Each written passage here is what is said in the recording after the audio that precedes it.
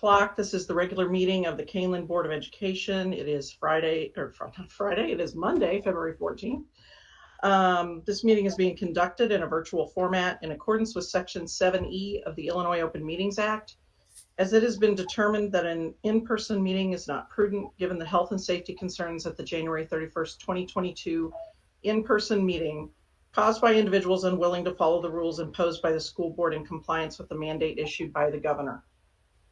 We would like to inform all board meeting attendees that this meeting is being live streamed and archived for access at any time by our community members on the internet within 24 to 48 hours of the meeting's conclusion. So please stand for the pledge.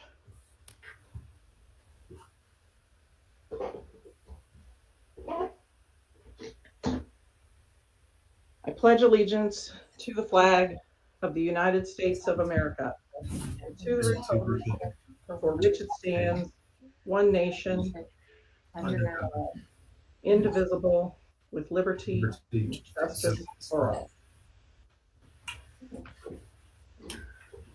And a roll call, please. Mrs. Witt. Here.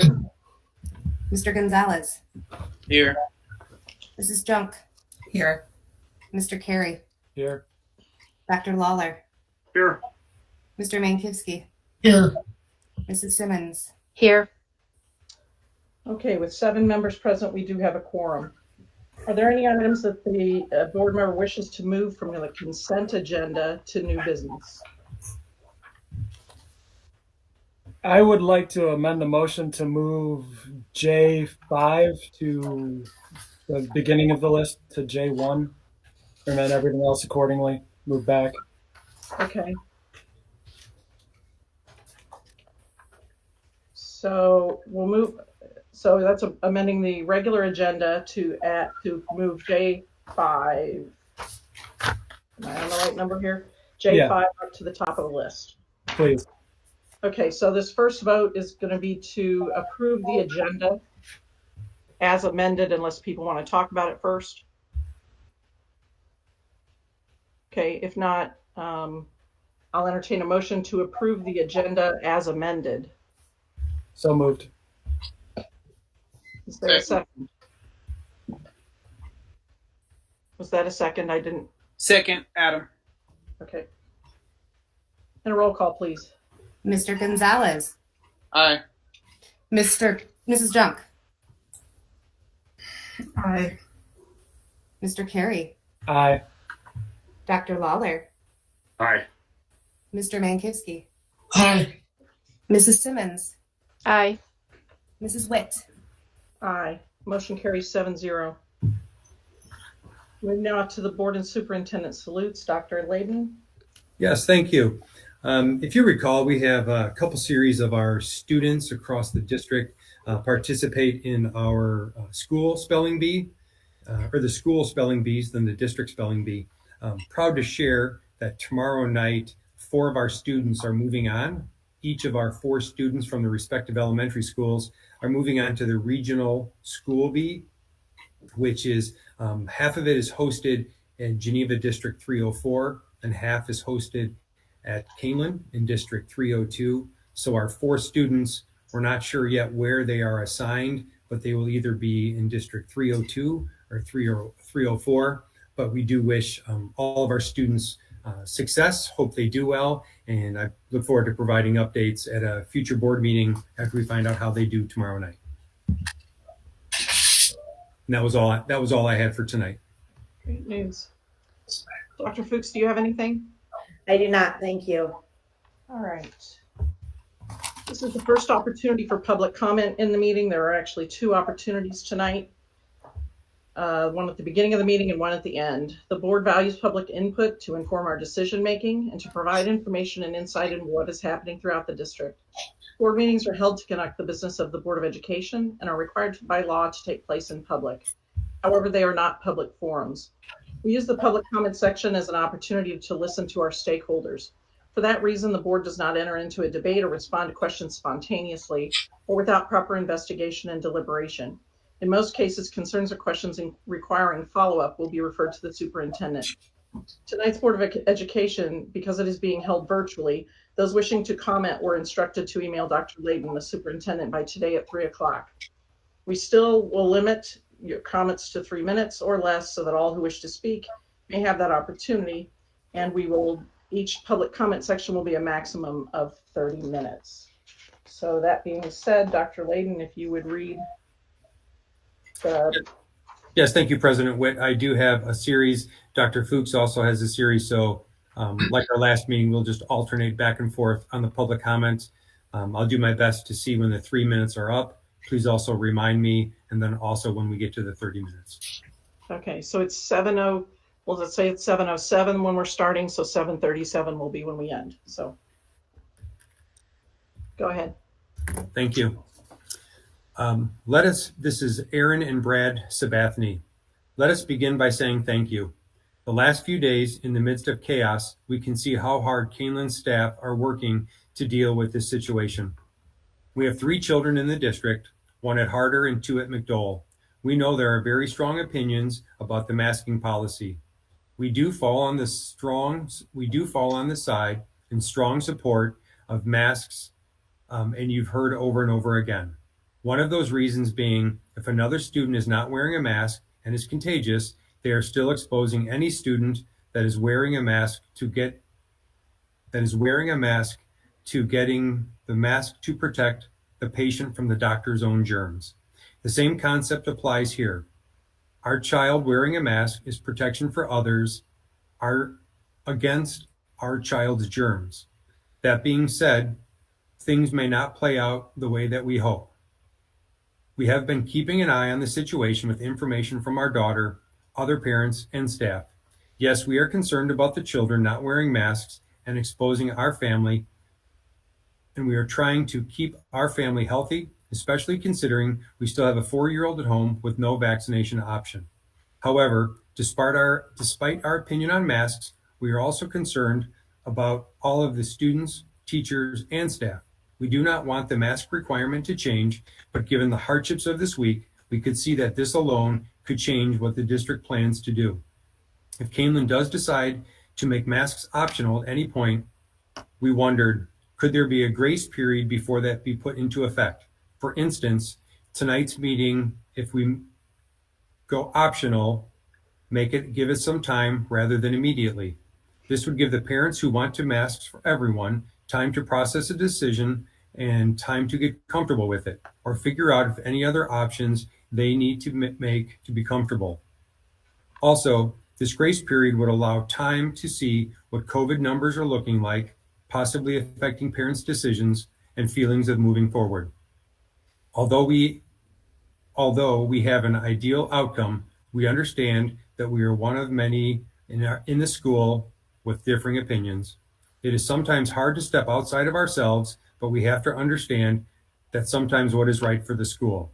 The next best thing we can hope for is a compromise that we have presented, which could soften the blow for families that strongly want masks and give those who are opposed time to understand the requirement.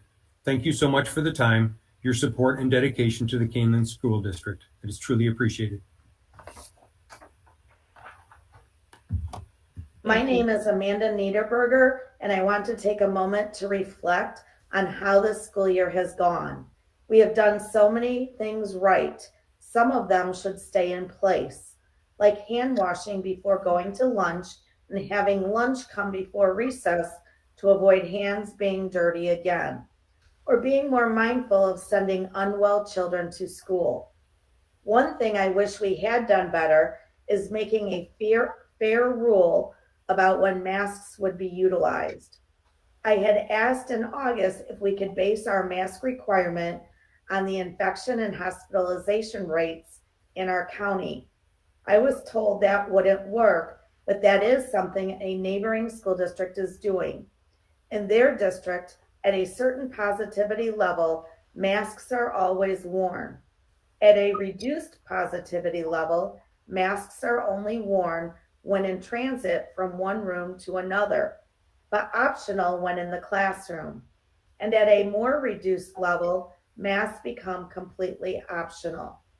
With this strategy, the public knows the metrics and doesn't assume that the rules will be based on the feeling of someone of authority or based on which community members have the numbers or the volume.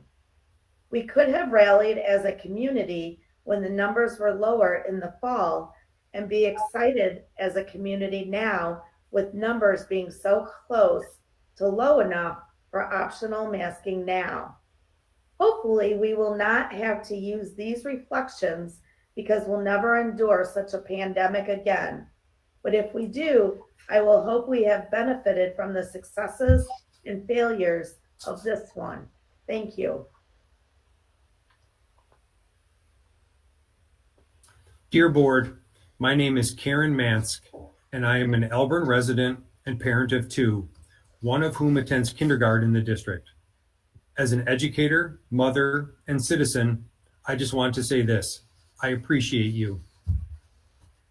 The impossible tasks you've been dealt are not your fault, and the disrespect you've received time and time again is uncalled for. I'm not here to complain or convince. Instead, I thank you for trying your best. There are no perfect people or perfect decisions. Many things are completely out of your hands, and while encouraged to listen to your community, you should not be yelled at or have to take the brunt of anyone's frustration from living in a global pandemic. For the decisions that are in your hands, I wanted to encourage you all to continue to keep the health and safety of our school communities at the forefront of your decision making. I'm proud of the work that you've done to continue to keep our students and staff in person and as safe as possible time and time again. You, our staff, and our students have grit, and it does not go unnoticed. Thank you. Good evening. My name is Molly Reamer. I live in Elburn and have two Kaneland graduates and a freshman at Kaneland High School. I have watched in complete dismay this week as mask protests have disrupted vital learning, put the immune compromised in harm's way, and created more division in our community. One of the board members even participated in these protests, which goes against the decision of the district he represents. At nearly every board meeting, we listen to people attack Dr. Lawler and Ms. Junk over their views on masking and involvement in the Safe Schools group.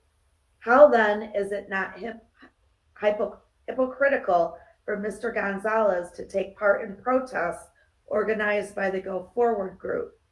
I shall abide by majority decisions of the board while retaining the right to seek changes in such decisions through ethical and constructive channels.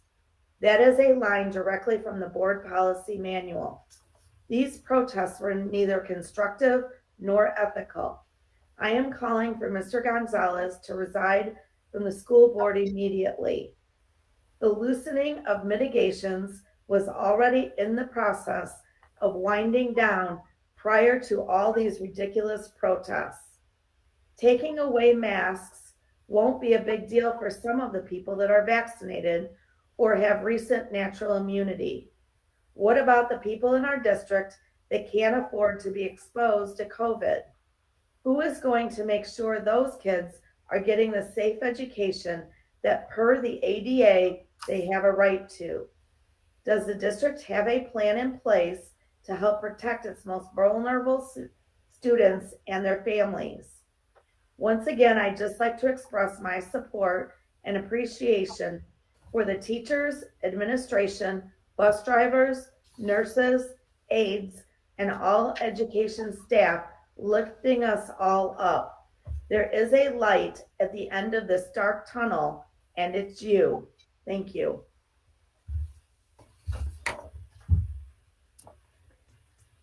This next public comment is from Lynn Liska.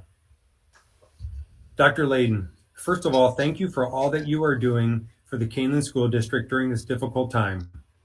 This year has been like no other in education, and I appreciate that all that you and the Kaneland staff have done for the safety of students, staff, and community. I appreciate the district's commitment to health and safety above all else. This creates a learning environment where teachers can teach and students can learn. As a parent, I'm not an expert in public health. As educators, district staff are not experts in public health. As such, the district has an obligation to follow the experts in public health. The experts set forth guidelines and recommendations based on science, and schools have a responsibility for protecting the youngest members of our community.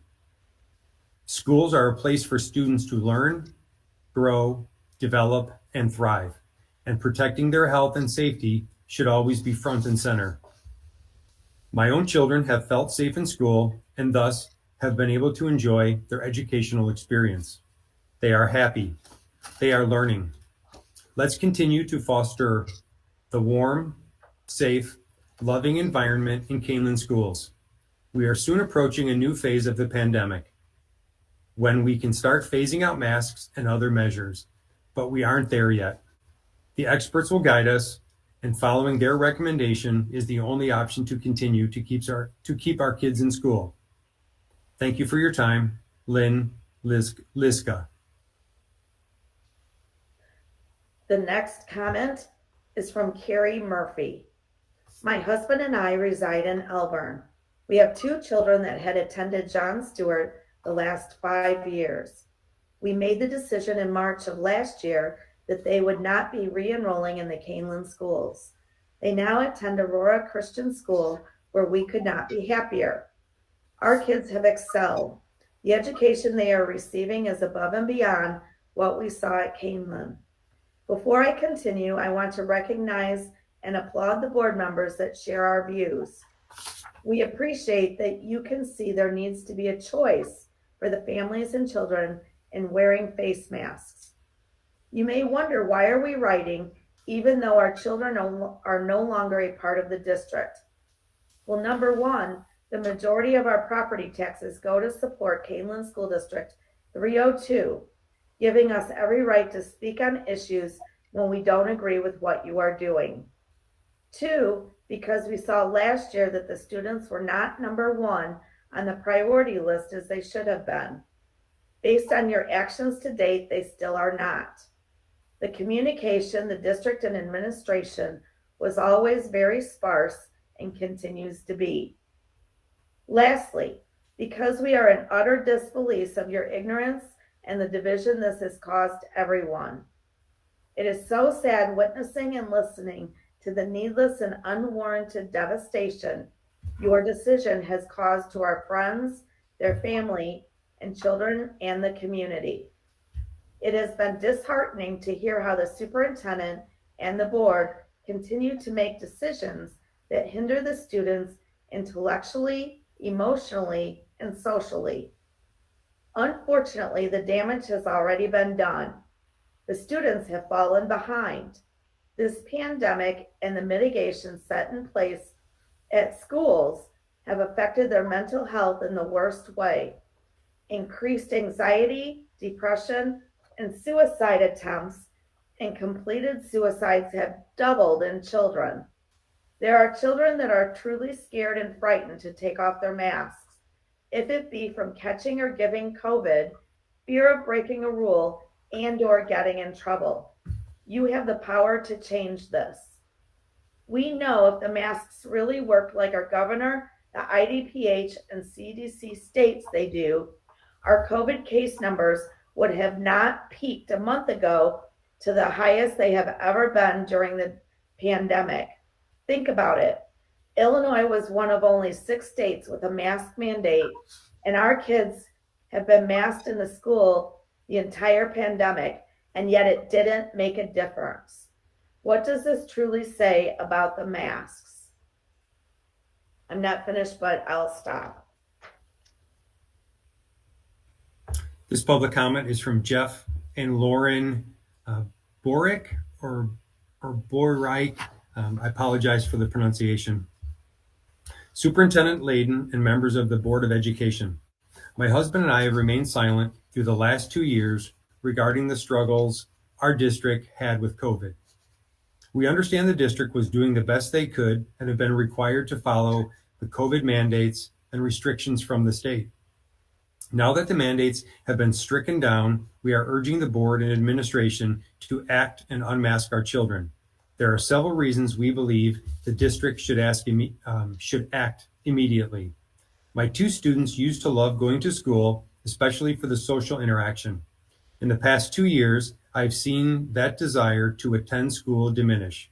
Now both have changed their opinions on school to something they strongly dislike and hate at times. My 8th grader has always been a great runner and competed on the school's cross-country team for several years. Now in his 8th grade year, I asked if he would like to participate. His answer was, not if masks are still required at school. Although he doesn't need masks outdoors, he still has an hour after school that he has to sit indoors and wear his mask while waiting for practice to begin. He complained that it's hard enough to wear it all day.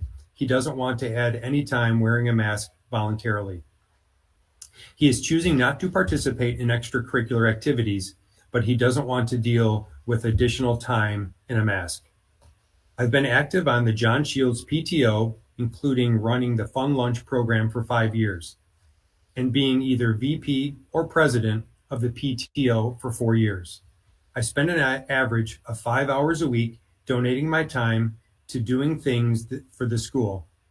In addition, when communications went out that schools need substitute teachers, I immediately completed my application and began subbing a few days a week for our district.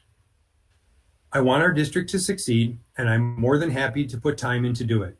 I love the teachers that I get to interact with, and I'm especially grateful for everything that they have done during the pandemic to try and keep things as normal as possible. But being a substitute has made it clear to me that COVID regulations are wasting valuable class time. Approximately half of all of our students that I have observed over the last 2 years do not correctly wear their masks.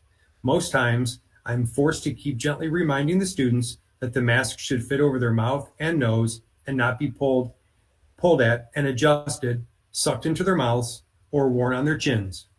In addition, I have on several occasions witnessed elementary students sneezing repeatedly into a mask without covering their noses with their hands or elbows. I've had several opportunities to teach reading to younger students when working on phonics with a mask on. It's nearly impossible for RTI students to distinguish what I am saying because they cannot mimic the way my mouth and tongue are forming words. That's time.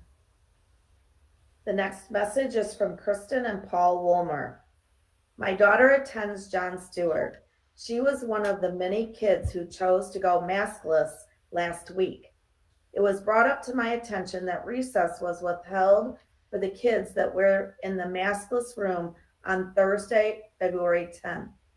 Supposedly, the expectation changed without notice on Thursday, and the kids were no longer allowed to leave the room unless it is to use the bathroom, if they chose to mask up, go back to assigned classroom, or to leave the building to go home. Thursday was a day they could have gone outside as the weather was adequate enough for recess. This poses a huge problem with me as there is a law that was broken by you, D302, set forth by Governor Pritzker that went in law on August 13th, 2021, effective immediately, that is called Right to Play Bill, Senate Bill 654. Illinois students in grades K through 5 will have 30 protected minutes of recess this school year, thanks to the hard work of Senator Robert J. Peters, Representative Aaron Ortiz, and parent group Illinois Families for Public Schools. Under the Illinois bill, the unstructured playtime cannot be removed as punishment, and a physical education class won't fulfill the requirement. Electronic devices can't be used during that time either, meaning schools cannot simply put kids in a computer lab or play a movie. If this continues, then legal action will be filed on behalf of the kids who are being withheld from recess from here on out. You have been put on notice, as the next letter regulating this matter, if it happens again, will be from an attorney bringing charges against the board, the superintendent, and all principals who broke this law.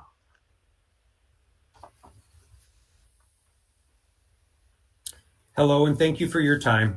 My name is Dawn Stazak, and I have 2 children in the Kaneland School District. I just wanted to let you know that my children are happy to follow the rules that are best for public health, and that the rules that have been in place since in-person school became available again since the start of this pandemic have not harmed them in any way. Rather, these rules have been beneficial for my children in 2 important ways. They have been of great mental and emotional benefit by getting them back to school in a normal routine as much as possible. They have had great opportunities for them to practice the fundamental teachings of most world religions about compassion, caring for our neighbor, caring for the weak, and caring for the greater good. In fact, rules for public health have been in place for decades, such as no shoes, no shirt, no service in restaurants, and fines for public urination and defecation, as well as vaccination requirements in public schools. My children and all their friends have absolutely no problem doing what's right for the greater good of their classmates, their families, and our community at large. I've even been told by children, as well as seen group comments by parents who claim their children follow the rules anyway, regardless if their parents say otherwise.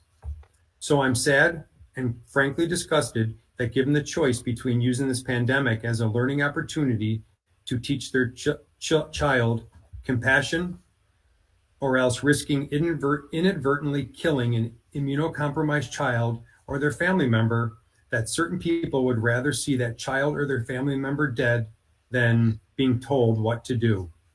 For those who try to use the argument that their child can't follow the rules because of a personal issue and that their immunocompromised child or children should be homeschooled, then conversely, why is it that their child shouldn't come home to their inability to follow rules? Children who don't follow rules or think they can break them and get away with it are disciplined. If they don't learn, they grow up to be adults who don't follow rules and think they can break them and get away with it, as we've seen firsthand. I support the rules that have been in place and how the school district since day one has followed them, because they follow the science, and that's all we've got right now. Once we bend to domestic, local terrorists, we've got nothing. This pandemic will be over soon. How do you sleep at night, knowing you did the right thing or feeling terrible for succumbing to bullying? You decide tonight. You've done the right thing every step of the way. You've come this far. See this through until the end, of which there will logically be an end. Thank you. Okay, there was a clock issue with that, and if it went over, I apologize. I'm not sure if it did or not. So it restarted in the middle. So go ahead, Julianne, sorry. That's okay. Our names are Phil and Aaron Hope. We live in Elburn and have 2 kids in the district. Whether you agree with the current mask mandate or are against it, I think we can all agree on one thing. The current environment in the Kaneland School District is not what is best for our children.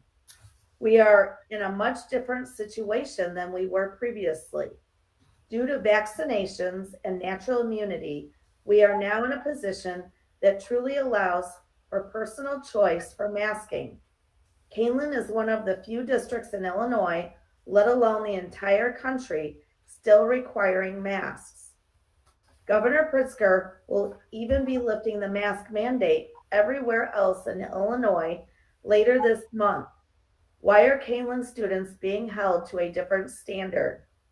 The last email parents received regarding COVID mitigations from Sunday, February 6th states, while we work towards the day when masks are not required in schools, we are not yet at that point.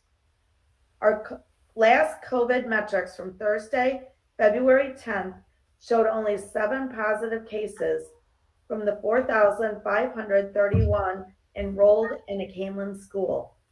If the most recent data does not warrant rolling back the mask mandate, then we would like to ask you what does. Thank you.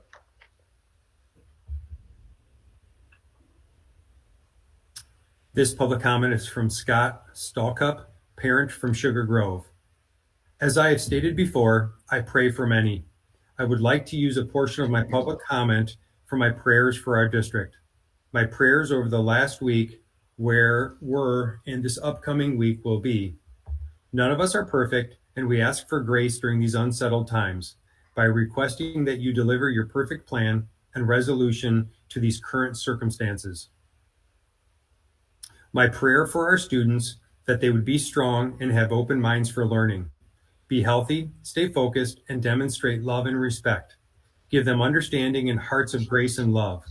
Let them support, help, and be kind to one another. For the staff and teachers, I'm thankful for your willingness to teach and educate our students, maintain facilities, drive buses, etc. My prayers for strength and health for you and your families. You keep your students positive and provide them a smile, along with your support and tireless work for which we are greatly appreciative, which is greatly appreciated and thankful. For my fellow parents, I pray for wisdom as you navigate these times with your students, and that they may see a strong foundation in doing what is right, just while extending every opportunity for grace. That we are able to maintain a smile and positive persona as an example for our students to witness. I would further pray that you join me in prayers for our students, administration, teachers, staff, local government leaders, and state government leaders. The power of prayer is real. We have a God-given duty to bring our children up in the ways of the Lord and what is right in his eyes.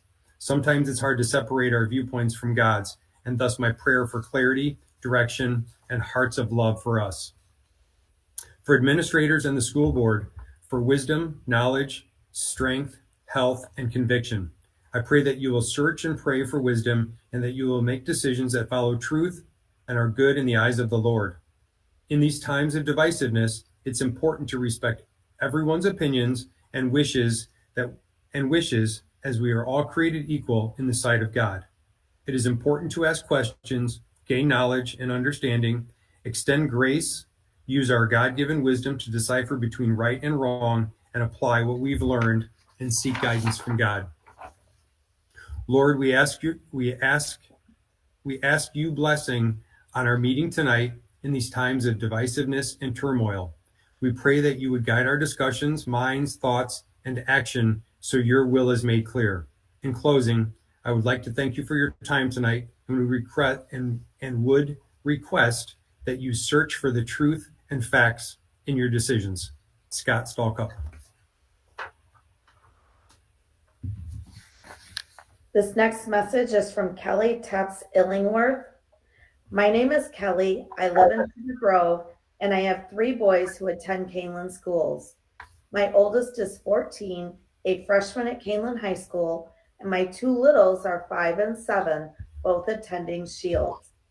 This has been an eye-opening week, to say the least, and I'm probably the most concerned I've been for our schools since the pandemic started. It seems as though some have forgotten or choose to ignore the consequences of actually getting COVID. I know many think the risk is null, or their children and families will be fine after getting COVID. And granted, many will be, but what about those who are not fine after getting COVID? What if you or someone you love had long haul symptoms, permanent damage, or worse due to COVID? And what if it could have been prevented? Wake up and see what we are protecting here. Let me make it clear that no one actually wants to wear a mask. This isn't a new fashion trend that's up for debate. This is the guidance provided by medical professionals. This is also a very temporary and preventative measure to help stop the spread of a potentially deadly virus that could do harm and have lasting effects. This is not forever, and history has proven that people can and will overcome setbacks such as these. Ask a polio survivor, which is an appropriate comparison, by the way. It's understandable that parents are concerned about delays. This pandemic has hindered several areas of development and growth. There are delays in education. I'm not turning a blind eye to those things. I'm simply being realistic about my expectations. Everyone is experiencing those delays in development, growth, and education. Our community is not the only community going through this, and we can all work together to get back on track when this is all over. Children will learn to read, write, do math, and practice nonverbal communications, but achieving developmental milestones determined by society will never be as important as keeping my children healthy and safe. I would like to see Kaneland stand strong in their decisions to follow mask mandates. We're so close to the end. Let's cross the finish line before celebrating the win. Kelly Tufts Illingworth. Dr. Layden, I don't know how long the next comment is. We have about a minute. I'll read fast and we'll get this one in. Okay, good. Okay. Mhm. This is from Beth Michaels. Uber grandma here again. I'm not going away until a public apology has been made to myself and my family regarding how the school dealt with the Uber situation. Based on the only public comment made, the community has thought that my family lied about the incident. You need to fix that. Fast forward from January 19th to February 7th. My granddaughter was signed out of school by another parent at Harder. My son arrived to find his daughter already signed out and in the parking lot. The secretary's response, "Oh, sorry. If ever an adult is harassed or bullied at work, they can leave and get another job if they choose to. Our children are being segregated and bullied by teachers and staff daily without the option of changing schools. I know others have sent you the entire statute for 105 ICS 5/22-12, but I'd like to point out the words that are used in the statute: threat, menace, or intimidate. Now let's look at what children who choose to stand up to themselves to the mask mandate are enduring. Segregated to separate rooms, followed to the bathroom, and one day for lunch they received a travel-sized box of cereal, outdated milk, and a cheese stick for lunch.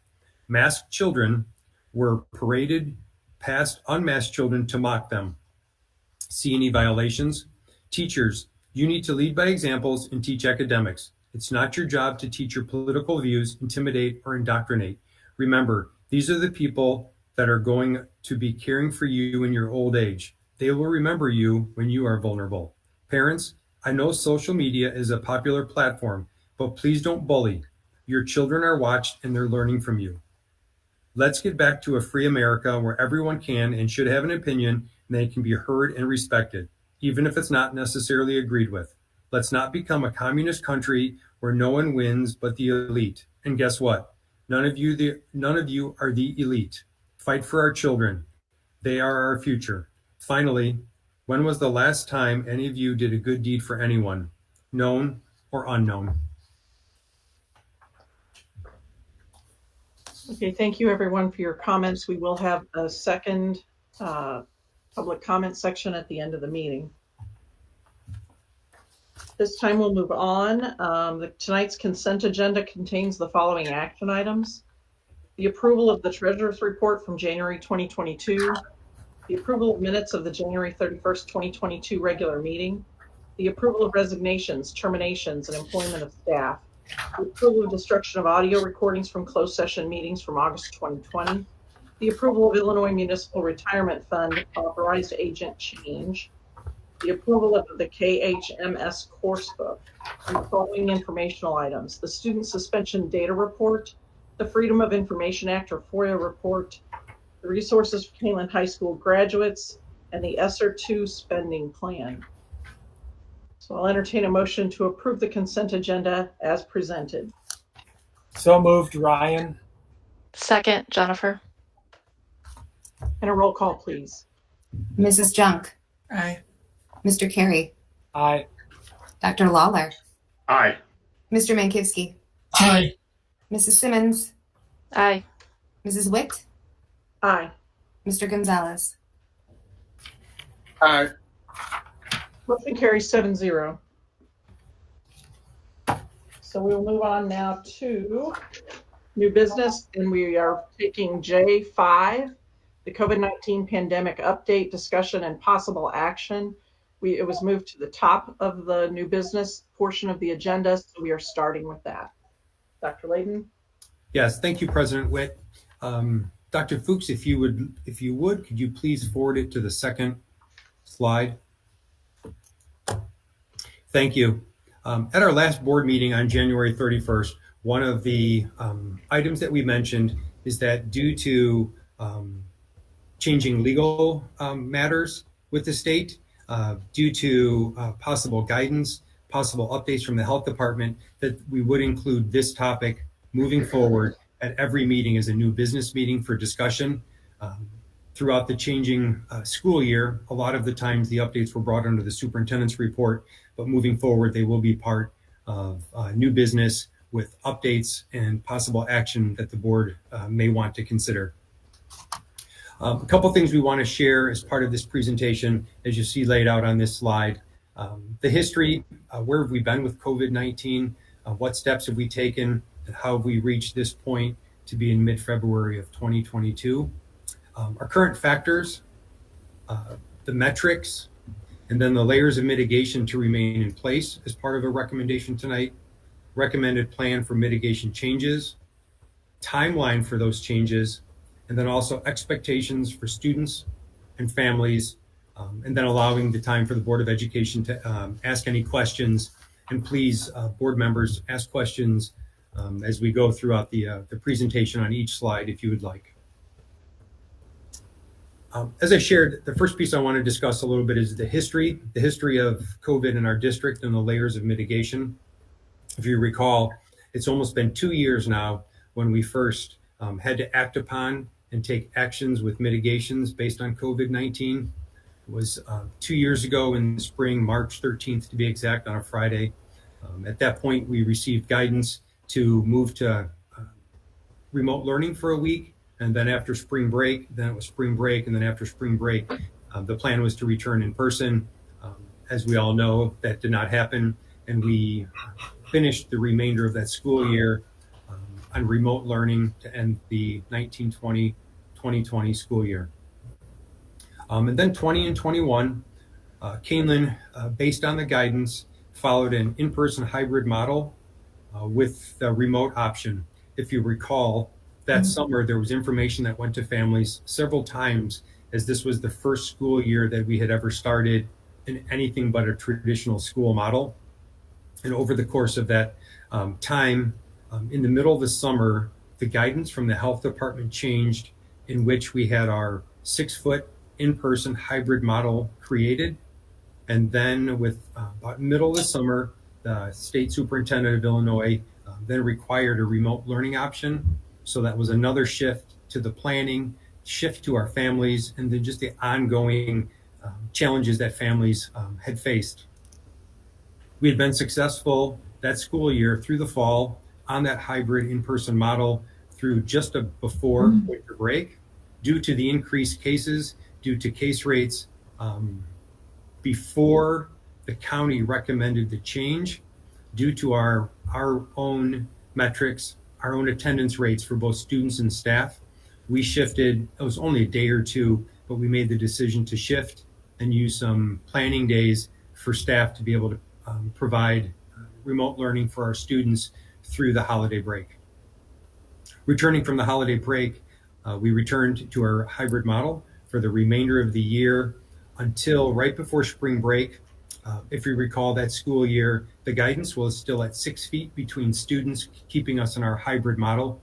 But then right before spring break, the guidance changed, and we were allowed to move from 6 feet to 3 feet of mitigation, social distancing in classrooms.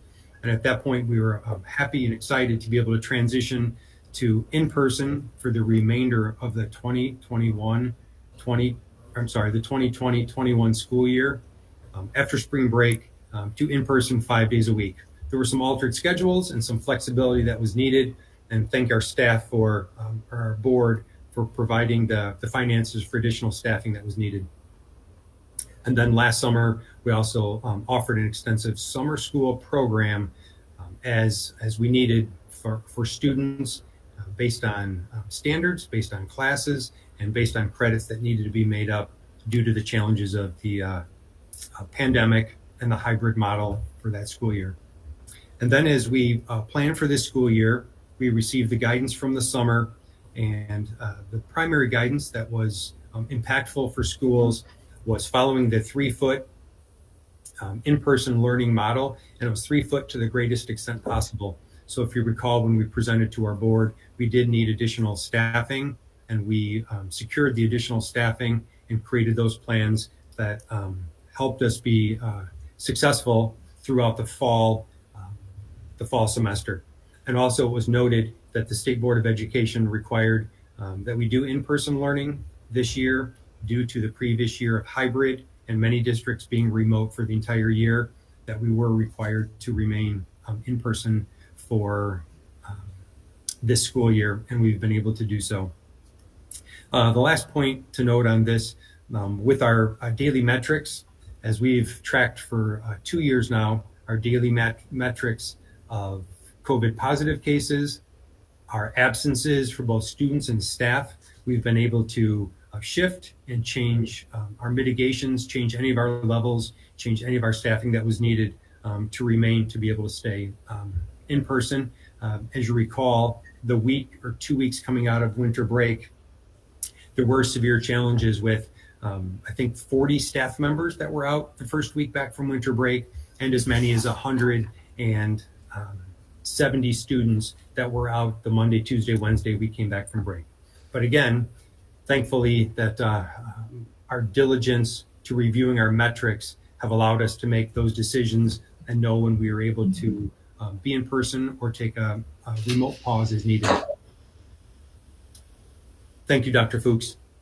The current factors for Kaneland, as we move forward, there are 3 primary factors for consideration that I want to share tonight before I turn it over to Dr. Fuchs. And at that point, she'll share what our current metrics are, what our metrics have been recently, and recommended mitigations as we move forward for the interim period until we receive any other guidance from the IDPH or the Kane County Health Department.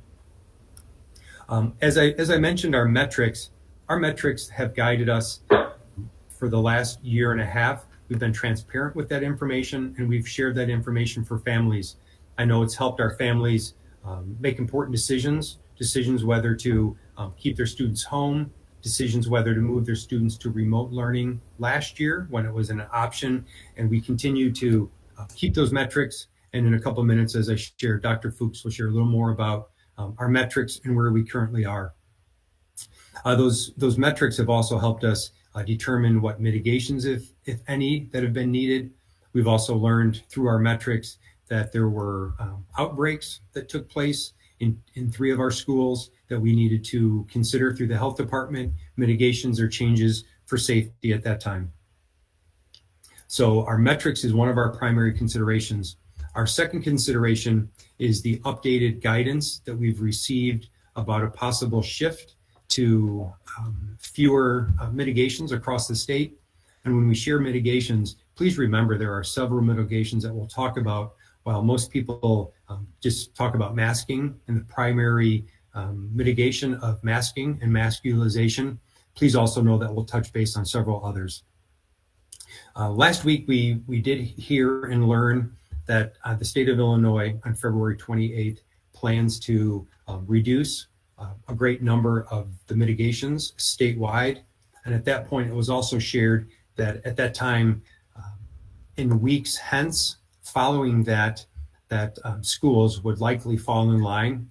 So therefore, we communicated and planned that we would continue to follow the guidance, look at the guidance, and determine based on our metrics what would be our next steps and our next position.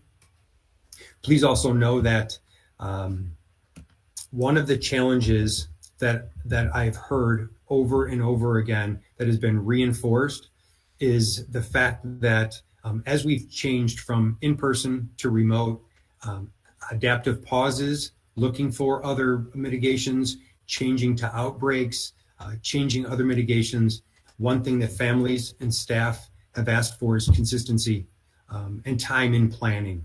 So as we move forward tonight, that you'll hear in a couple minutes, our recommendations for mitigation. Part of that concern is the fact that we've received guidance a number of times on Fridays, Friday afternoons, and to share that information with our families and our staff has been problematic to turn that information around from a Friday to implementation on a Monday. So you'll see that our recommendations moving forward for February 22nd allow us that time, allow our families the time to plan, allow our staff time to plan, and allow our administration families time to plan also as we move forward towards February 22nd as part of the recommendation. The last piece of current factors that I would like to share is at this time right now, due to the number of students that we have that are coming to school without their masks on, that factor has been impactful across our district and to different degrees at different buildings. But please know that right now, as of last week on Thursday, we had 160 students that came to school without masks, and our staff and our administrators and teachers have done a remarkable job finding places for those students, trying to find homework for them, providing academic resources for them. But at this point right now, as of today, we had 100, as I mentioned last week, 160. That format is just unsustainable right now, given our metrics, given the fact that we don't know when the guidance may change. To try to take control of this situation, we are, again, in a minute going to share those recommendations. And please also know that as we consider our students that are not wearing masks and coming to school right now, there is the next step of possibility, which could be additional or could be discipline. The part that is unsustainable is any discipline, and discipline that would include suspensions for over 100 students. If you look at our data closely over the years, our regular suspension rate for a week is about 2 or 3 suspensions, 4 suspensions maybe at the high end across our district. It's just unsustainable to have 100 students that would be coming in and off of suspensions. Senate Bill 100 regulations that call for reentry plans. That is just, at this point, not sustainable. And again, as I turn it over to Dr. Fuchs, or before I turn it over to Dr. Fuchs, I wanted to see, based on the last 2 slides, or last 3 slides, if there were any questions that board members had for me at this time.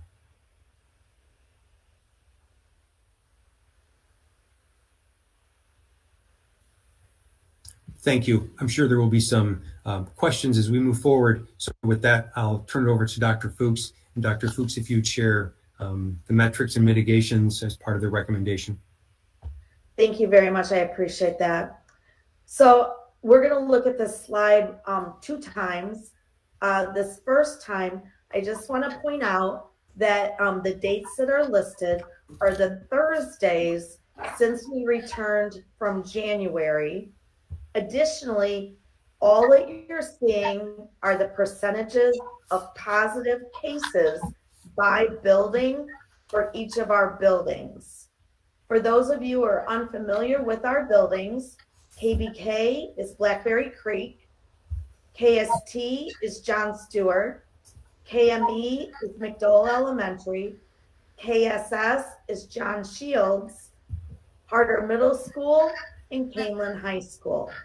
What I want to point out on this slide in particular, at our highest, John Shields had 7.3%, and Harder Middle School had a couple weeks with 7.9 and 8.9%. Dr. Fuchs, Yes? is that percentage of student body, percentage of tests taken? What can you define exactly what those percentages are, please? Sure. Those are the percentages of positive known cases. Just the positives. So it's a percentage of the number of kids at KBK. That's correct. Okay. Yep. By Thank you. building. Okay. Thank you. Yep. And then the last 3 weeks, beginning around January 27th, please notice how there's a significant decrease at all buildings. And then in the week of February 3rd, there were a couple buildings with no positive cases. And this most recent week, our highest was 1% and our lowest was 0.2%. So as you can see from these metrics, the numbers in the positive cases are trending favorably. So what I want to share with you now. Dr. Yep. Sorry to interrupt. Okay, I tried to use the raise hand thing. I don't know if you saw it. You know what? I can't see it when I'm presenting, so you will have to shout it out. Okay. Can you, I understand the history from January to now. Can you give a general comparison to where things were, say, in the fall or even spring of last year? Sure. The first week back, the week of January 6th, we had more positive cases than the entire first semester. It was significant. Because the fall was fairly consistent. It wasn't out of control, but once we got back from winter break, those first 2 weeks were very, very busy with positive cases. Also, Mr. Lawler, I reviewed our daily case rate, all the metrics day by day over from last year and this year. The last 3 weeks that Dr. Fuchs has indicated is the best 3-week period that we have from last year and this year. There were, I think, 2 weeks in October that had similar numbers to January 7th through February 10th. So there were about I think maybe 10 days, 8 days where we had similar numbers that had dropped to a lower level of 1 or 2% across the building. The school year started higher and then got better in October, then November, December, it inclined or increased back again. And then as now you see on this slide, it's reduced back again over the last 3 or 4 weeks. I was even pleased with today's numbers. We only had 4 student cases and 1 staff case.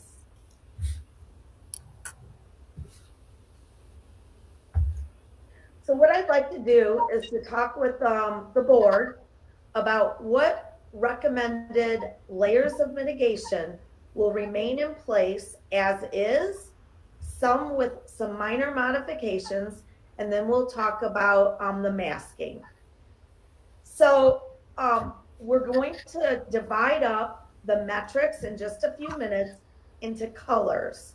It will be red, yellow, and green.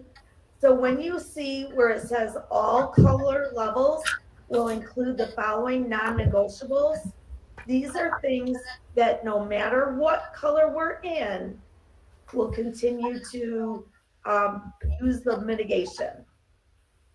If you have a positive case, if you test positive, you must have a 5-day exclusion, and the district will provide the option for live streaming. That is consistent with today's mitigations. Our processes for symptomatic individuals will also remain the same. Anyone with symptoms must go home. And then depending on how long their symptoms last, they would need to bring back a negative test, and their symptoms must have improved before returning to school. Masks must continue to be worn on school buses because that is from federal guidance.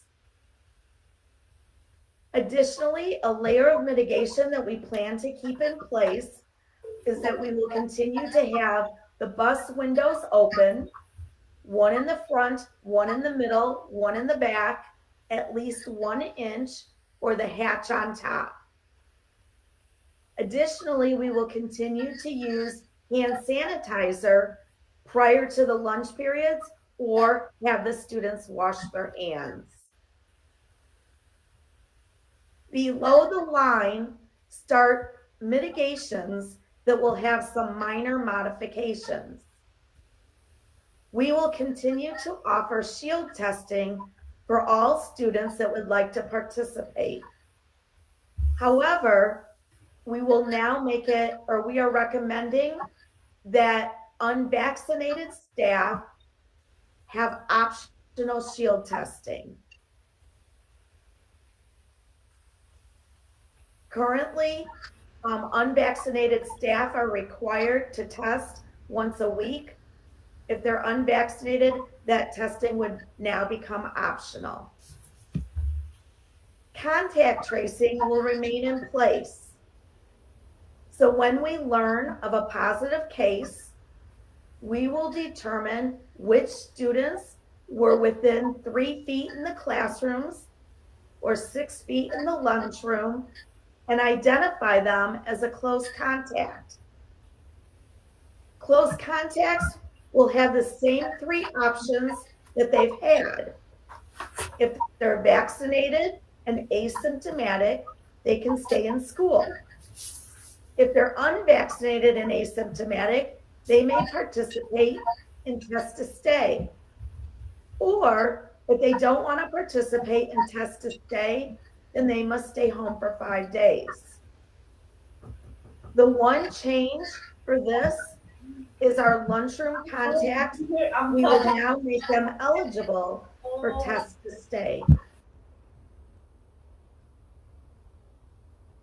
For individuals who have tested positive, the district will strongly recommend that they mask from days 6 through 10 when they return to school.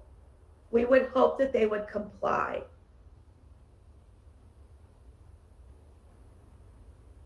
This then talks about our criteria for masking. We have 3 levels of criteria. We will measure every Thursday. At that time, we'll continue to still monitor the daily rates, but on Thursday, we will use that rate for the following week. If the building percent is 3% or greater, we will require universal masking for the whole following week for that building. Some buildings may have specific classes, grade levels, clubs, or sports.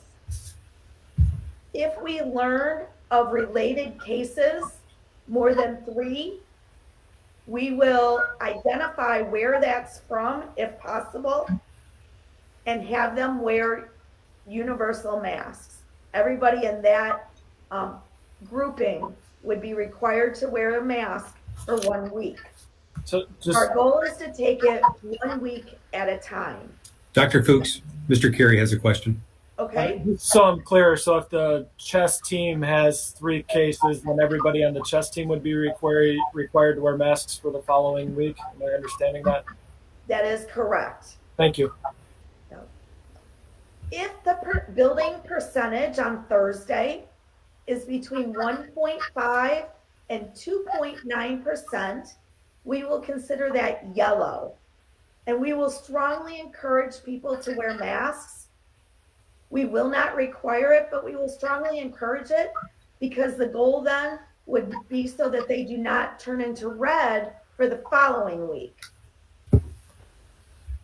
If the building rate on Thursdays is less than 1.5%, students and staff would not be required to wear a mask, but it would be recommended. If we review our metrics based on those percentages, this is where we would be for these weeks.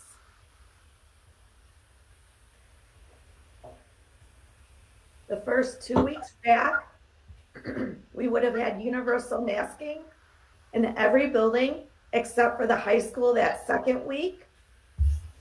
The third week, we would have had mixed. The 4th and 5th week, everybody but Blackberry Creek would have been mask not required.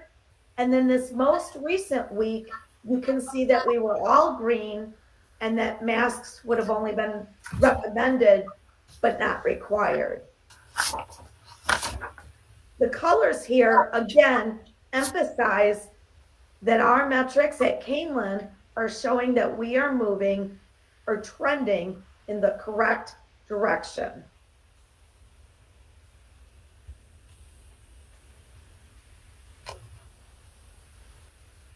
This further describes the red, the yellow, and the green.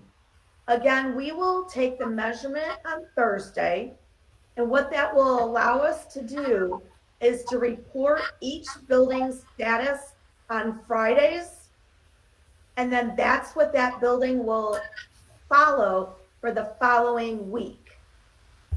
So we'll measure on Thursday after school, we'll prepare our message for Friday, and then everybody will comply for 1 week following. And then that process is repeated each week. At the red level, masks will be required.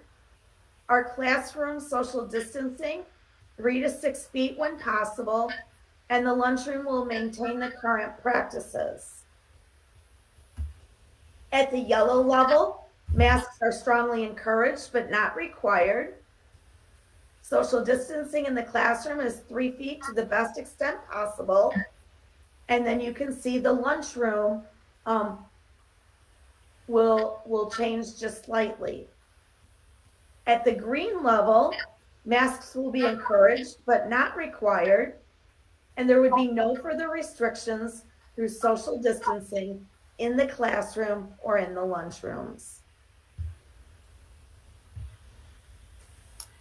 Dr. Fuchs? Yes? Okay, so from yellow to green, we're going from 3 foot distance to, well, I guess technically 0 distance. Is that a hard thing to switch back and forth between? In some cases it is. For example, the middle school has always had kids in seats, assigned seats at lunch.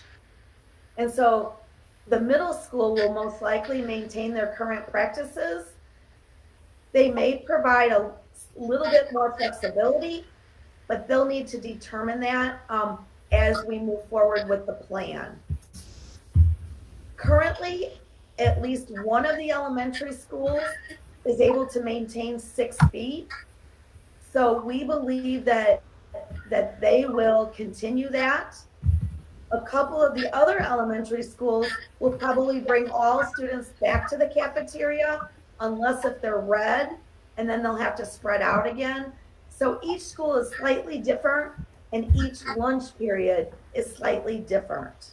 All right, let me try again because I didn't, well, it wasn't what I was going for, but thank you. I was specifically talking about from yellow, it says classroom social distancing of 3 feet, and then at green, that's gone. So my question is it really that hard to keep them at 3 feet? Would we be better off leaving them there?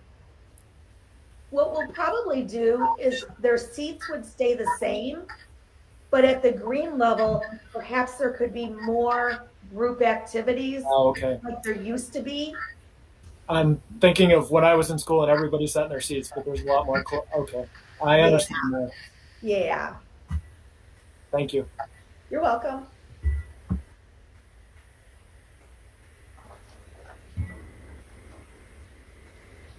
All right, so our timeline for implementation, assuming that the board approves the plan tonight, we would communicate the plan tomorrow. We would take our first measurement on Thursday, February 17th. We would report the results and the color levels to staff and families on Friday, February 18th. Monday is a holiday. And so we would begin next week following the recommendations from Tuesday to Friday. We will continue to monitor and report cases on a daily basis.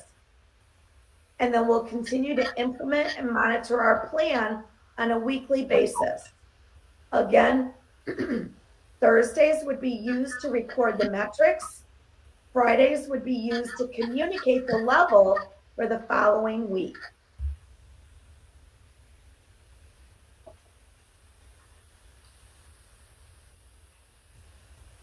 Dr. Layton? Yes, thank you.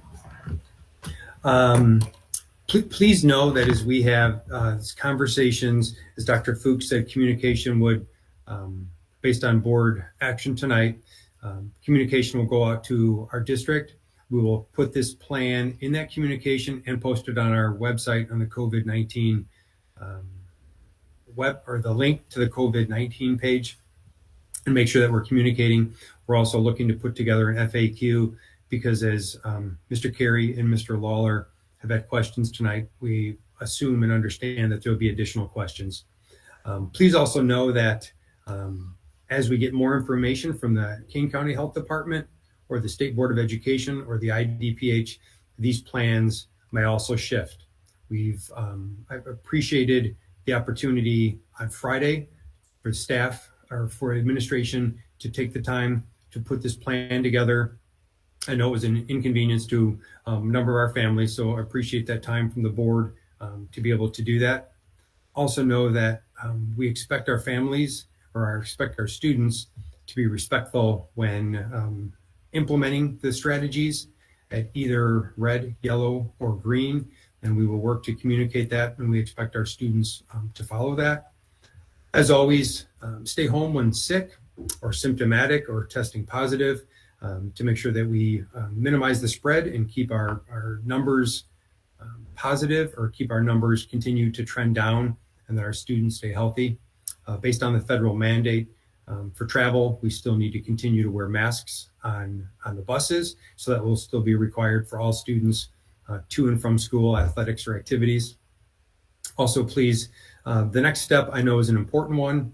We've heard from back in the summer and heading into any shift of masking mitigations, bullying or inappropriate behavior on masking would fall to the same level of discipline as any mocking, making fun of a student, or being disrespectful to staff or others. So I do know at this time, this is a great opportunity for the Kaneland community, which we are proud to be a Knight, as displayed in the last bullet point. So it is important that we talk about this regularly in classrooms, at our dinner tables, and with our teammates, and we continue to remind each other how important this is, that we successfully transition to another stage, another phase of the pandemic, and also remind each other that our core values are integrity, respect, responsibility, citizenship, and a commitment to excellence. This gives us that opportunity in which to do that, and also the flexibility, as I mentioned, as new guidance may shift or change, that we will stay updated on that and provide communications on an interim basis and at board meetings every 2 weeks. Dr. Fuchs, you can go ahead. And with that, we would like to see if there are other questions. We will share an update with our community immediately, and then just answer any questions that board members have at this time. How long will the mitigations continue if the mandate gets taken away? If, Governor Pritzker says, as of this date, schools aren't required, will we continue to do these mitigations? That's a good question. I think this plan has that flexibility, has the initial steps, probably more conservative than most. If you'll recall the percentages for, I believe it was Restore Illinois phases 3, 4, and 5, those percentages traditionally, I think, led more towards 6 and 8% to change between those phases. But for Kaneland right now, we're going to be a little more conservative. Then as that guidance comes up, we'll look at that guidance in comparison to how we're currently doing in our schools. Dr. Layden, from a legal perspective, initially we were concerned with negative ramifications from the state, funding and accreditation. Moving to this model, what are the potential legal ramifications, given that the governor hasn't come out and said, schools can... Thanks for the question, Mr. Gonzalez. That one I'll turn over to our school board legal counsel, Maureen Lemon, and she can provide an update. Good evening. Thank you for that question, Mr. Gonzalez. It is a legitimate concern because the potential risk to school districts that do this in light of the fact that you are still under the executive order is a potential denial of your recognition status with the state, which could potentially be a risk to your funding and students not being able to participate in any IHSA or IESA activities. Now, again, we know from the districts who were in that situation earlier in the year, there's a 60-day period in which they have to provide a corrective action plan to show the state that they are going to correct the deficiencies. And at any time within those 60 days, if you go back to complying with the mask mandate, you're no longer at risk of losing your state funding. That's number one. And then, of course, any opportunity to rely on your Tort Immunity Fund and the Tort Immunity Act for protection against lawsuits could potentially be limited if you're not in compliance with the mandate, as well as potentially the insurance company for the district might not be willing to cover a claim brought if in fact it's tied to not covering and not following the mandate. So those risks still are the same as they were in the fall. It's just a question of, weighing those risks, the likelihood of those risks against the other issues that have been presented. Thank you. While you're on, could you also comment on why the divorce case does or does not apply to us? Yes. Good evening, Mr. Carey. Thank you. There were 140 plus school districts in the state that are named named defendants in that lawsuit. And that the judge in Sangamon County, the trial judge, only has jurisdiction to make any rulings with respect to those school districts. And I know if you read any of the language in the order, it was 29 pages long. There certainly is conflicting language in the body of the TRO. There is conflicting language in the some of the footnotes in the TRO, but separate and apart from the TRO, the judge did deny class certification earlier that day in a separate ruling. And we know from Mr. DeVore himself that he is only focused on making sure that the named defendants are enforcing the TRO with respect at this point with the named plaintiffs. He's even interpreting the lack of class certification to mean it doesn't necessarily even apply to other students or staff within the school districts that are named defendants. So the footnote, I believe it's 29, that says other school districts can make their own appropriate decisions. You're telling us it doesn't apply to Kaneland? Or that judge's that ruling it on its face it does not apply to Kaneland at this point in time. Thank you. Todd, I appreciate that this was, the plan was kept pretty secretive until literally right now, and we didn't get access to it before so that we could, frankly, just all the things that happened last week. I don't like that. I mean, we're staring at a question mark. We don't have the information in front of us to even think about, can it be emailed to us now so that we can at least be looking through it as we're trying to figure all of this out? Yes, we can definitely do that and provide that information. I appreciate that note. As we heard the guidance from the governor late last week, and then the shifting information, it truly took us into the weekend to create that. So I do appreciate that, and I will make sure that all the board members receive this.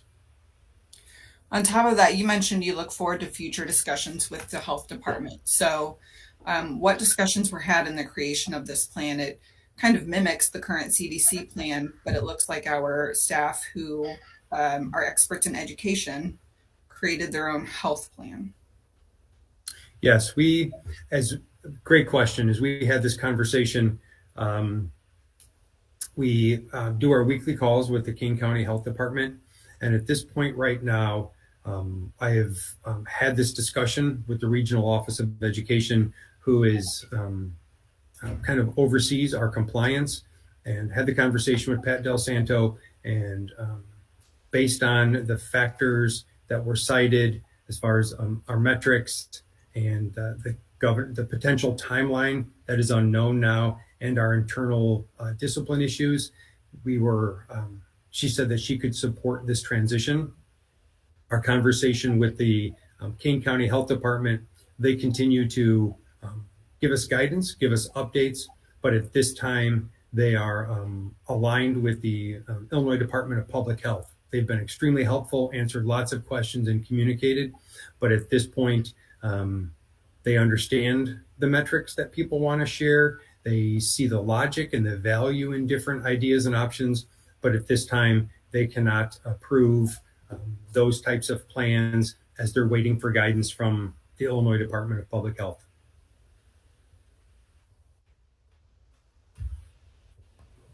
Dr. Layden, what would happen if, if you're in the red with the required masking and students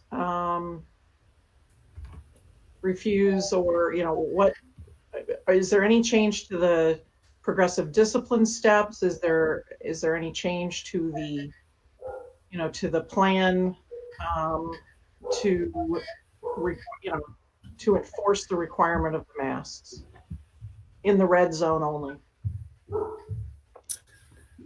At that point, given the fact that it is universal masking, and it is, if the board moves forward and approves this plan, it will be our approved plan. So if there are students that do not wear a mask and in those classrooms or on those teams, or that fall in that bucket of red, then yes, there would be progressive discipline that we've followed throughout the school year. We've had very little mask non-compliance prior to last week. So we would follow the progressive discipline of talking with each student, asking them if they need a mask, asking them why they might not be wearing a mask, and then let them know that there could be potential discipline. And then we would follow progressive discipline based on any future violations. Okay. And Ms. Lemon, is there any, what is the due process that's required in those discipline situations? Can you explain that to us, please? Of course. The due process that is required to be given to a student in a situation such as if you have a rule for masking and they are not masking is the due process required under Senate Bill 100 and the case law with respect to giving notice to a student and an opportunity to respond, mainly before you provide them an out-of-school suspension or beyond. So there is some confusion. It is not the same due process that would be required by the Department of Public Health were they to quarantine someone. It's a different standard of due process that your administrators are subject to providing your students if they refuse to wear a mask and are subject to discipline because of that.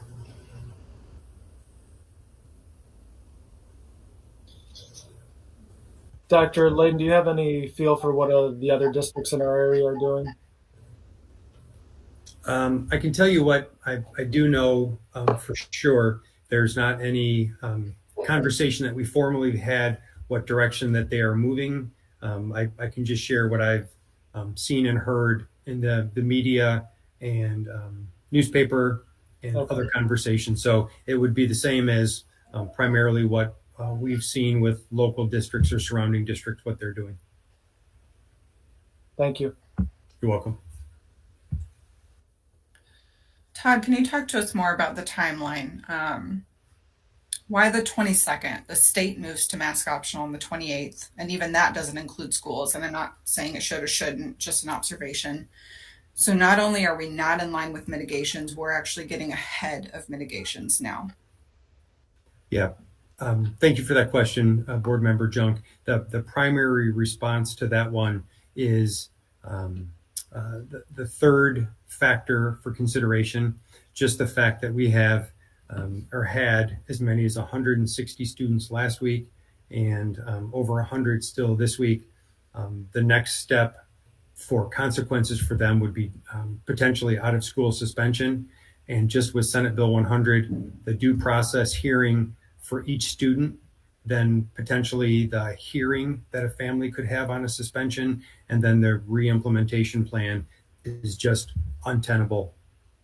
Right now, the administrators and teachers are working hard to provide the assignments to work with the students, but just the sheer volume alone, again, with a dean at the middle school and a dean at the high school, one person simply could not, or even two administrators simply couldn't process through those discipline numbers.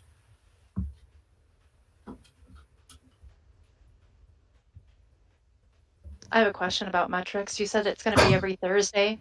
Parents are going to wonder, why can't we make those changes or measure it daily? So what is causing us to be only able to do it every Thursday? Because like my biggest concern here is I'm looking at these numbers, and of course, January was going to be a nightmare because everybody was home for Christmas break. So people went on vacation, saw families, they were outside of their normal little pods. And so we knew there was going to be a surge. And by this time, now everybody's back to work, back to school, our numbers were going to go back down. We're facing spring break is going to be coming up. And so there's potential that people are going to go on vacations again, go play with friends, go do things like that. Or we're going to get a surge again. So if kids come back to school right after spring break, they could be in multiple days there, and then we're not measuring until Thursday. To clarify, Dr. Fuchs, I'll let you step in 1 second, but I think what you're asking, Ms. Simmons, is that we will still monitor every day and keep track every single day of the metrics. Thursday is the day we would communicate what each of the buildings or teams or groups or classrooms would follow for the following week. Right. My question is, can we respond faster than that? Because by Thursday, if we find our numbers have gone from a green to a red, kids have been in school for the last 3 days and they've been around other kids. I'm just asking the question for other parents that are going to say, my kids have been walking around with no mask or been around other kids with no mask, and now we're finding out we're in a red. And so is there a way we can respond quicker than versus once a week?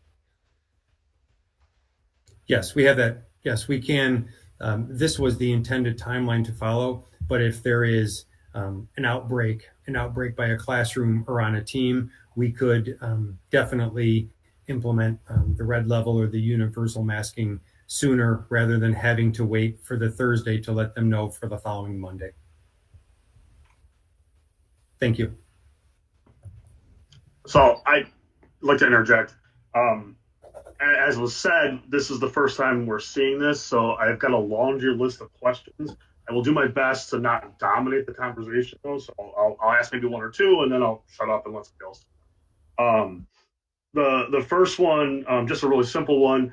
I think we're doing the same thing, but just as a clarification point. For staff who are unvaccinated, are they still testing weekly? They would not be required to do so. Shield testing will be optional for both students and unvaccinated staff. Oh, so wait, I guess I'm confused. Can you walk me through the process, what unvaccinated staff do right now? Sure. They have a choice. They can either do shield testing with the school 1 time a week and turn in those tests, or we get those test results, or they can go out independently one time a week and turn in their results. So are we saying they would not need to do either of those things now? That is correct. Okay, can we walk through that then? Because what was the determination to do that?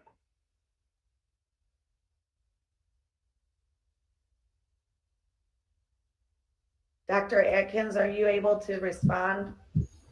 Yes, thank you, Dr. Lawler. The primary factor in that consideration was the significantly low numbers of unvaccinated staff that came up positive due to shield testing so far this year. I don't have an exact number for you. I can go back and look, but I believe it was in the low single digits. I think it's only been 3 or 4. Correct. So I wanted to say less than 5. And with the percentage of staff who are vaccinated and the numbers of staff that are unvaccinated that test, who are now also have become positive sometime this year and are eligible to not eligible to, but don't have to test for 90 days. The number of people that are testing versus the percentages that we're talking about with the red, yellow, and green, it's not statistically a factor. Thank you. Okay. Thank you, Dr. Atkins. Yeah, Yeah. I think I get it, but yeah, like I said, part of this is just trying to figure out the math and trying to figure out how that works. Right? But yeah, okay, I think I get it. But I'm also concerned that there was a reason they were doing this, right? And I'm not seeing the reason why to get rid of it at this point, other than maybe it appeases some people. But okay. All right, I'll ask my second question and then I'll let somebody else take the floor and then you can come back to me. So I'm very concerned about I really like the color levels. I think that's a fantastic thing that we're adopting. I think that's a great direction to go. I'm very concerned about the transitions between those levels. We know that transition periods can be very difficult, no matter what we're doing in education, right? And so my concern is the behavior problems that we're seeing this week and last week we could foresee that being another thing happening, right? We go from yellow to red. Thursday night, we find that out. Friday, we send the message out. Next, we're masking. And all of a sudden, we've got another 100 kids saying, well, I'm not ever putting my mask back on ever again, right?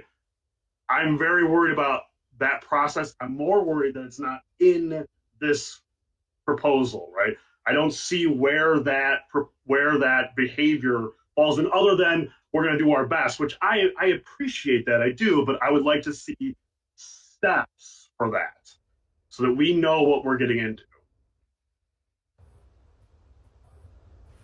So, Mr. Lawler, when you say steps, you mean the official steps of the progressive discipline that would take place for the students that have moved to the red level for the following week, and if they were not compliant?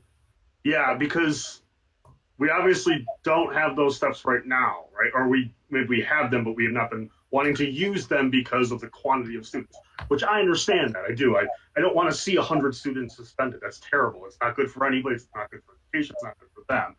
But if we don't have some kind of discipline for students who are not compliant, then these levels don't really matter. And I'm worried about that.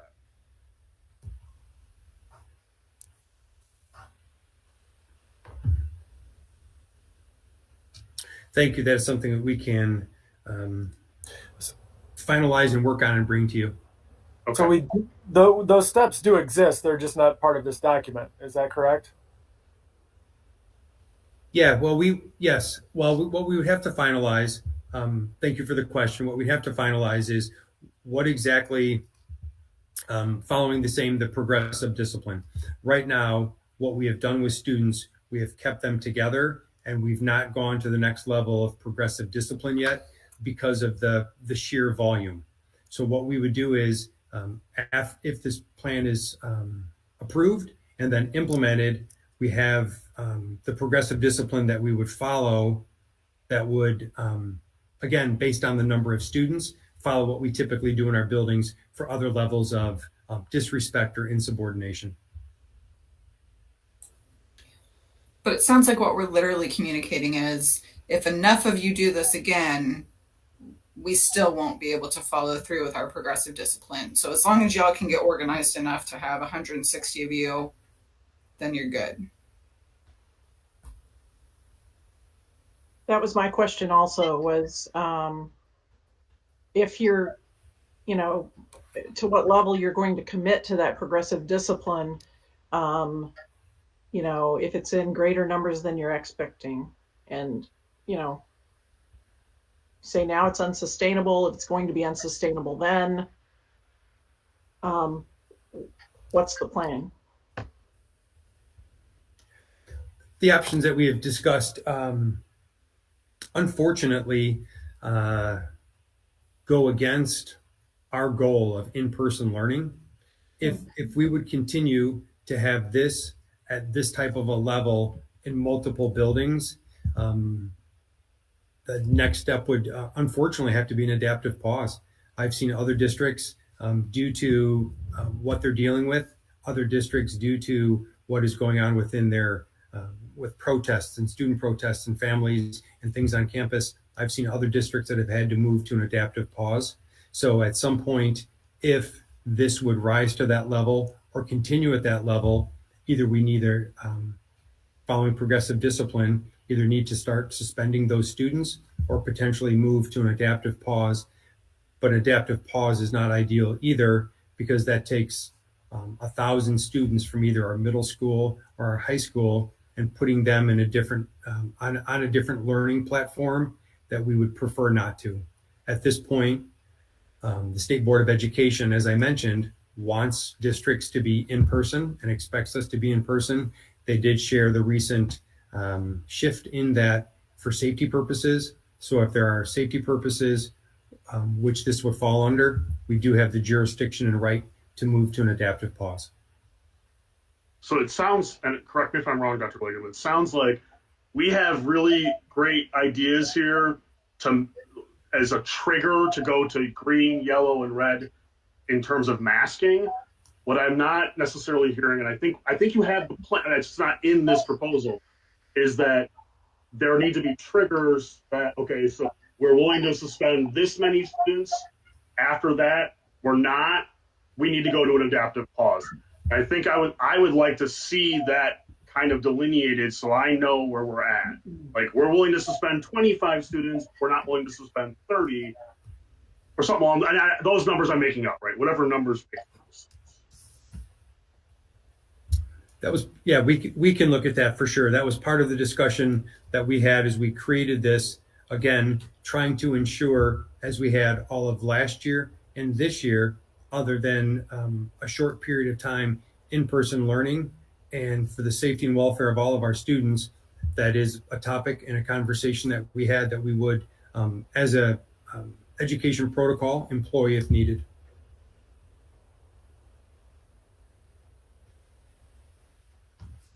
So I have a question. What happens if, and I don't even know if this is still possible, but what if the appeal to the TRO is successful or the stay is implemented? What does that mean if we've moved to this plan at that point? Both legally and practically. Yeah, I will let Maureen Lemon answer the legal part of it, and then we can talk about the practical piece. Well, I think it's all a practical piece, because remember, at this time, your district is not part of the TRO. Your district is not part of that lawsuit, which means that you are technically subject to the governor's executive order. And so if the TRO is stayed, or if the appellate court, I heard rumors today that they might be issuing their decision on the TRO, not just the stay, but the entire TRO, possibly tomorrow. Certainly we're expecting a ruling this week. If they reverse the TRO and remand that matter back down to the trial court, again, that does not impact your district because you're not a defendant in that lawsuit. So you really have to focus on the practical considerations, because that is, regardless of what happens in that lawsuit, it doesn't change what you're going to be doing from a legal standpoint. Okay, thank you.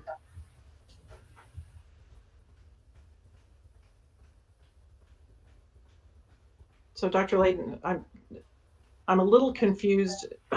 So we have a recommendation here, and you'd like us to take action on this tonight, from what I see from the recommendation. Is that correct? Yes, that was the recommendation that we brought to the board tonight. So on these questions where we've said, where the answer has been, yes, we'll take a look at that. Yes, we'll, tweak that a little bit. How does that look? When can that be implemented? If our vote is for this, and will any of those tweaks or changes have to come back at the next meeting? I guess I'm a little confused what you need from us. Yeah, the questions that you had, some of them, it can all come back to the board, or will all come back to the board, but due to the implementation prior to the next school board meeting, that the changes that would come to the board would come as information, not action, if the board follows the February 22nd timeline. And then the other questions that the board members have posed, we would begin to work on those right away and make sure we share those. We've had primarily all of the discussions that we've talked about, the discipline piece, the piece with the King County Health Department. We've had those, and they're part of our plan and part of our notes. They just weren't all fully shared tonight with our board. Some of them are truly hypotheticals and what will happen down the road should students still not be in compliance, should the numbers increase, should the case rates increase. Those are great questions that the board has had. And I know that we've also sent a note out to our staff to ask them what questions and concerns that they have, that we can also create an FAQ for our families and our staff also. So I think my follow-up to that, by the way, I still have more questions, so I just want to put that out there. But this one, it's not that I don't trust the district to do what it needs to do. I absolutely do. And I believe that you will do the right thing when it comes to discipline and those things. Please note that this is not a question of that. It is more a question of, I'm not sure I know what I'm voting for tonight because it seems a little too ambiguous. There seems to be too many more pieces that need to be shored up. To be comfortable voting a yes or no or with the recommendation, I would want more of those details just so that I knew exactly what I was voting for. But Aaron, isn't this similar to what we've done in the past, where we've given them the general direction of go do this with the COVID mitigations and trust them to do the right thing as far as what needs to be done? I don't think we're going to come up with every possible angle of this tonight to consider. I don't disagree with you, Ryan, but the two pieces that Todd just meant, or Dr. Layden just mentioned, right? The Kane County Health piece and the discipline piece, I'm not sure those are just the same kinds of things that we're like, well, you do 6 feet, you figure out the plexiglass. That's you. I get that. These are bigger picture things that I think fall under board policy, fall under directing the vision, directing what's happening, right? And so those two pieces, at least for me, and I speak for myself only, those two pieces are really important to me. If I can add to Dr. Lawler's comment, we're here tonight in this discussion because the way the parents behaved in the last couple of weeks with protesting, telling their kids to come to school with no masks on. We literally have 160 kids that have chosen to not wear a mask. And so we planned on as a board following the mandate until the mandate wasn't there. And then we were going to get into a discussion and go, okay, what's best for Kaneland? But we are not there. We're not even close to the governor making that change yet. We're here now because of the behavior of our students and the behavior of the parents in our community. And so we are having to pivot at this moment, at this time. So like Dr. Lawler said, I trust our administration. They've been doing this for 2 years, and everything you just laid out, great ideas. But I think our parents need to know clearly and defined what discipline is going to happen, because otherwise they're just going to push again. There are parents that just absolutely are against masks, and there are parents that are for masks. So we're going to still have that same fight. This is not changing that part of it. And I know that's not necessarily our role. The community needs to step up and stop fighting with each other and come up with solutions so we can get back to education. Our role should be about us providing the best education for our kids, making sure our kids can go to school and not be afraid at things that are going on right now and their education being disrupted. So I have no doubt of our administration, and I like the different levels, but it's really not answering what's going on with the parents. And I don't know how we can do that or if that's possible. I don't think that's a fair comparison. We're also here because of lack of leadership by our governor telling us that maybe someday he'll do something. So it's not, it's a whole bunch of factors, and I don't like that oversimplification. Oh, I completely agree. But I want to say for Kaneland community itself, we had parents protesting. I had texts from parents saying their kids were literally in school afraid because parents were trying to get into school. Parents have made comments. Parents were telling their kids not to go to school. Their education, even the kids that were obeying the rules, were not getting the full education they needed because there was disruption going on throughout the day. So we have to own what was going on in Kaneland. I don't care about any other district. We need to own what's going on in Kaneland. So to answer our parents' questions, they're not following what we asked them to do. Not, we've said we're going to follow this through, and we're going to wait until the legal part plays itself out, and then we'll make a decision. That wasn't good enough for them. So now we have this. We want to deliver this. I like this, but I don't know if it's completely defined. I think parents are still going to fight us on this. I don't think parents are going to stop fighting us on this until COVID goes away nationally. It's going to be there's people on both sides of the argument, and it's an argument, and it's not going to be solved by us. We still have to make a decision and move forward.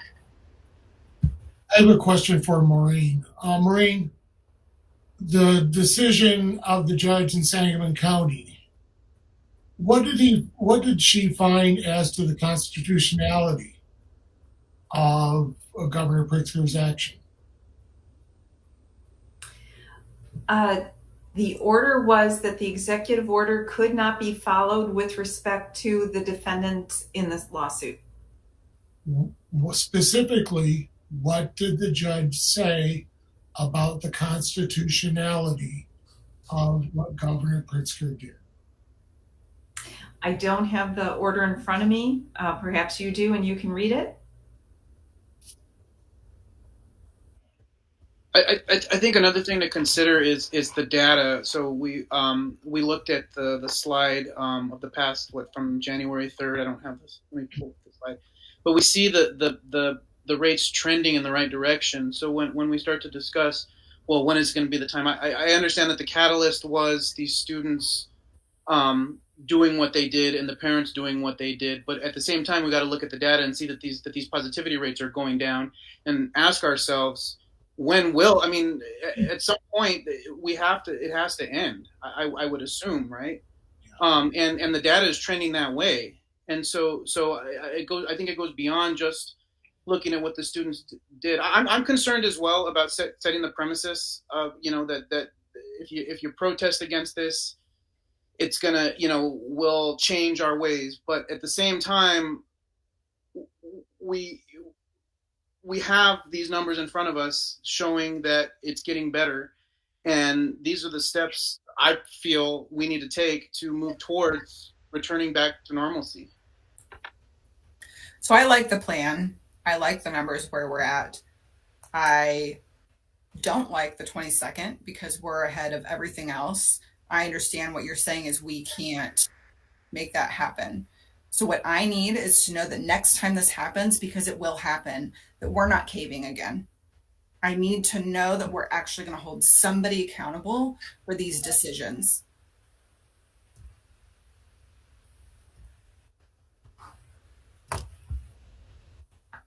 I guess that's my point too, is I want the community to know that as a district, we're holding to these. And no matter what else, how many nasty emails, anything else that they want to send out, Facebook posts, things like that, we're not going to change because we're doing this for what's best for the students. We're sticking to our numbers. And that was kind of my concern too, of what is our end goal here?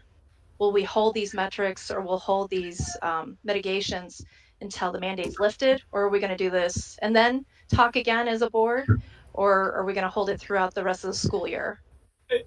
Megan, Jenna, I think you have a valid point, and Aaron too, but I don't want to sit here tonight and say if we hit 31 kids protesting, we're going to go. I mean, it's not a good idea to say, here's our line in the sand, because somebody's going to try and push the line in the sand. But I agree with you, actions have consequences, and that if we do move forward with this, which I do support moving forward with this, that we need to also take into consideration the feelings of the parents and the students and the staff that are more hesitant than I. And if there is a need to go back to I forget the numbers, the red levels. These aren't just numbers that Dr. Layden or Dr. Fuchs made up as far as where these percentages came from. They came with the unofficial, well, I can't say they come with the approval of the health department because the health department won't say anything. But what was presented to the health department is under my impression that this is not unreasonable. So yes, you both have valid points, but I still think that we should move, or all three of you have valid points. I still think we should move forward with the timeline that the administration recommends. Yeah, Ryan, I actually don't disagree with what you're saying. In fact, when briefly I reached out to Dr. Layden earlier in the week, and I actually said, like, I could see this. I use this term ramping on and ramping off kind of thing. I don't remember where I got it from, but it's something similar to that, right? And the idea was that you have these triggers that ramp you back up to masking and ramp you off to masking and so forth. So I think it's a very reasonable plan. Honestly, I am still concerned about the message we are saying now is, because, okay, let me rephrase it. Would we be even having this discussion tonight, right? What triggered tonight's discussion? I don't disagree with your characterization either, Brian, about the governor. I think he put us in a terrible position. He should have said something. He came out and gave a press conference about everybody else. He should have talked about us too. I think the court case might have something to do with that. Ms. Lemon could go through that, right? But that's neither here nor there. We are talking tonight because we have been put in this position. That's not a good reason, right? A better reason would be, okay, we saw these numbers go down. We think the numbers will trend down. We'll see what happens after spring break. Hopefully those numbers won't skyrocket like they have after Christmas break or winter break or summer break. And then if we're like in that green zone, we're in that green zone. That's all great. But that's not why we made tonight's decision. We made this decision because of, like Ms. Simmons said, there were these actions that triggered this discussion. And that's not a good reason to have this discussion in my mind. The second thing is, if we don't have a corrective plan for those behaviors, I don't know how we can proceed forward with a vote, because it's not the whole plan. It's only a piece of the plan. I love this plan. I think it's a great plan. I'm behind this plan, except for that one piece.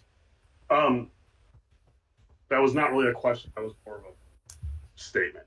I do have another question. I'd like to change the discussion, but I don't want to dominate. So if somebody else needs to stay on this thread, I'll be quiet for a second. Mr. Lawler, the one piece, and all board members, that I would share, there are, when you talked about why now and why the trigger point, as far as students or student discipline, that is a piece of it. I think the other two pieces that we mentioned, the metrics, what I can't tell you is if there was not the student discipline piece that we've had, or the students that are protesting, if we had the governor saying that it's weeks away and it might be sooner rather than later, that piece and our metrics, I can't tell you which weight those three topics all hold and whether or not we still would have come tonight with this recommendation.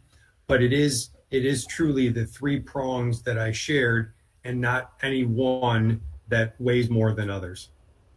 That's fair. Dr. Lane, I appreciate that. I maybe overemphasized. I appreciate that's a fair statement. No, and that is a real situation. There is a real situation of the coming days, whether the board approves or doesn't approve, if there are that many students that are not in school, regardless of the board's action tonight, we are going to move forward with either consequencing students or having to move to an adaptive pause if we cannot manage the sheer number or the volume of students that are not in class.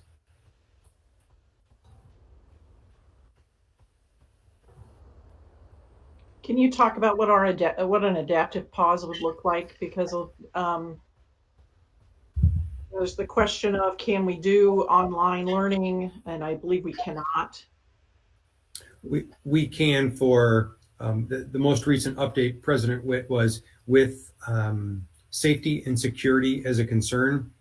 through conversation with the Regional Office of Education, we can use an adaptive pause for a period of time for that.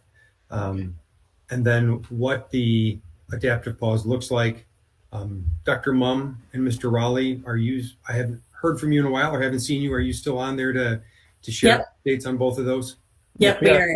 Okay, thank you, Dr. Mumm. Would you mind sharing first from EC5 what that might look like? Sure. An adaptive pause for EC5 would be following their typical schedule that they would follow as if they are in school, following the same reading block, exploratory time, math block, science, social science. The lunch time would be exactly the same as if they were in school, but they would be doing it through Google Meets. For K3, we would need some time to send devices home because as you recall, we're only 1-to-1 4th through 12th grade. So if obviously it's kind of a pre-planned adaptive pause, we would be able to issue those iPads for kindergarten and first grade, and then Chromebooks for second and third grade. Fourth and fifth would be taken care of. And the school day would start just following the regular schedule, all on Google Meets. Students would be on for 60% of the given time in their schedule. So let's say the reading block or ELA block, which has reading and writing together, is 120 minutes. They would need to be on Google Meets in either breakout room sessions with the teacher or in whole group Google Meets, more direct instruction for 60% of that 120 minutes. Patrick, do you want to do 6 through 12? Yep, the same on hold, very similar for 612. So our students, it's a little bit quicker because they are used to and do take their Chromebooks home every day. And they would access their learning and their typical bell schedule through their Chromebook through Google Meet links. We've shared that plan prior to these discussions, and our teachers are aware of it. Our students would follow their bell schedule. They would be able to step away at their typical passing periods, their typical lunch period, where it falls in their regularly scheduled class rotation would all follow true. We have that same required, if you want to call it, 60% time where students are directly instructing our students or they're working in groups directly with teachers. And then if there are times for some group work, for some group discussions, but it would be 60% of their first period class, second period class, and then they would transition and just access their learning through a different link that their teachers would share out. Materials would be shared out through Canvas. And it is, we did have experience with it last year, so it would look similar in that sense, in that students know what to expect. We've had some students that have experienced it through exclusion this year, so we would be able to get that up and running pretty quickly.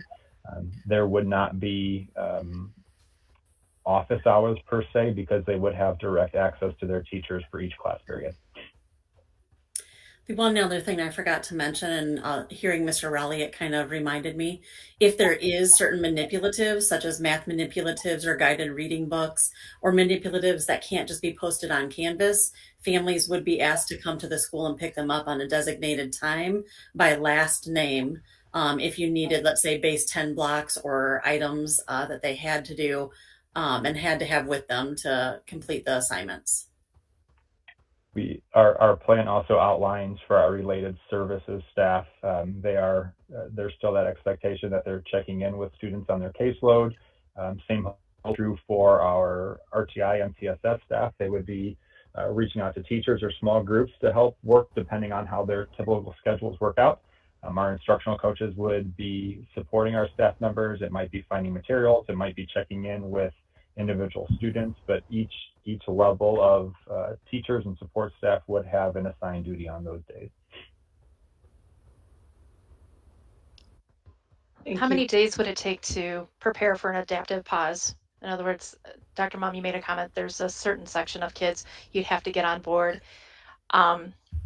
And if it's 1, 2, 3 days, I don't know what that is, but would the whole school district then be closed for those couple days, or how would we handle that? We can start 4th through 12th grade the next day because the expectation now is that things are posted on Canvas, and 4th through 12th grade already has those devices. We would need 1 day to have device pickup for K3. And so it would not be a direct instruction day for K3. There would be activities that are posted on Canvas for them if they have a home computer or device, but they would not be required because we know some homes do not have devices outside of those that we would lend from the school. So K3 would take a 1 day period for device pickup. All the rest would start the immediate day we decide.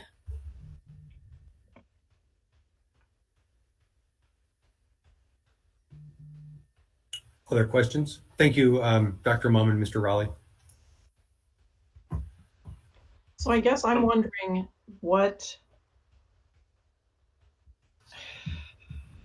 how we move forward tonight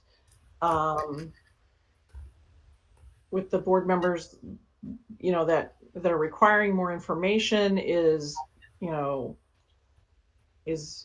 the administration saying that they will follow the progressive discipline enough? Do you need to see it?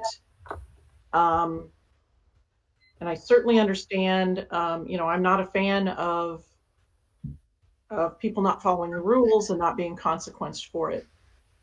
I also feel strongly that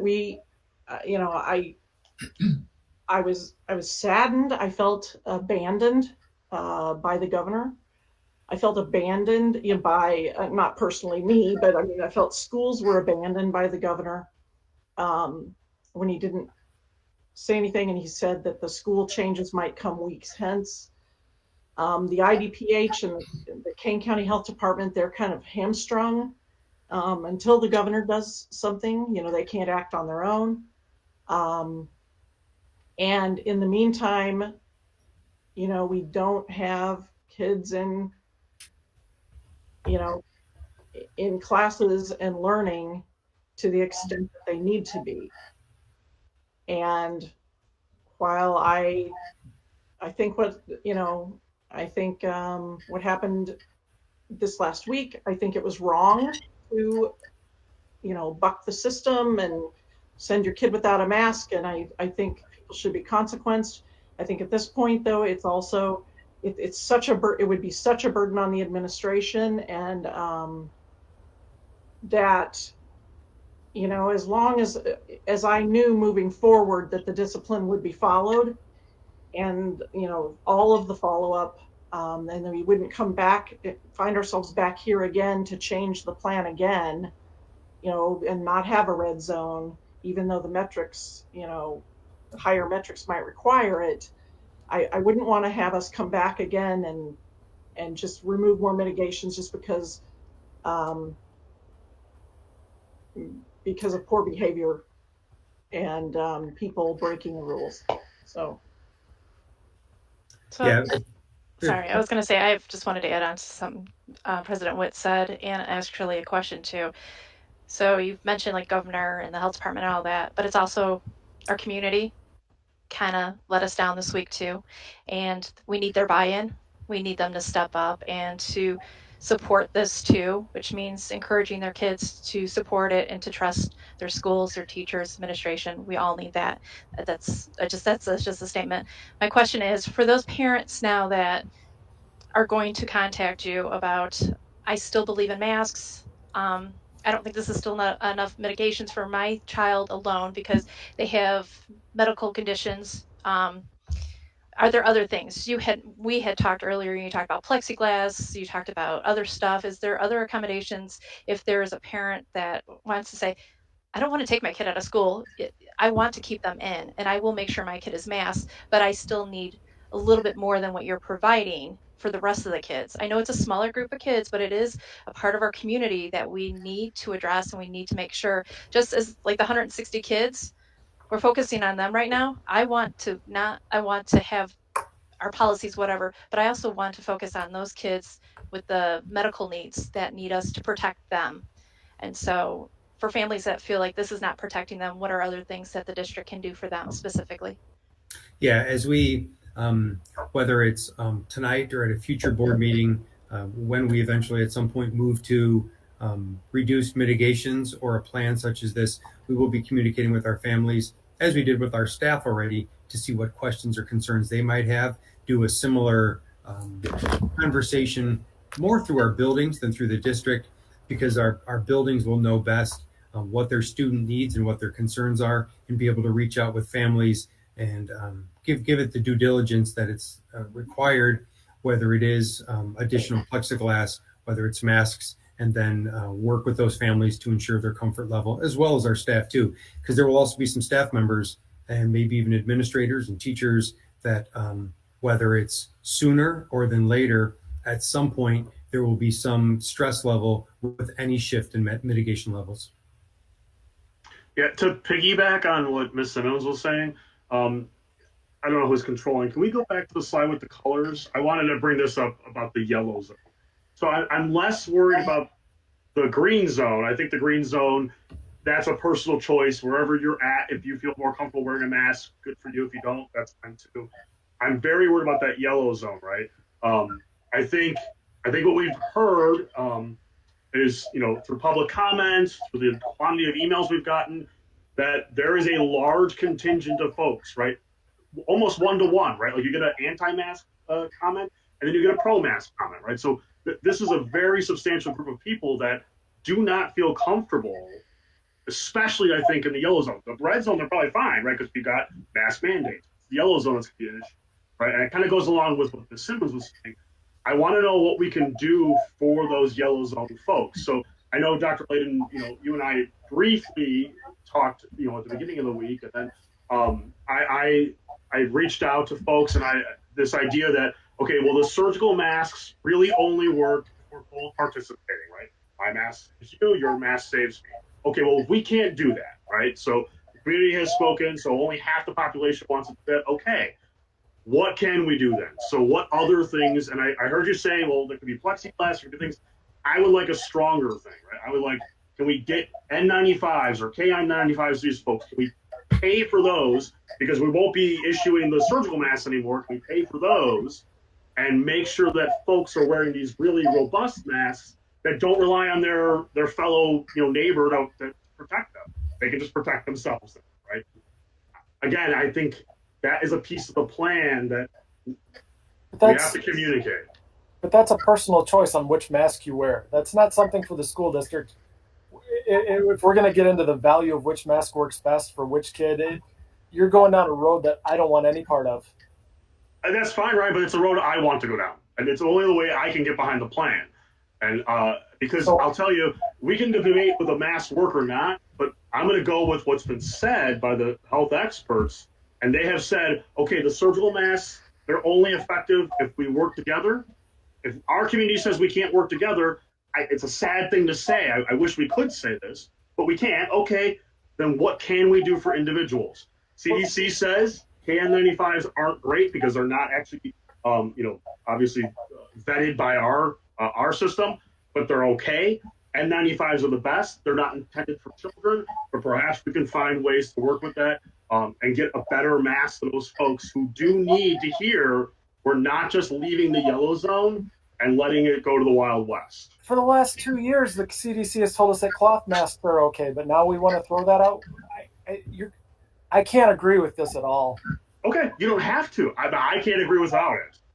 Okay, so Dr. Lawler, if I could interrupt for just a moment, the KN95 masks, while there are suppliers for children's sizes, there are no technically NIOSH approved KN95 masks for kids. So yes, there are suppliers, but they're not certified, just so that you know. So the KN95s, I agree with you, Dr. Fuchs, but the N95s, those are NIOSH approved. Now, they're not approved for our littles, right? And that's going to be problematic for our littles, but our older kids can definitely wear those, right? So that I would like to know. And even if the KN95s aren't great, they're better than the surgical masks. Dr. Lawler, just to be clear, you're advocating that the students have the option. So if the parent wants to elect to have this service, you want the district to provide it to them? Is that correct? I do. Yellow zone? Yes. I would not force anybody to put it on their face, but if we're in the yellow zone, and right now, right, we provide masks to folks that show up without a mask, right? We provide typically the surgical looking masks, right? I would like to provide the better quality ones to help those folks who do not feel safe in the yellow zone.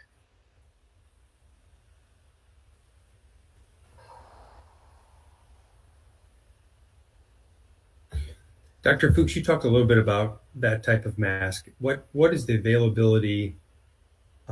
Should the district consider that and be able to do that, to be able to get those masks for students that would want or need or require that, Dr. Fuchs? They are a bit more expensive. I haven't bought any of the KN95s for our students. I've only bought them for our nurses. I would need to check to see. I'm hopeful that I could get them quickly.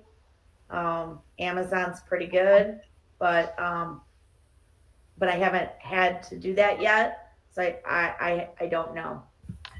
I don't know if there's anyone in the group that can speak on this as a professional, but from my understanding and speaking with firefighters and first responders, N95s, excuse me, need to be custom fit to the individual in order to be truly effective. Correct? It's not just a. That is true. The N95 have to be individually fitted, but the KN95s, from my understanding, do not. So I feel like the parents that are worried about this have already found those masks and their kids are already wearing them. I don't feel the need to have the school district become trainers on mask wearing. I mean, I disagree. And I also disagree because what if the parents can't afford that? Right? Those masks are far more expensive. And I think that's an equity issue that we have to be careful of. And to Dr. Lawler's point, I think exactly like what he said, there are some parents that can't afford it, but they also still want their kids to be in school, and this would make them just feel safer. It's no different to me than like if we provide plexiglass for some of the kids, or if we, know some of the kids that they need to still be 6 feet apart or 3 feet apart. Doesn't matter green, yellow, or red, because they're immune compromised and their parents have requested it.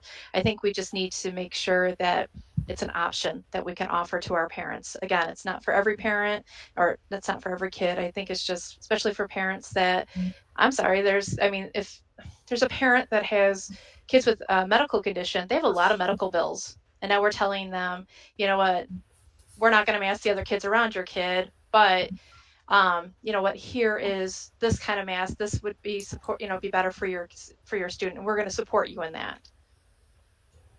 Yeah, and I would also argue that we are responsible because we are changing the mitigation strategies, and not really with the endorsement of Kane County Health, and certainly not the endorsement of IDPA. So we're making this choice.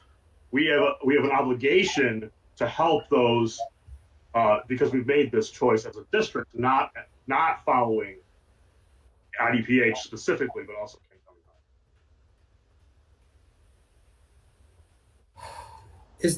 Is there other, or what other feedback is needed for the board? We've taken notes, we've heard feedback. I just need to be able to hear additional feedback to have the necessary information to move forward and make recommendations for our administrative team, and thus any other future recommendations to the board.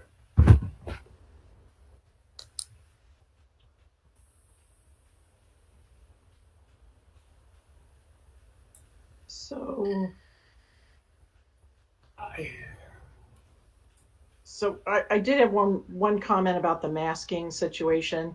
I don't know how effective it is. I know I double mask. I put the surgical under, I put a couple of layers, and I know it's not the same as an N95, but or could we just put it out there in the communications that if you or your, just like we do, we pay for kids who are like free and reduced lunch. We pay for their sports fees and things like that. I know an N95 mask isn't going to cost the same amount as a sports fee for a child. So couldn't we follow that same policy and say, if you or your family, excuse me, needs help, sourcing these masks or paying for them, please contact the district. And then people would know they had the option. They know we were standing behind it, but it wouldn't be something where we would have to take a delay and actually purchase all of them and find out all the people. It would be more on a, come to us and we'll help you. And I'm not opposed to that. I understand that there's a financial implication to, and just like free and reduced lunch, just like you said, Teresa, I agree with that. If people need help, and I'm not opposed to that. And we would, and as a district, we do that and would do that in this instance. Dr. Fuchs? We're all over the place here tonight, and I'm not really sure what path forward is. Maybe we need to kind of take a tally of where we're at for readiness to vote. What is it that you need, or you can vote, or those sorts of things to get on the same page. I agree. I'm in favor of vote. I'll vote in favor of the administration's recommendation. I need some amendments to it. I mean, I'm in favor of it in the philosophy of it and in the general, but I need some amendments to it. So can we do that? Because I'm in favor of it too, but with the amendments. But is that amendments that, can we agree to it tonight and proceed, because we're not going to implement this until next week, and then this gives Dr. Layden time to answer those questions that we've had, and that he's going to, it sounds like he's going to follow through on those things, and add like motion that way. Yeah. What are the amendments? I'm not calling you by your last name, sorry. You don't have to. Aaron and Jen, what do you need to see? So for me, I just need word of mouth guarantee that we are not going to be back here editing this again because we're not willing to follow through with our progressive discipline. I just need that, and then I'm okay. So what do the two of you need? So I need that, and then I also need some reassurances for that yellow zone that we're doing something for those folks while they're in that yellow zone. And that's where I'm at. Yeah. Sorry, go ahead. I was just going to say, I like what President Witt and Dr. Fuchs and Dr. Layden were talking about. We do these things for those free and reduced lunch. I think that's good. I'd like to hold people's feet to the fire a little bit more. And I'd just like a little bit more confirmation that we would get these higher quality masks if requested.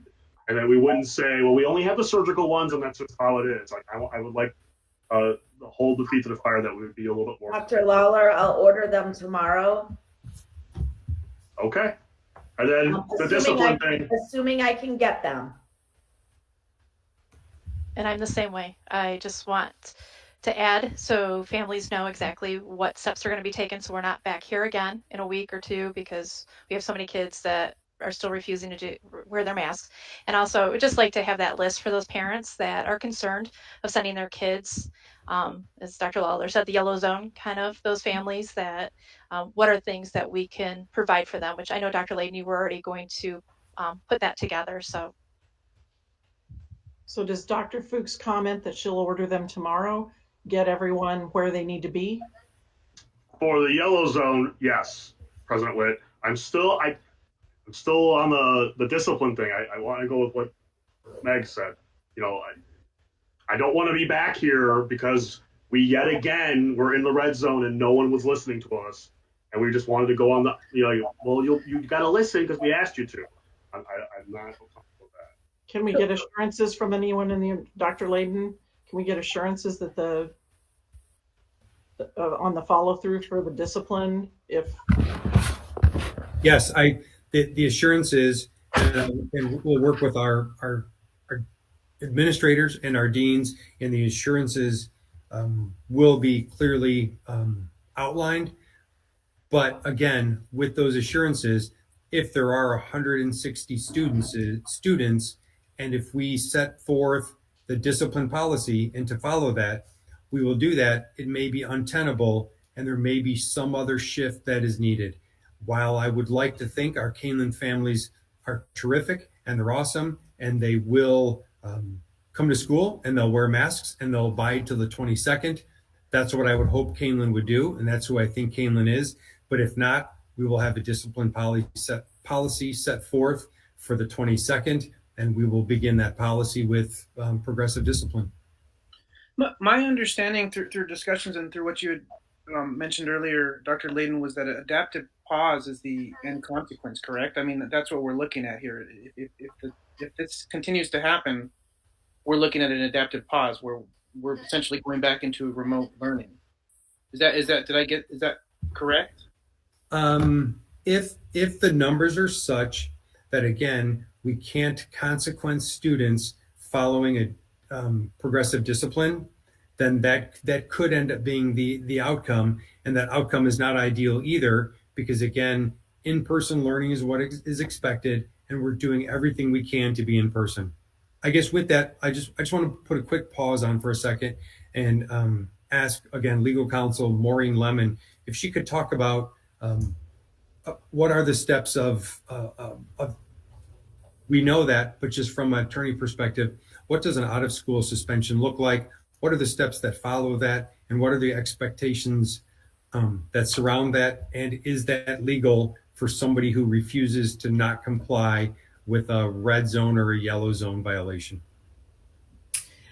It is legal to do that, and you have two policies that would be, you have three policies really that apply. 7:190 is your general student conduct and behavior policy that sets forth all the expectations of students, including just following your rules and not being disruptive. And then it also talks about possible consequences for a student who does not comply with the rules. And it's everything from conversations with the students, parent-teacher conferences, possible detention, in-school interventions, and then, so it's progressive to then the point of out-of-school discipline, which would be a suspension for up to 10 days, and then possible expulsion for someone who does something extremely egregious. Policy 7:200 sets forth your suspension, out-of-school suspension requirements, and it goes through the expectations of Senate Bill 100, which are that you give the student, again, the notice and the opportunity to talk through what they've done, and are they going to obey, or will they continue to pose a safety threat to the school, in which case then you're justified in issuing an out-of-school suspension. You can issue a 1 day all the way up to a 10-day out-of-school suspension. And then if you were to ever do an expulsion, which hopefully you're never going to get to in this situation, that an expulsion, which is more than 10 days out of school, cannot occur until there's actually been a hearing before the board itself, and or a hearing officer hired by the board who does a fact-finding report, submits it to the board, and still in the end, the school board has to take action before any student would ever be expelled. Now, with respect to an out-of-school suspension, again, whether it's a 1 day, 3 day, 5 day, 10 day, as Dr. Layden mentioned at the beginning of the meeting, upon that student's return, there's a re-engagement with the administrator, hopefully getting them set up so that they're going to be successful coming back into the school. And there's also the paperwork, the Senate Bill 100 paperwork that the administrators have to put together for each student that is subject, again, regardless of if it's a 1 day or a 10-day out-of-school suspension, that goes home to the family. And then the family also does have an opportunity to ask for a hearing before the school board, or again, a hearing officer hired by the school board to challenge that out-of-school suspension. Thank you, Ms. Lemon. One other thing we don't want to be remiss if we did mention, Mr. Raleigh oversees 6th through 12th grade ed services, and wanted to see if he had any additional comments on next steps and conversations he's had with the 6th through 12 administration and staff members. Yes, thank you. I just wanted to, I know there's been some questions for reassurances, and I don't have that quantified. I don't know if it helps, but at a meeting on Friday, we began to have those conversations, not in terms of a hard and fast number of students that would not be wearing masks, but more so the capacity to safely supervise those students. at different places in the buildings. So we are in the process of looking for, I don't know if a hard and fast range makes sense, but right now with the sheer number that we have for example, at Harder, the first couple of days in managing those, we separated them into different rooms at different times throughout the day based on lunches, supervision, and that becomes disruptive to our learning environment because we have teachers that are wondering exactly which team room they're in. They're wondering where they're at in their work as compared for Canvas notes and things like that. So that number grew to a size that was unmanageable. So the conversations we had on Friday, and that we will easily be able to quantify, would be, we have the capacity to service X number of students in this manner, and when it gets beyond that, we cannot.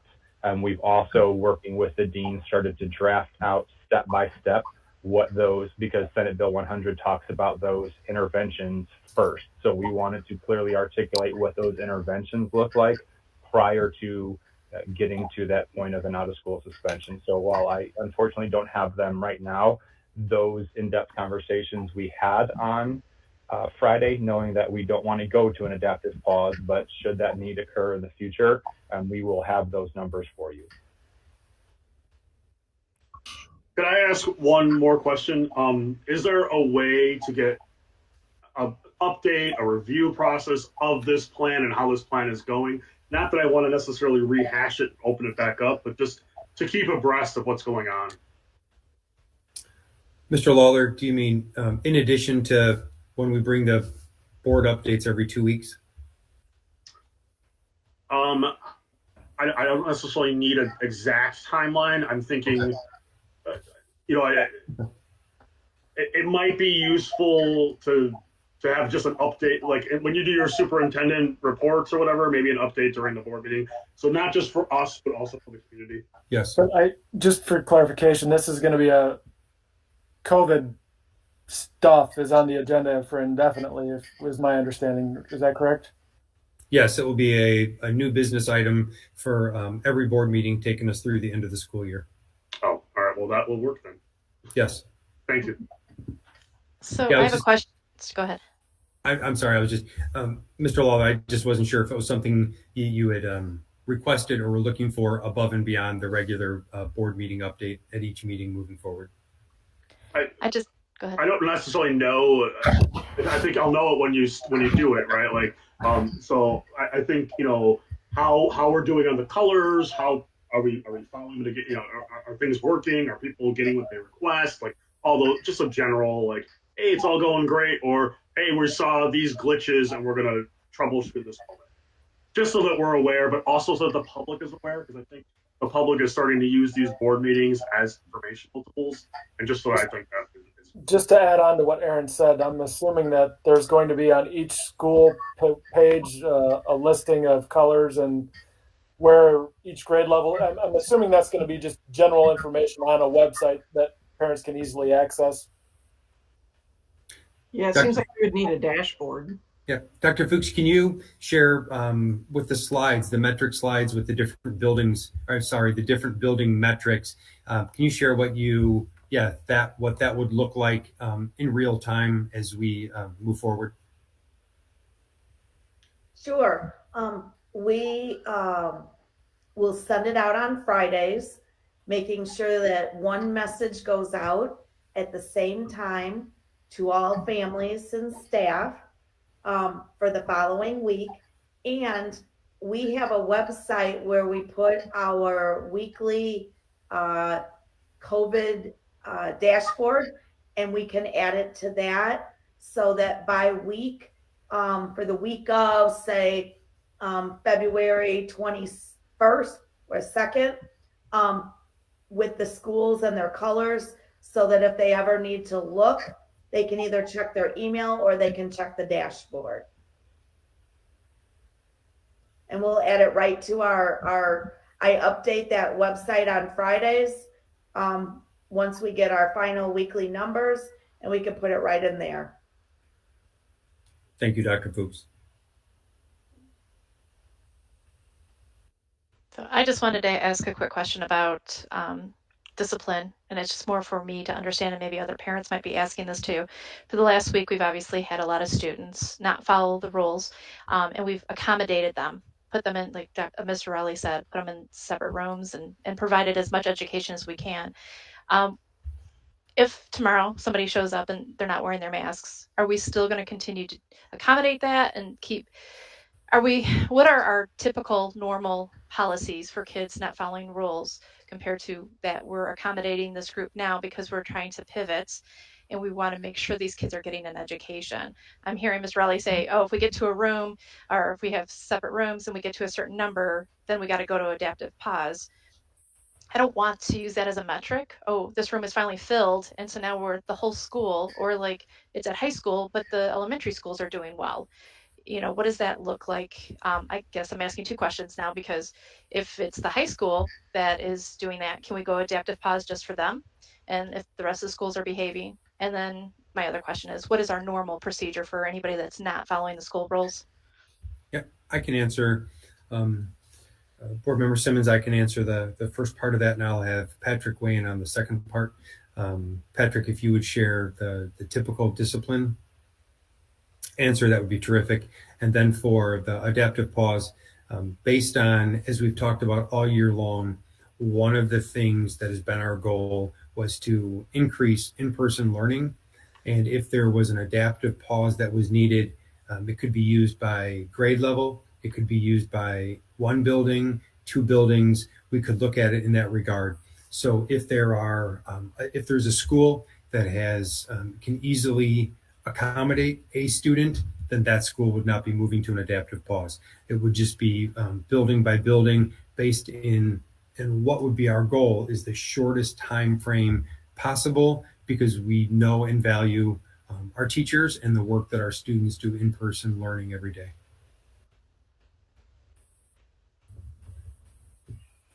I would hope, as a community member and a parent, that once we give I'll be blunt. The people that are protesting are the ones that want the masks to go away.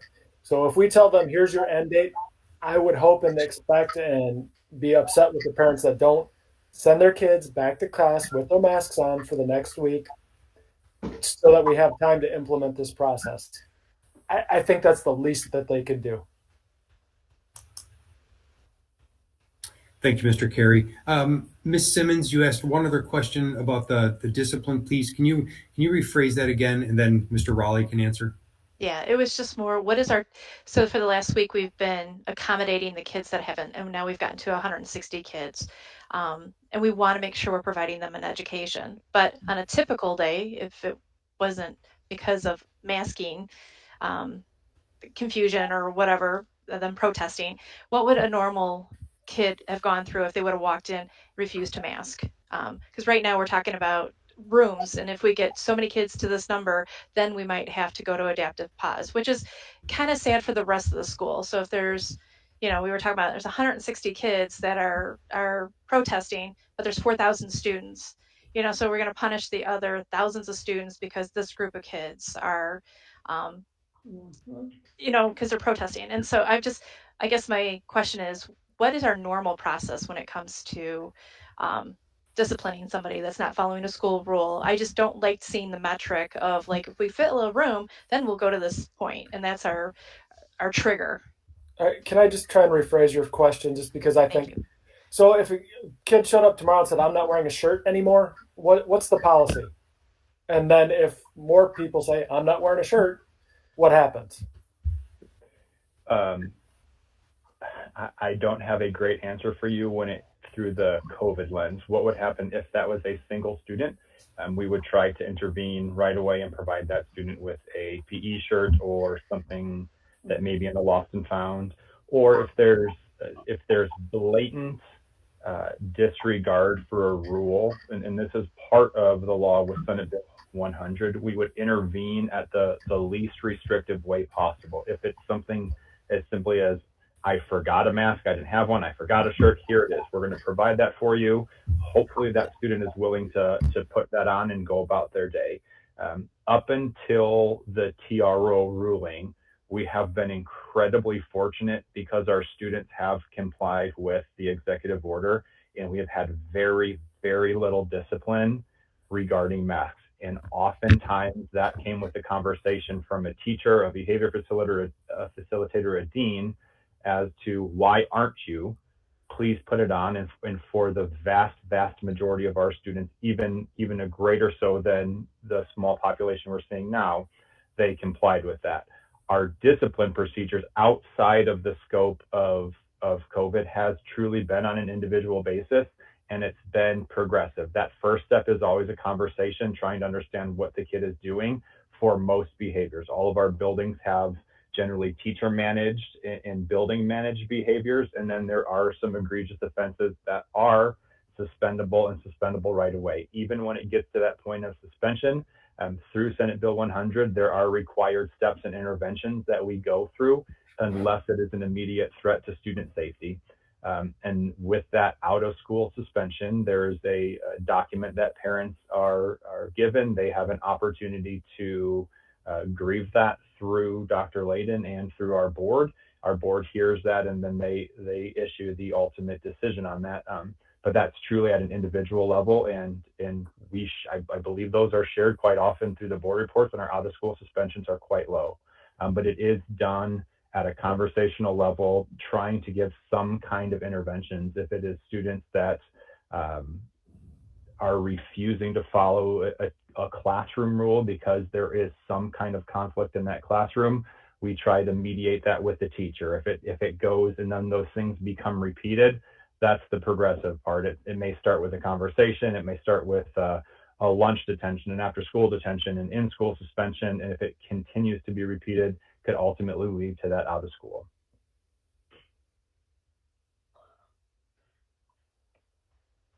So I have a question that as to how this, one thing we didn't mention here that has also been brought up is what about board meetings and meetings that are held in the school? You know, I would think that perhaps what you would do is if the district-wide metric was in the red zone, then masks would be required, or, I mean, is that the plan? Because, you know, and if the numbers are low, then masks wouldn't be required at the board meetings. We need to address that. I would suggest we follow the same metrics for the board meetings. How do we do that if, like, say the high school is a red and all the elementary schools are green? Well, there would be a percentage, I guess, a total percentage that could Good point. be taken of all district, you know, all the, like, taking the district-wide metric. Well, or, you know, yeah. I don't mean to cut you off, but we meet at the junior high. Should we just use the junior high's metrics? Those are based on the students. Show up are not the people that are just at the junior high. Right. I was just throwing something out there. It was a good try.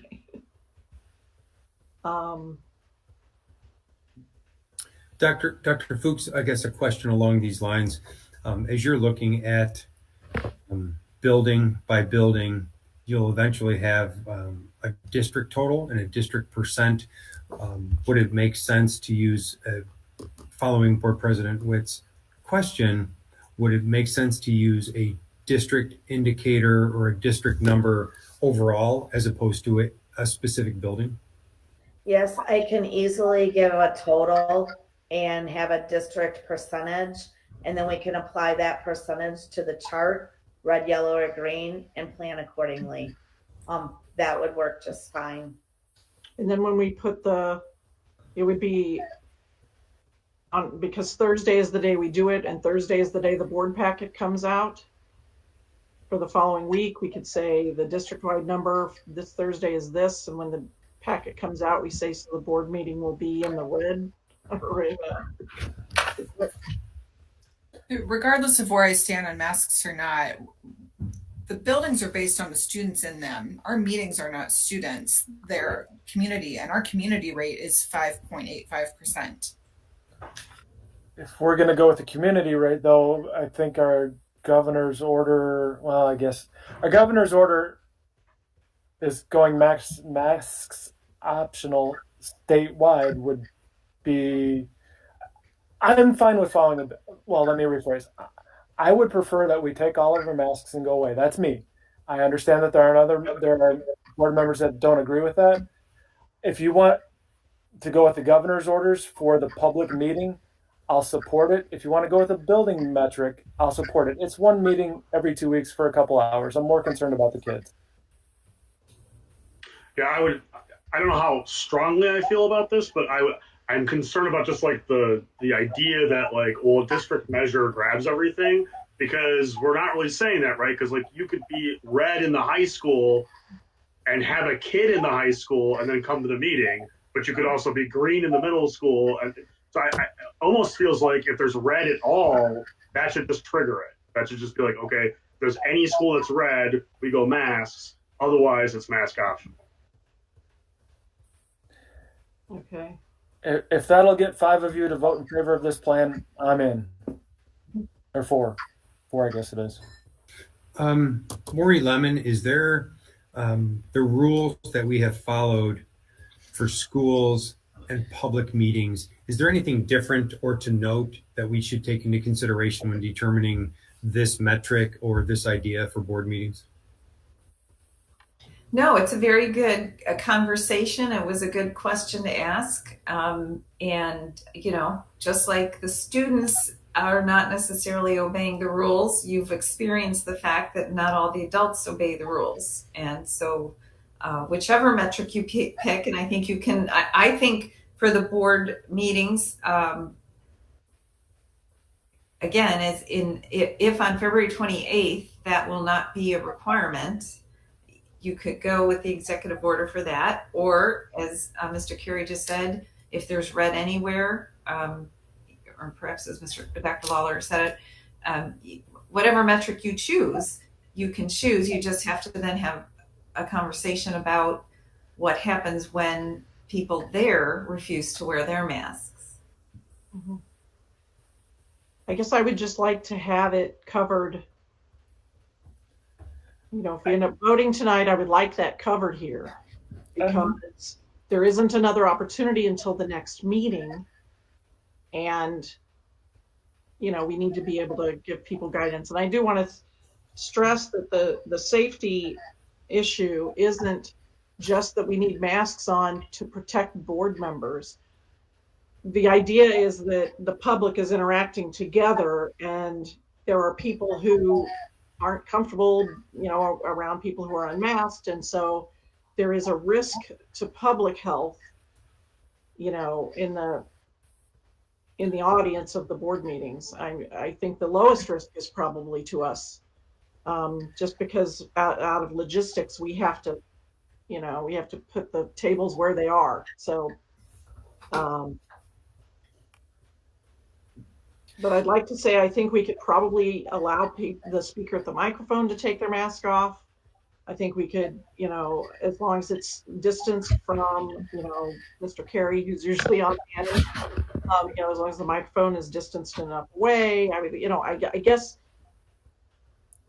I kind of want all this stuff in there.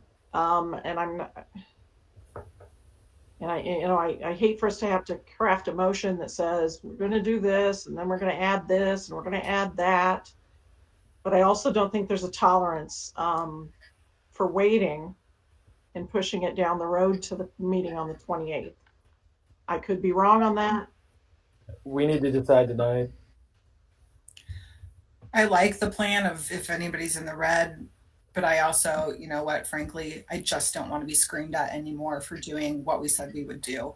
And I'm all for just following the governor's orders on this. When it's lifted on the 28th, we go mask optional. And frankly, I would just like to say, shame on anyone who screamed at Teresa because we moved this virtual, okay? I don't care what the reason was. We needed to have this conversation, and it wasn't going to happen if we went in person.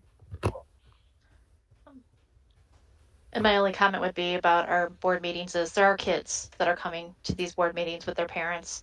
So if it was just us adults and if the mandate gets lifted and we're all told we don't have to wear them anymore, but if our school, again, like you said, if any of our schools are in the red, I think we just, for protection of our kids, and I think that's why we're here. It's not just about us adults, it's for them. So that would be my recommendation. I don't mean to be, I'm lost. Where are we at on this one? Trying to determine I think we need to get to the point where we've asked all the questions we think we need to ask. Oh, no, I meant specifically about the board meeting. No, in general, I kind of think I have a feeling, but About the board meetings, I think Yeah. what we're saying is that on the 28th that we'll follow the governor. I thought I heard enough people say we would follow the governor's order, but I'm fine with that. I mean, I was Well, saying that we were following our school colors. And That's if why I anybody kind of was, thought there was confusion. So that's Yeah. why. because if anybody's in I was- red, that means there's students that are wearing masks at school. So now if they come to a board meeting and we tell them, oh, because it's lifted, you don't have to wear it at the board meeting, but I know you have to wear it at school, but you don't have to wear it here. These are still the same kids that we're making them wear a mask for a reason. I'm with that. I think if there's any red school, then it's mandatory, and if there's no red schools, it's optional. okay. If that's what it takes to get this approved, I'm fine. I don't agree, but I will compromise. That leads me to my next question, though. I'm assuming, and I guess I shouldn't do that, but when it comes to sports for the high school, we'll follow the high school metric, and for sports at the junior high, we'll follow the junior high metric. Is that, can we agree on that? Yeah, I'll agree with that. that is what we've done thus far. A side note on that, what are we doing when our students go to another school? Are we just following their school rules? Yes, that's what we've done since last week. Okay. So we have so the starting point, and I'm kind of moving beyond questions at this point, and please stop me if you're not there yet. But I think the starting point is normally the recommendation from the district. It doesn't include a lot of these things that we've mentioned. I'd like to try to figure out, I don't want 7 wordsmiths. But if we can craft a motion that allows for the progressive discipline, guarantee, and and I guess the board meeting,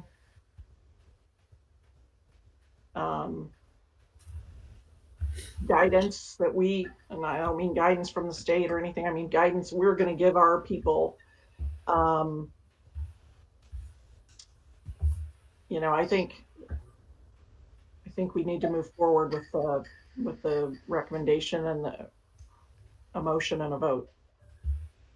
I understand people still need some information. I'm a bit of a fairness freak, and I will tell you that we didn't allow delays, and I'm not ready for this vote from the other side when we voted to mask up, and I don't feel that it's right to do that here. If there is, obviously there's a recommendation for a motion. If someone wants to make a motion, here, I think we're at that point. Well, I'll be happy to make a motion, but I don't want it to fail. So, Mr. Lawler, you had said you wanted qualification, so Yeah, have at it.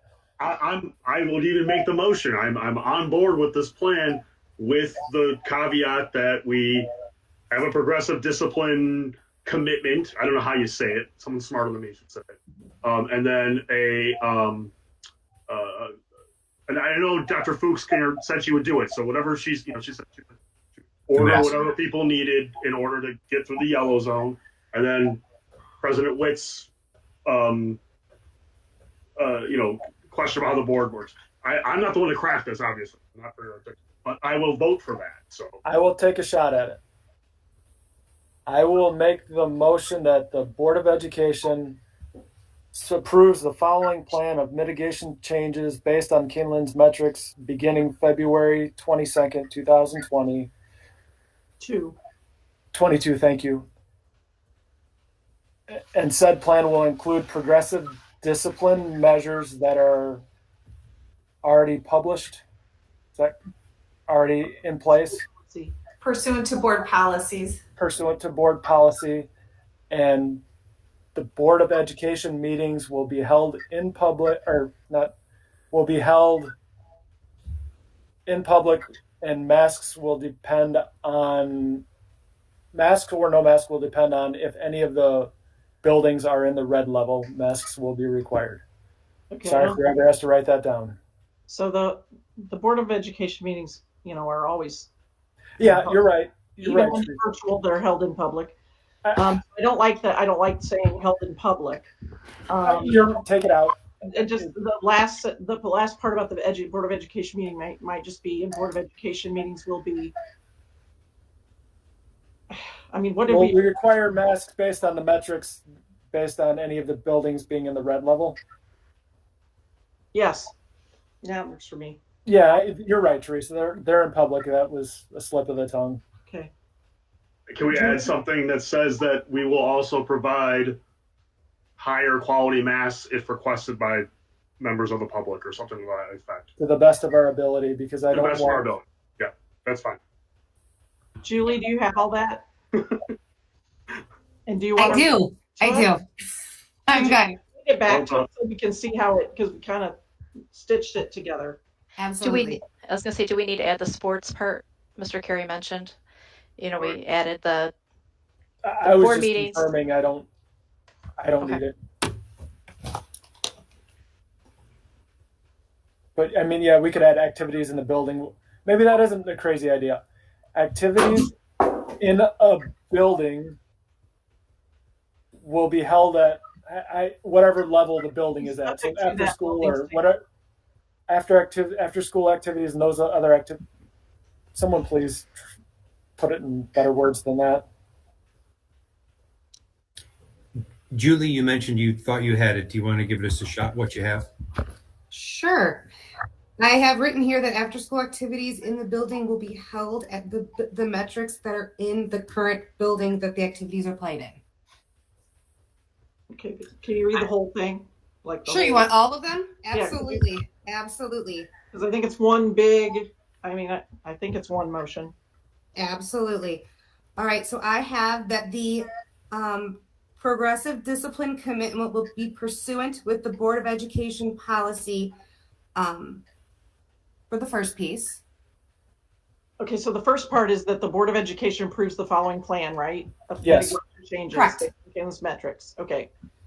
And then the progressive discipline commitment will be pursuant to the Board of Education's policy. Great. All right. The second piece is that the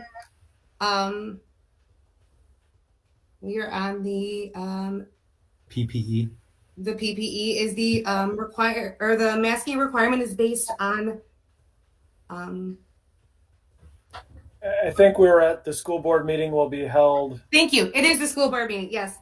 Thank that you. The school board meeting will be dependent on the building level or the building metrics for that day, right? In the building that it's held in, correct? I don't think so, because that sounds like we're going to use the middle school metric. Yeah, I think it was an average of the district metrics. Or I thought it was if anyone was red. Can I try You're right. something? I'm sorry. Oh yeah. Right. Please do. Please.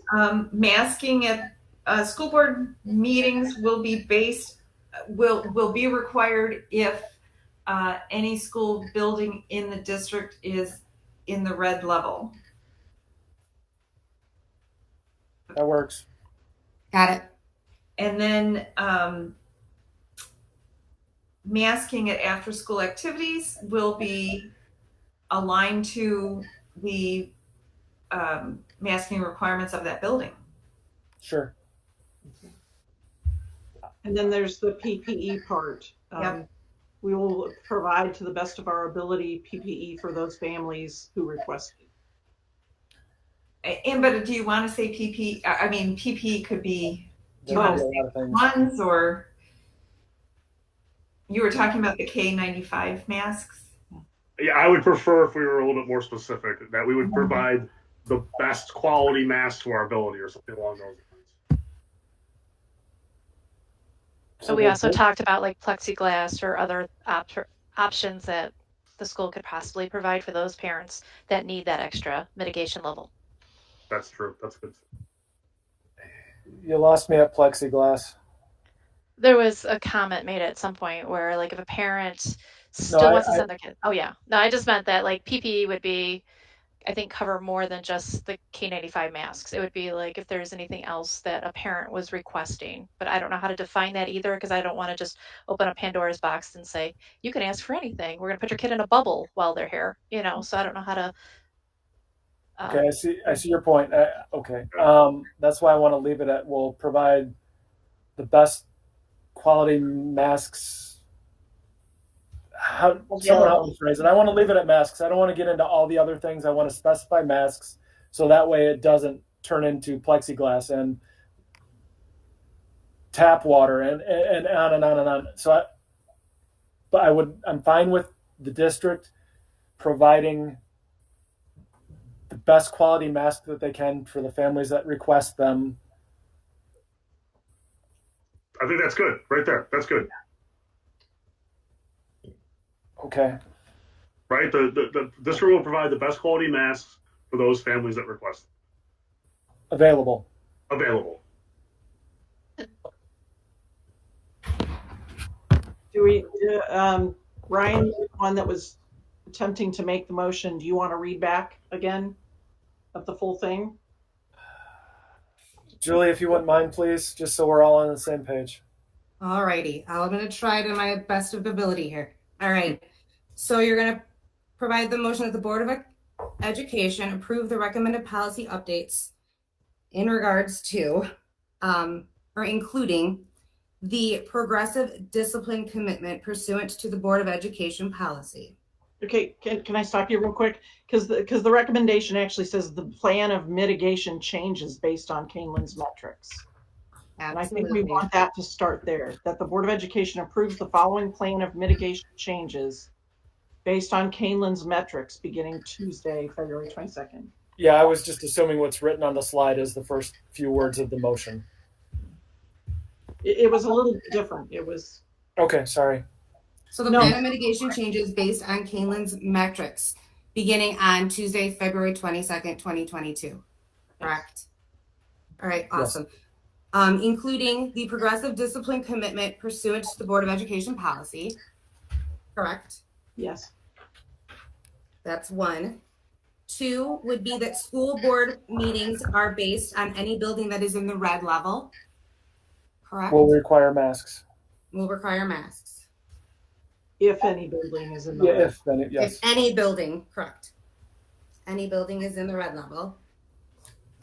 That the district will provide the best quality masks to those that need requests to the best of our ability. Or to those that request it to the best of our ability. Yes. Mm-hmm. I make that motion.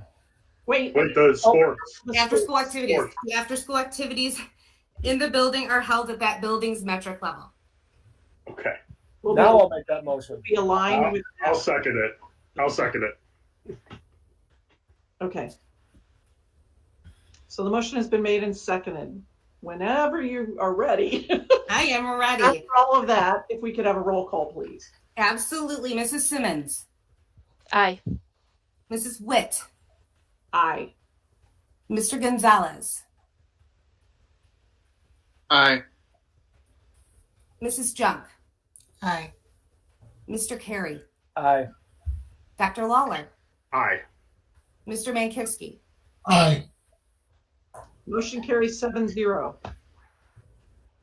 Thank you, everyone, for all the work on that. It was a Yeah.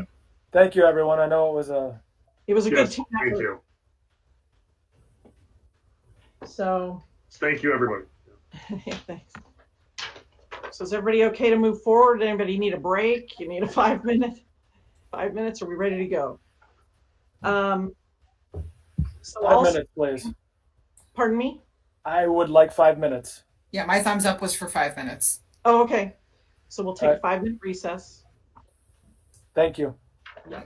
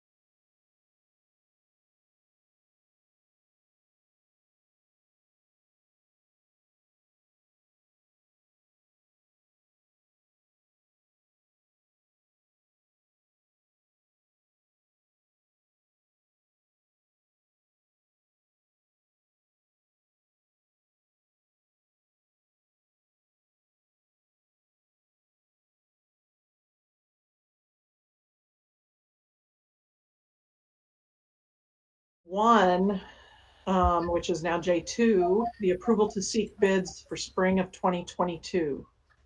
Yes, thank you. Dr. Fuchs has the slide brought up. I'll go ahead and turn it over to Dr. Fuchs and she can talk us through the approval process. Thank you. Each spring, we have various items that need to be procured and services.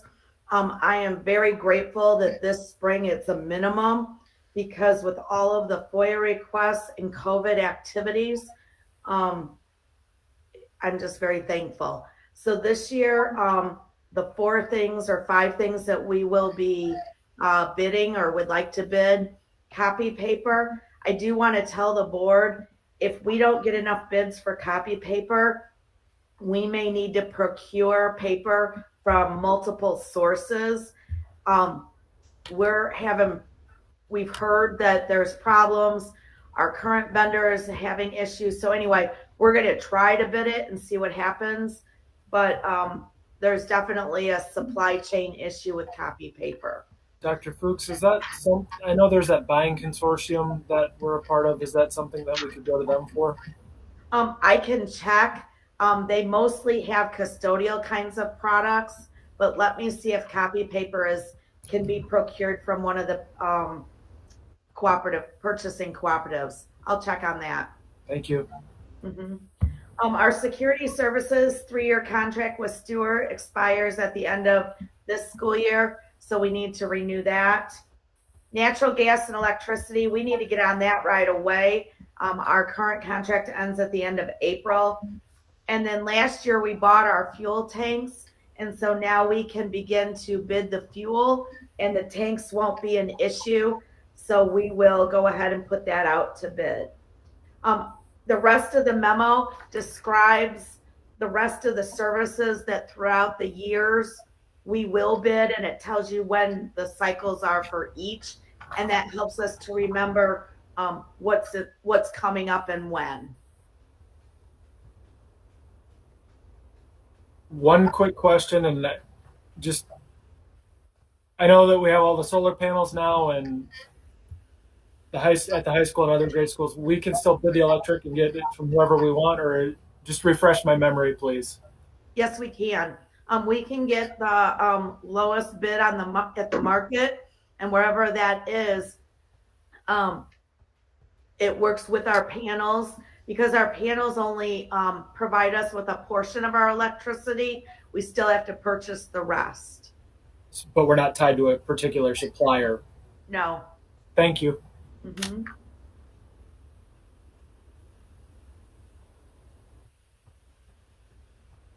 So are there any other questions? If not, I'll entertain a motion that the board directs the administration to procure the items above by seeking public bids or negotiating contracts as described. I'm trying so fast. So moved, Meg. Second, Ryan. Roll call, please, when you're ready. Mr. Carey, Aye. Dr. Lawler, Aye. Mr. Mankivsky, Aye. Mrs. Simmons, Aye. Mrs. Witt, Aye. Mr. Gonzalez, Aye. Mrs. Junk, Aye. Sorry. Motion carries 7-0. Try not to yawn. Okay, moving on to the presentation of curriculum review practices. Yes, thank you. This is Dr. Mum and Mr. Raleigh will talk through this. This was a request that came from a board member just to give the board an overview of where does curriculum come from, what is recommended, what is required, and what is district preference. And so with that, I'll turn it over to Dr. Mum and Mr. Raleigh. Sure. Thank you, Dr. Layden. I will kick this off.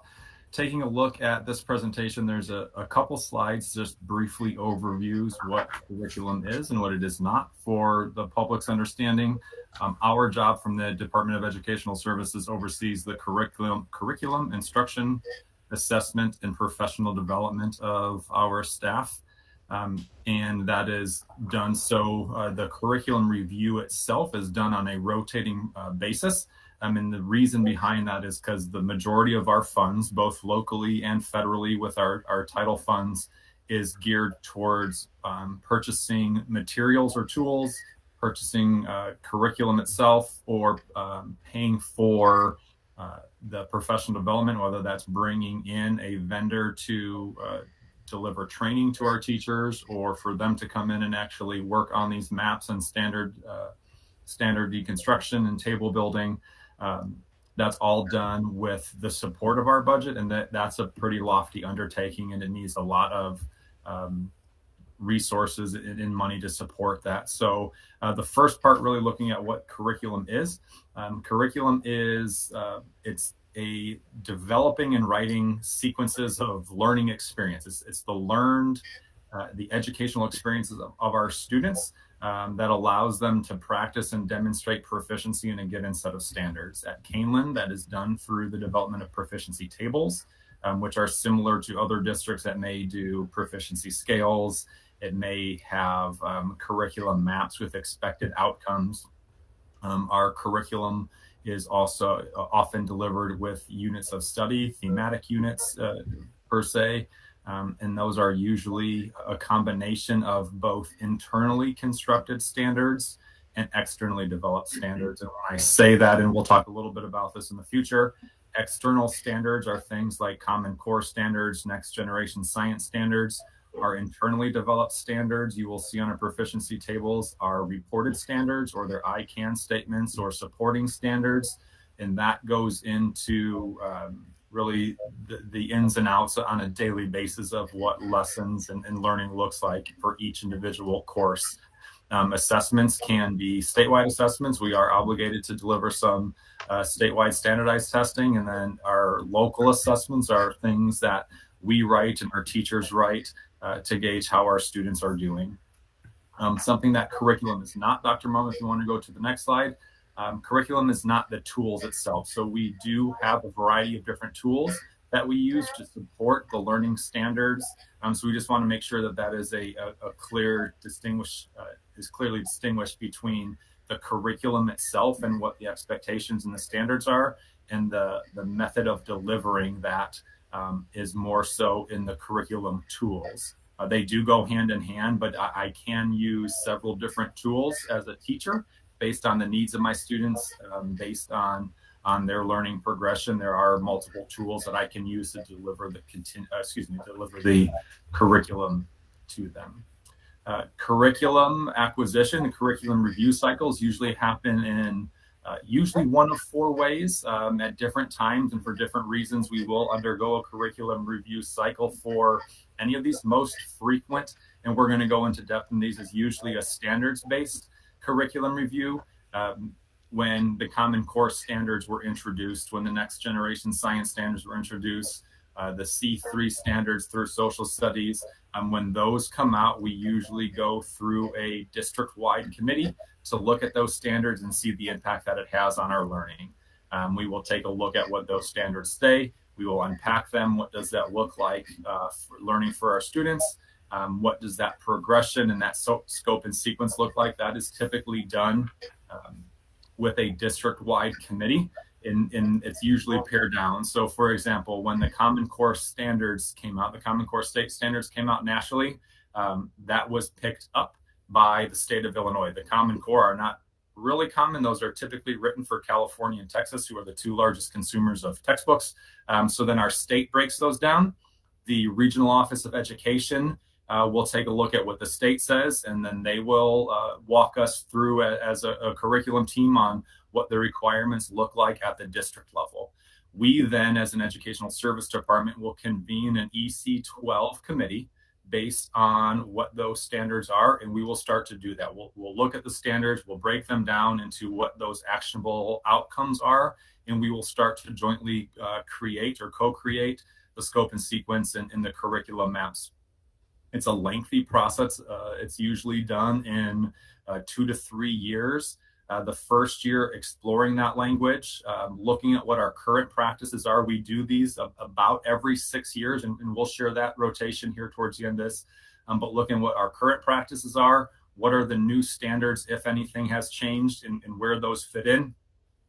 Year 2 is writing those proficiency tables. It is taking a look at what our expected outcomes are. what does it look like to develop a reported standard on that, on what we want to assess, and then our teams are drafting what proficiency looks like in those. We are also usually at that point bringing in different vendors. What I mean when I say vendor, the most recent math review, when we had those tables and those learning objectives identified, we had companies like Savis, which is formerly Pearson, which is a well-known one, Houghton Mifflin. So we have companies that have curriculum scopes and the tools that will come and see what our needs are, and then see if they can fit our needs. And then year 3 is usually some piloting, some implementation, some vetting of those tables in order to move forward with it as our embedded practice. The different parts, the different nuances when we're looking at a standards curriculum review, these are mandated, and these are standards that we have to adopt and implement. We are audited by the Regional Office of Education on our maps and what we are including. However, we do have the flexibility in our delivery language and our delivery process. Examples I have shared with you, and what I mean to go through the mandates in that delivery language. Our committee looks at what those formal standards state. We then develop internally how we want to implement that. And an example would be that Common Core state standards talk about decomposing in math. That is not often language that our students use. We use different language, but it is, in essence, it is the same standard. We are just looking at what that delivery language looks like, but we're not veering away from what those standards themselves are. So that is based on, and Dr. Mung here is going to share quickly some of the other reviews, but that is based on a standards curriculum review. She will review a couple other opportunities that as a department we have in looking at revising our curriculum. Sorry, I had to get to my unmute button, so I had to stop share for a second. The next way that we really do review curriculum is by required units. Sometimes this comes up in policy language that you guys have reviewed for our handbooks, for our board policy. It also comes up through an ROE compliance visit that Mr. Raleigh talked about. Can you guys see the presentation? Dr. Mum, doesn't it also come through a lot of unfunded mandates, like some senator will tack something on the end of a bill, and next thing you know, we're teaching the importance of... It does. It comes through some advocacy groups sometimes it's led by legislation. Sometimes it's led by current events or topics that have happened as well. So there's a variety of different ways. Even when it comes through legislation or advocacy groups, it does also come through our ROE compliance visit. So the regional office, no matter where it initiated, will send us, here's the most recent units of study that you must have within your curriculum at some point. Some of the differences you'll see, though, is we don't do a full-blown curriculum review where we bring, like the last one, we bring early childhood through 12th grade. We really look at what grade spans are impacted. Is it something that's just in social sciences for the middle school level, let's say, and we'll bring a small advisory group setting together to look at those. Because you adopt some of the policy language, you don't have to adopt the specific proficiency table or curriculum maps that the required units of study do. Some of the examples that we've had recently are probably the addition of some additional genocide units of study in our social science curriculum. And then also anyone that has a railroad within their communities, you did have to do railroad track safety after some more recent increases in pedestrians being hit by the railroads. A next one is a local topic curriculum review. This one is something that typically comes from your county or your district or the towns in which your schools reside. It's often connected to a community tradition, a specific event, whether it be tragic or a celebratory in your community. And this again is reviewed by a smaller group from the impacted grade span. It typically is additional to adopt because there isn't legislation or policy language behind it mandating that it has to be put in. So the timeline of implementation is much more flexible. It is optional to do board approval with this as well. In the past, I think we probably have had 2 or 3. One was adding the unit on driving during harvest, which is something definitely impactful for our community. And then I know that when I first came to Kaneland about 19 years ago, we did do some additional units of study on lower back care, because that was the time in current events where the backpack and what it does to your lower back was really kind of a hot topic for every community. And so that was one that wasn't from legislation or advocacy groups or standards. It was just something that was more impactful to our community. It is rare that Kaneland does have local topics for curriculum review, because we do service so many towns and villages all in one district. These typically happen more in the one town, one district school districts. The final way out of the big 4 is the assessment-driven curriculum review. As Mr. Raleigh said, we often implement with our standards, and then we review it over the course of 3 years, rewrite assessments, and then we look at those assessment scores as we've implemented. And assessment-driven curriculum review can really come from those local assessments or our state standardized assessments. And we look for trends, not on one data point, but over the course of 3 to 5 data points, to say our curriculum is not meeting the standard that we hoped that students would be able to show us through assessment or proficiency conferences. Again, this would be done with a smaller teacher advisory group based on the impacted grades. It may be specific to 3rd grade writing of structure or author's purpose is something that we want to hit a little harder. And therefore we would establish a 3rd grade group to look at that specifically if our data shows that. We do have collaborative inquiry, as well as building leadership teams and department chairs that review those assessment trends and look for some areas in our curriculum that we may need to review. Typically, it doesn't go for board approval because we're not adopting a brand new set of standards or curriculum, but we might be tweaking, enhancing, or reprioritizing something within our units that we already have written. Some examples right here in Kaneland that we've done over the course of the last years are we brought metacognition into our terminology within our critical thinking exploratory at the elementary. And then we also looked at explicit text support techniques. How do we get students that we found that from our state standardized test? How do we get them to identify, I found this within the text and that supports my argument of blank? And that was something that we found all the way back when we were looking at the PARC assessments, and then has continued on the IAR as well. Overall, you have those 4 main areas for curriculum review, but we also wanted to put out there, as Mr. Raleigh said, we do follow best practices in curriculum review. Ideally, you want to look at every content area in every course that you teach within your district, anywhere between every 5 to 7 years.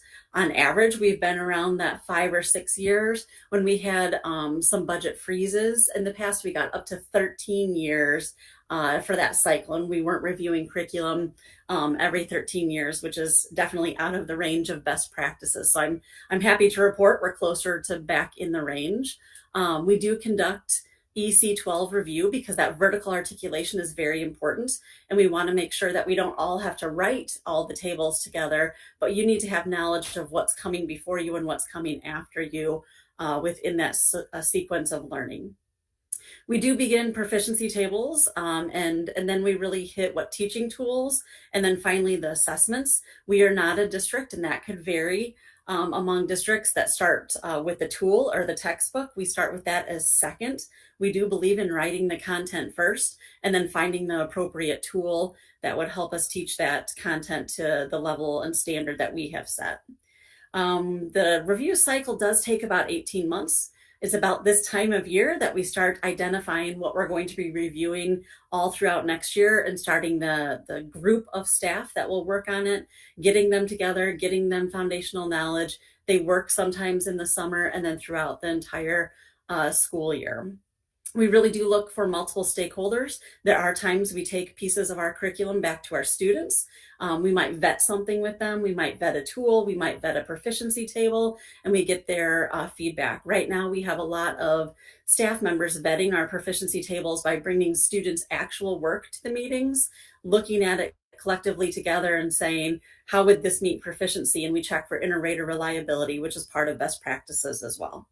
And then, of course, the funding sources are always important for our curriculum review practices. And that's typically when we come to the board right around February, March of every year and say, this is what we're projecting to purchase with that curriculum review and adoption fund. We do have laid out through FY29, which is going to sneak up on us. When I first made this graph, it seemed so far away.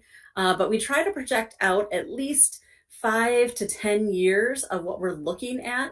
So you can see in FY23, which would be next fiscal year, we are looking and starting the review for science. We are completing word study and grammar, which were to be completed previous, but with the hybrid learning structures last year, we were unable to really do a successful pilot to the degree that we wanted to, as a committee, make a decision. So that is a carryover. Typically, you wouldn't have multiple contents within a begin review cycle, but the word study and grammar just with our learning structures needed to be held over. You can kind of see what we previously have done. We did guided reading 2 years ago. That's why it's in final adoption for next fiscal year. And then SEL, cursive, and ELA are going to be at the point where we're looking at assessments, which is kind of that year 3 that Mr. Rowley spoke of. That overall is a very short, concise way to look at curriculum. What questions might you have? First of all, since I'm the one that brought up this topic, thank you. You guys talk in a language that most other people don't. So can you just simplify, why do we teach history and American history in 8th grade? And I don't even know if that's right, but. Mm-hmm. That's a good example. American history in 8th grade, and the specific discussion topics that we have to do within that example are truly coming from the ROE required units of study, which have come from current events legislation or the ISBE language informing us what to teach. There probably are some units of study that have come from our local tradition embedded with that, and those two together make that content for that grade span. So it's federal requirements, state requirements? State. Predominantly state. Okay. And they often give, sorry. Go ahead. They often give an age range. I know there's some that look at, as far as compliance and mandates from the state, we'll look at a 9-12 range. So we will look at the courses we currently have, and there's a bit more flexibility at the high school with course offerings and see exactly where that fits. Human geography is a big one that is an AP class that tends to be more freshman heavy, as it is a great introductory for younger students new to the high school into the AP realm. We will look at developmentally, where do those courses best fit in? A lot of those mandates will account for it. There's a genocide mandate that goes all the way down to, I think it's 3rd or 4th grade, but then they talk about, that's where the flexibility and language comes in of how do you appropriately talk with genocide with 3rd graders versus if I'm doing a unit on Rwanda or the Holocaust with 10th, 11th, 12th graders, that's going to look much different. So they typically cap it per grade span, and then we will look at what our course offerings are and what is most developmentally appropriate for our kids. And then we try to fit those maps together. The other thing that is kind of overlaid with this as well is we are given from the State Board of Education the number on average of minutes you should spend weekly on a content area. And so they'll tell you units of study. You can add some locally in, but then they'll also say, like, you need 120 minutes of ELA on average within a week or within a day. So you can multiply that out for the week. All right, so that would be, so in 2nd grade, the state tells us that you need to spend X number of minutes talking about math. Correct. And then do they specify which math, meaning is it addition, subtraction? I'm sure it's not long division, or did they specify what that math is, or is there leeway in an age range? And I'm ignorant, so please, I'm just trying to get the general concept. Yep, they do exactly what you said. They tell us how many minutes on average a student should spend weekly. We divide that into the days, and then they say, here are the standards that you need to cover through the Common Core standard adoption. But then there's also might be some specific units they want on there in there. I can think of one that came up with time and money that was even outside of the Common Core standards, but the state of Illinois wanted something a little bit more in depth to kind of start that personal finance at an early level, as early as elementary. So you take the time, the standards they give you, and then extra units that come from different places, as we've discussed, put that all together, and that's how we decide our grade level kind of learning continuum and path. Okay. And also part of what we've done over the last couple of years is we looked at these reviews, and you can see it in that chart that Sarah had, Dr. Mum had for the fiscal years. Part of it is looking at continuum mapping. So an example, a very watered down example might be fractions. We'll have teams that will look at what those fraction standards are for second, third, fourth, fifth. We do the same thing for middle school and high school. So as a teacher, knowing if I'm teaching Algebra 1, I have a wide range of skills in my Algebra 1 class.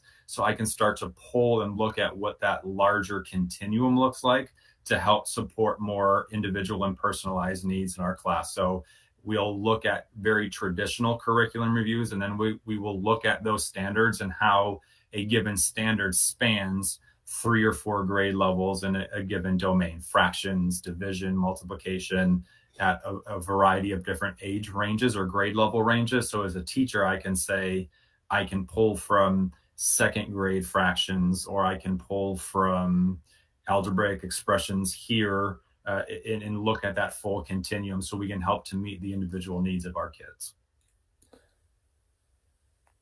All right, I've got one more question. So I think I understand, but and I'm assuming this changes as we get higher in the grade levels, but from what I understand, you're going to, and please give me a guess, I'd say what, 80-90% of what goes on in the grade school is prescribed to us by a state or federal authority, we have more options as we get to high school because we have the ability to offer more courses. Is that a fair statement?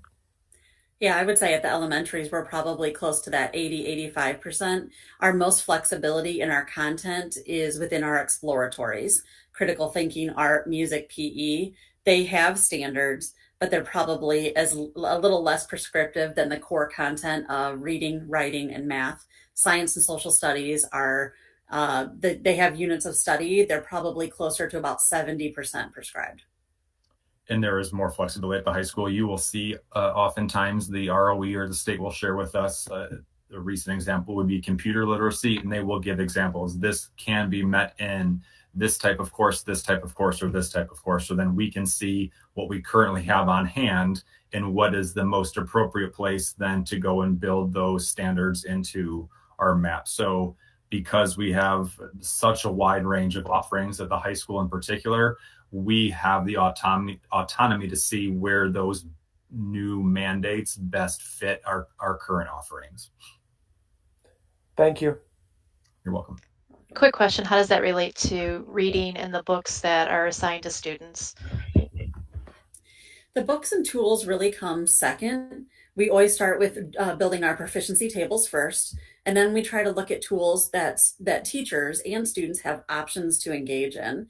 We are not a district that purchases the one and only, textbook to read, or the one and only guided reading book, but we try to give them options that would cover those units to the best degree that we can. We do have different levels of vetting, especially reading material. I know this question just came up in the community more recently. When it's a read aloud, shared reading, we vet that through these curriculum committees and cycles.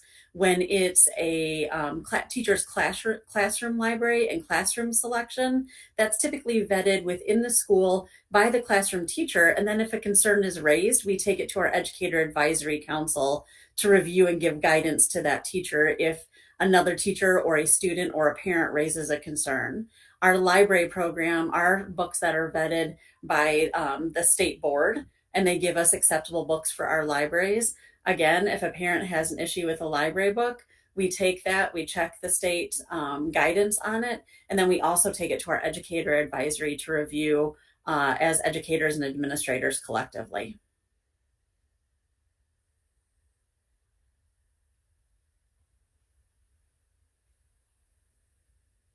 So we all good? I am. Thank you. Okay. Thank you, guys. Thank you very much.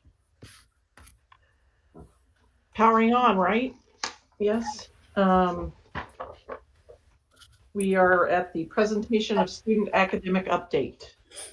Yes, Dr. Mum and Mr. Raleigh will continue and provide an update as we did last year at about the same time on how our students were doing academically. So we wanted to kind of share with you just the foundation of the presentation, which I know you guys have had this presentation for a little while now. So we'll kind of go through and more open for questions on it. We always wanted to make sure that we monitored the learning loss that happened from over the course of the last couple of years because of different COVID shutdowns, structures, learning structures, as well as really looking at how did we compare at this point in time to pre-pandemic data, and that's really what we were hoping to look for. We're going to start with the elementary first, and we do have math. Again, this is data that looks at our pre-score from this fall compared to the pre-score pre-pandemic, so that would be 2019. Ideally, we are hoping for some very consistent numbers. The numbers, this is a pre-test, so obviously you're not seeing the 80s, 90s% on the test because they haven't had full content exposure, but we want to see that the pre-scores are similar in nature. And you can see for the most part, most of our grade levels in math on the pre-test did come in very similar to that as pre-pandemic.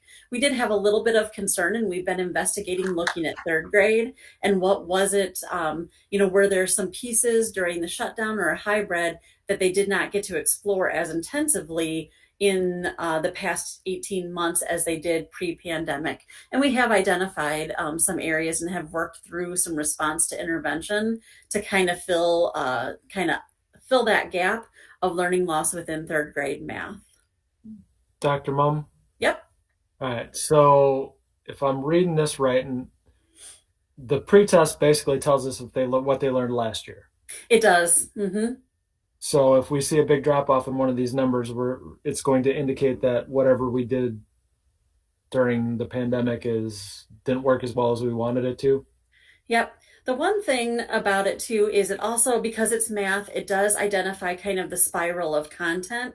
Typically math will spiral kindergarten through second grade, and then you get a lot of new content and standards initiate in third grade. So overall, third grade pre-tests are a little bit lower because not everything that you culminated with in second grade is on that test. It really tests things you will be learning in third grade, and predominantly third grade is a grade that newer math concepts are shared.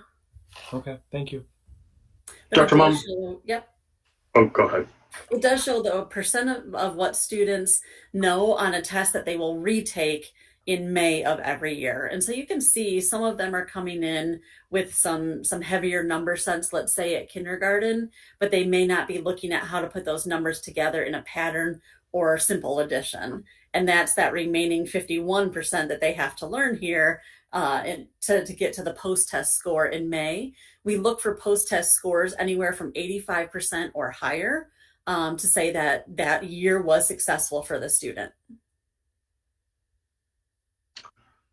Thank you. You answered my question already, so thank you. Okay. All right, so then we're going to look at pre-data. Pre-data is done by the Rigby assessment. Rigby assessment tells you the average level that students are at. We do follow the Fontes and Pinnell letter identification. You can have a double A, which means that you are a non-reader coming into school. Level A is the first level in reading, and then it goes all the way up to level U, which would be the end of fifth grade, May of fifth grade. Again, this is pre-data, so we wanted to see where were we coming into this school year compared to where we were in 2019 with a typical learning structure.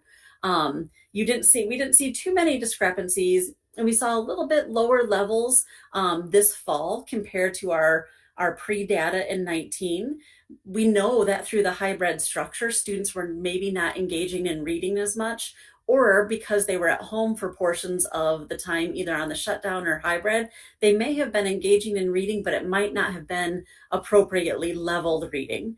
I am very certain that most families do not have a Fontes and Pinnell leveled reading classroom or library at home. So they may be picking books that were too high in their level or a little lower in their level, compared to pre-pandemic, when they were probably having more read to self, read to partner, and read to teacher time.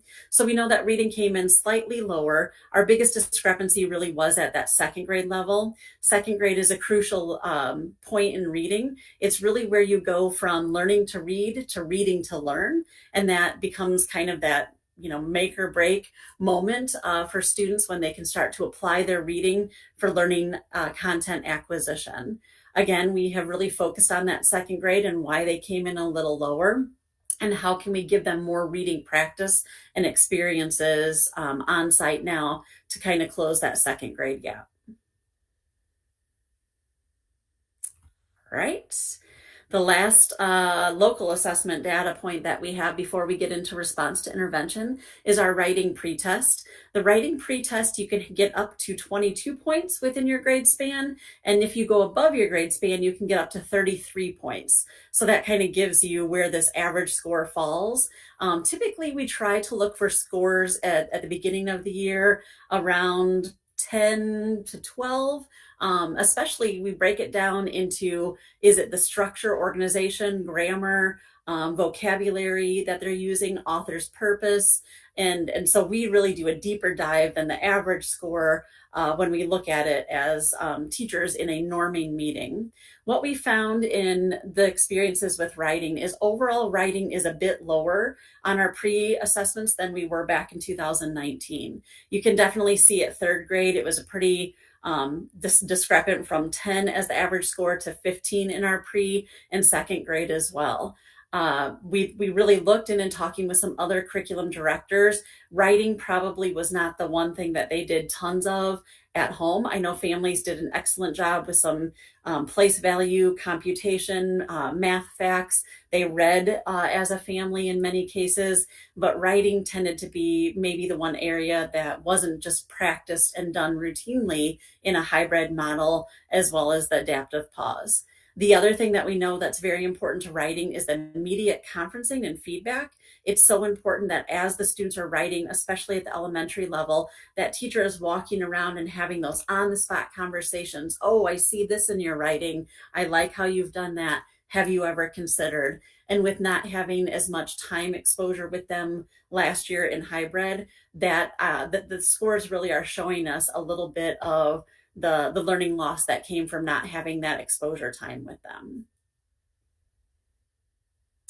The one other piece that we wanted to look at the elementary is really our response to intervention and where were our tiers of intervention. The percent of students needing targeted assistance is our tier 2, and the percent of students needing intensive intervention is our tier 3. You can see our first trimester compared to our second trimester of this year. And then our cycle 2 from 2019 is similar end times to our trimester 2.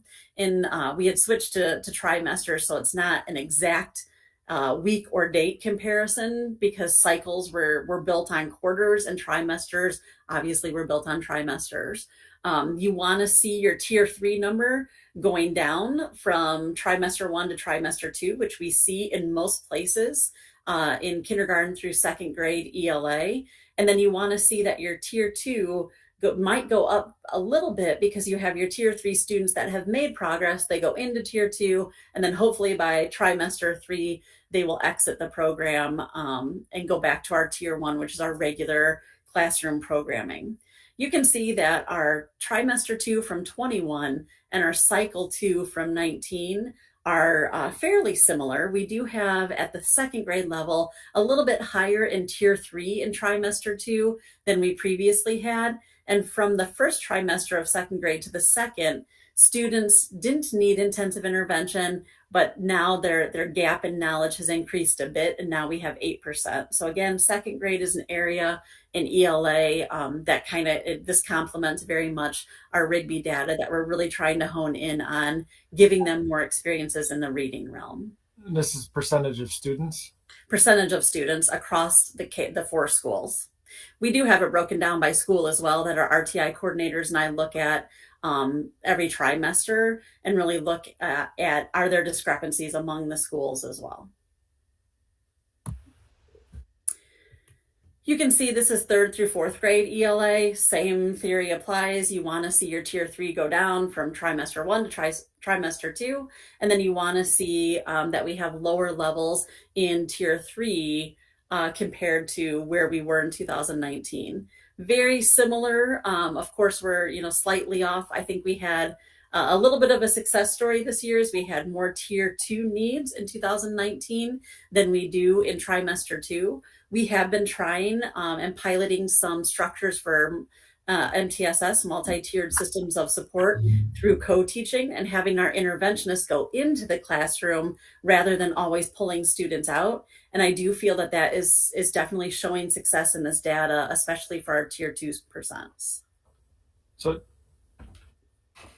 I'm trying to do the math in my head and it's not working. So if I look at 3rd grade, tier 2 ELA tiers fall of 19, that would be the current 5th grade class. I mean, does the different numbers follow a particular cohort?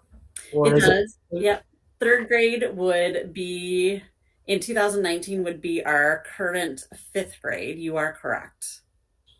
So it seems like, for example, if we look at 5th grade math tier 2, we had 19%, which to me seems high, but I don't really have a good reference point to that. Is that particular cohort of students have been having problems as we go through the years, or is it just this one particular instance? You want to look overall for tier 2 and tier 3 to total probably around 15%, because typically tier 1, 85% of our students will need nothing besides our classroom experience. So you don't want to get more than 15%. So you can see that our 3rd grade in 2019, which is our 5th grade now, is about at that 16%. That's just a tad higher than we hope to see. Our current 5th grade, it's interesting. I think that it's not necessarily a group of students that have struggled with reading continually, but when you apply some of the reading aspects into writing, which RTI does start to look to address, that is where they struggle a bit. And that is a cohort that we have been watching in that process for quite some time. Thank you. Mm-hmm.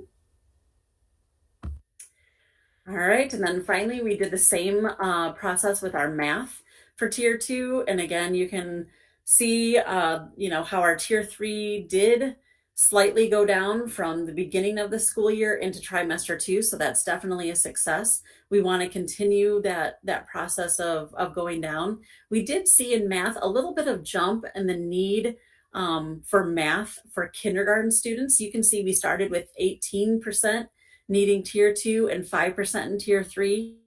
And then as trimester 2, we're still at 10% and 5%. We've been trying to do more push in to the classroom for our kindergartners and giving them more math experiences. Again, I think they were very fluent in number counting, but when it comes to skip counting, when it comes to applying that into addition and subtraction, that's really where some of our kindergartners probably could have previously gone to preschools and had some of those experiences, but we know with COVID, many of them opted out of preschool, and this might be their first formal schooling experience. And then the last one that we have before we look at overall summaries is 3rd through 5th grade math. And you can see that our tier 2s started much higher this year in our trimester 1, especially at our 3rd grade level, which is one area that we identified needing some math assistance from our local assessments, and they continue to be high as we move into trimester 2.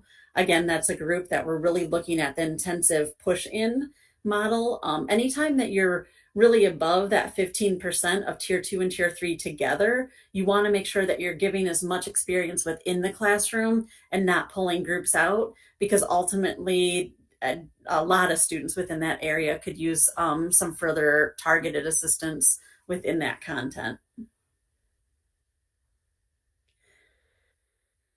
The one thing that elementary has is we do have a team of collaborative inquiry where it's teachers from across all 4 buildings. We come together twice a year to look at all of this data and then also drill down by every school. And all the schools look at all the schools. And so they look for the trends across. And the intent of this is if something's going really well somewhere, they can look at other schools and say, well, what's this school doing? How can we learn from each other and complement those practices together? Overall, they were asked to review all the data and kind of give some key points. We were pleased to see consistency across the schools in most content areas. There wasn't a huge learning loss due to COVID, which really surprised the team. We had little blips here and there as we've reviewed tonight, but overall we felt pretty successful in not seeing that ginormous dip that we were fearing. We did see some discrepant scores in Rigby, the reading assessment, which we have previously discussed tonight. We found that KBK kindergarten scores tended to be much higher in both reading and ELA, and we were hypothesizing, is it because they have the preschool housed for the district in their building? That's a hypothesis we would love to further investigate as we go on. And then we really wanted to look at how do we compare pre-pandemic to current scores.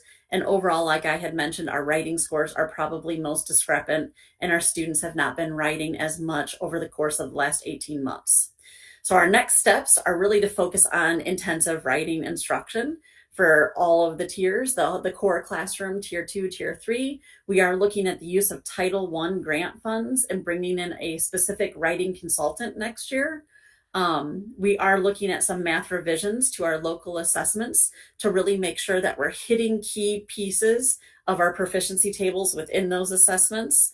And then, as I mentioned, we have been piloting multi-tiered systems of support structures where instead of pulling students away from the classroom to intervene, we really are co-teaching within the classroom. We've seen such success with co-teaching in special ed and gen ed that we absolutely want to do it with our intervention service as well. And that takes us to middle school. Do you have any questions for the elementary data at this point or the summary points?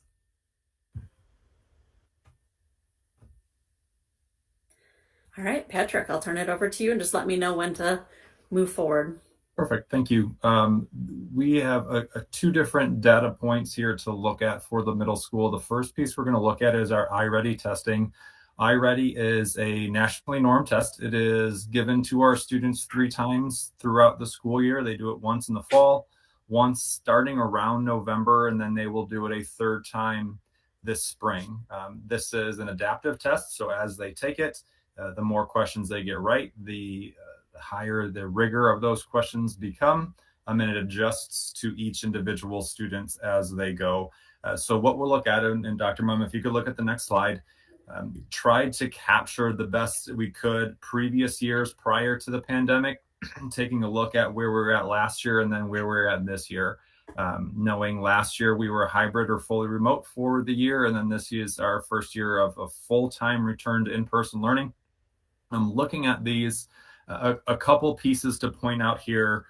Number one, all of these scores represent, even going back to 18-19, the November, the second iteration of this assessment. So all of these are comparing a November timeframe. What we've seen across the board, and if we hone in on the 20-21 and 21-22 school year and looking at the impact that the pandemic has, a couple things stand out across the board in working with other districts and in talking with iReady representatives. Our ELA scores tend to be higher than our math scores. That was something that we looked at last year. A couple thoughts behind this. Number one, math, when they are in the classroom, they're using some hands-on materials, they're using hands-on manipulatives, and they have an opportunity to have some of that academic discourse and those discussions and problem-solving discussions 5 days a week with their peers.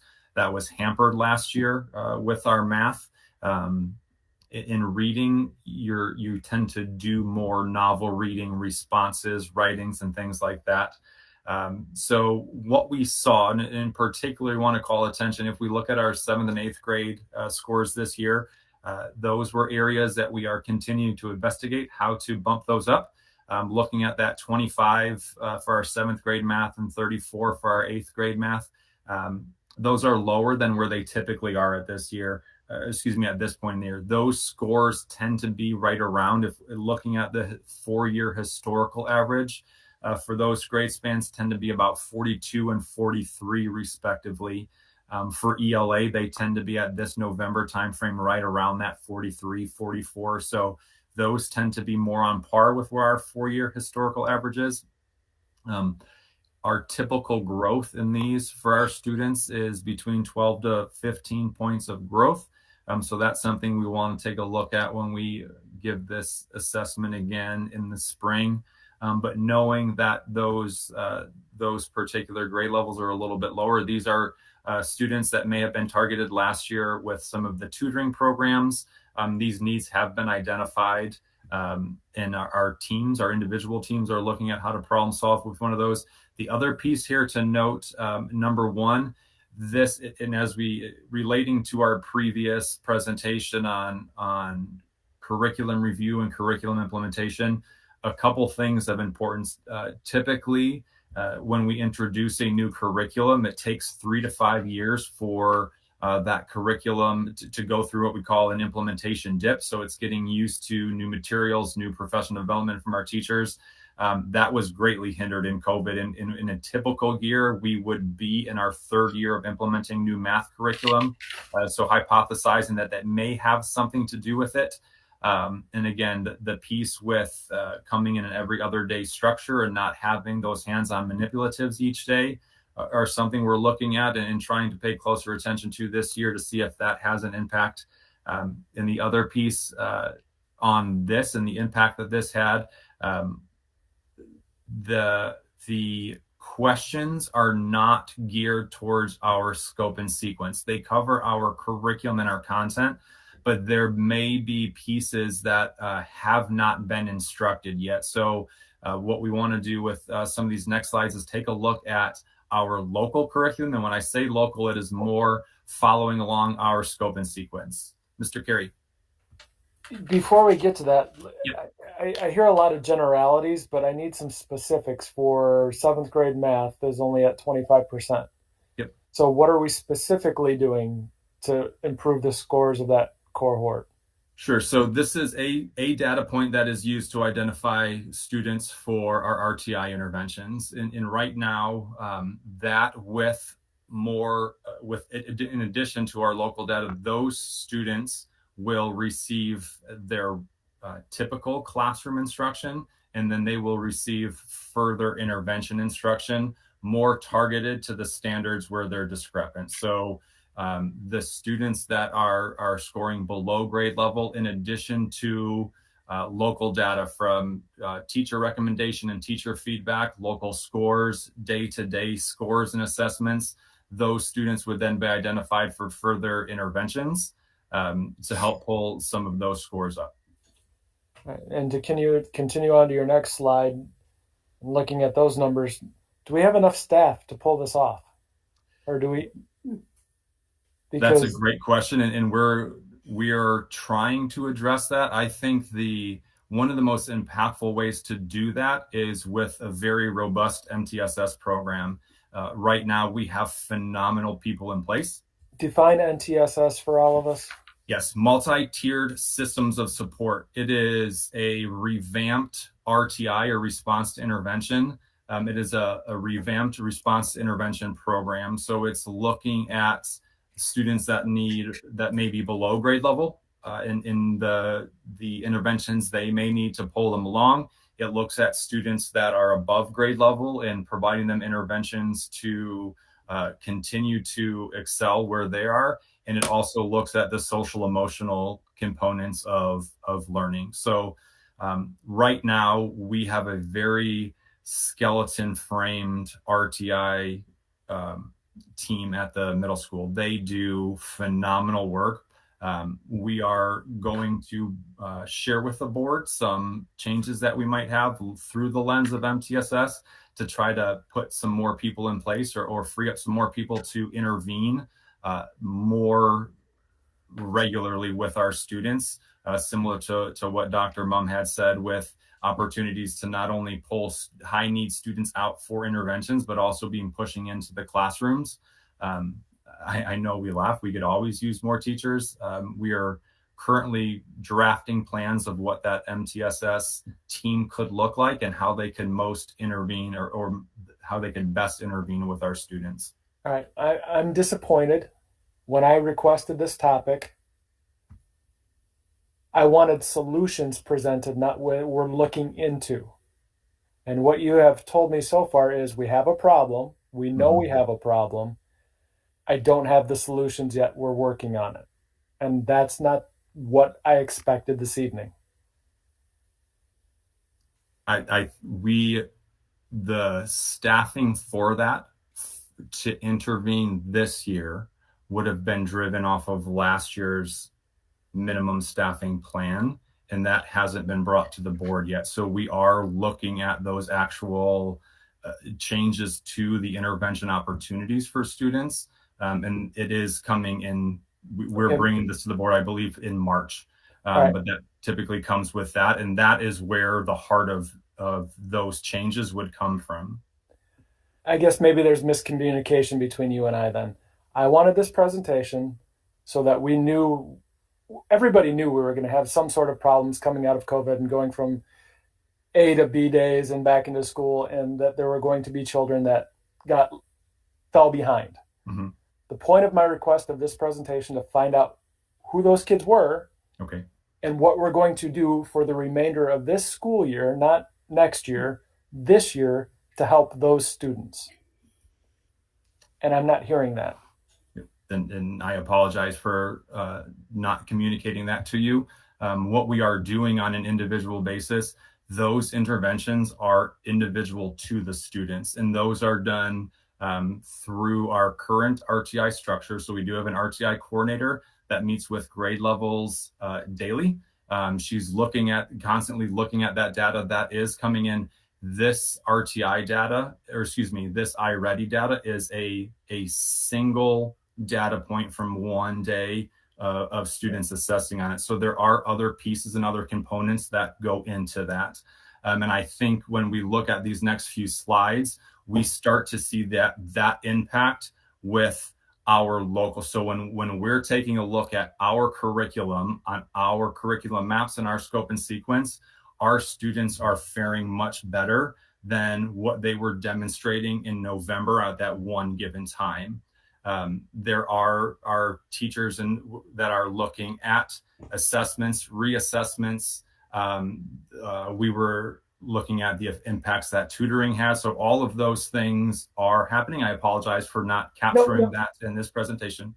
Patrick, let me apologize. I'm tired and cranky. So what I was trying to say is I look at 8th grade math with the number of kids that are getting D's or failing. And I expected you to come to me and say, hey, we need to hire another person to help get through the rest of the year to get these grades up to where they need to be. So maybe I didn't phrase my questions in the proper way. And I realize that all of you are trying to do the best job that you possibly can with the resources that you have. Part of my request for this presentation was to say, give me more resources if you need them. So because we have not been shy as a board saying, if there's a problem that we need to address because of COVID, we are willing to spend the money. So I honestly expected when you showed me those numbers for 8th grade math, you to say, we need to hire someone, or we need to do this. Or does that make sense? I'm not trying to criticize, I'm trying to help. Yep, and I greatly appreciate that. I misunderstood of what this presentation was. So I can revamp that. I know when we do, and it does not address an immediate concern, but when we do come back and share with you those MTSS plans and some future problem solving, the hope is to be able to address those. In the immediate future, we are utilizing our staff to the best of their capabilities, and while we do see some increased, when I look at on this slide, for example, the 95 and 55 Ds and Fs, we don't ever want to see that. But what we are seeing is those kids coming back when assessing with what we have our control over. We're starting to see them do really, really positive things, knowing that they're in the buildings, they're in front of their teachers. We can always use more staff, and I'd be happy to share that with you in future meetings.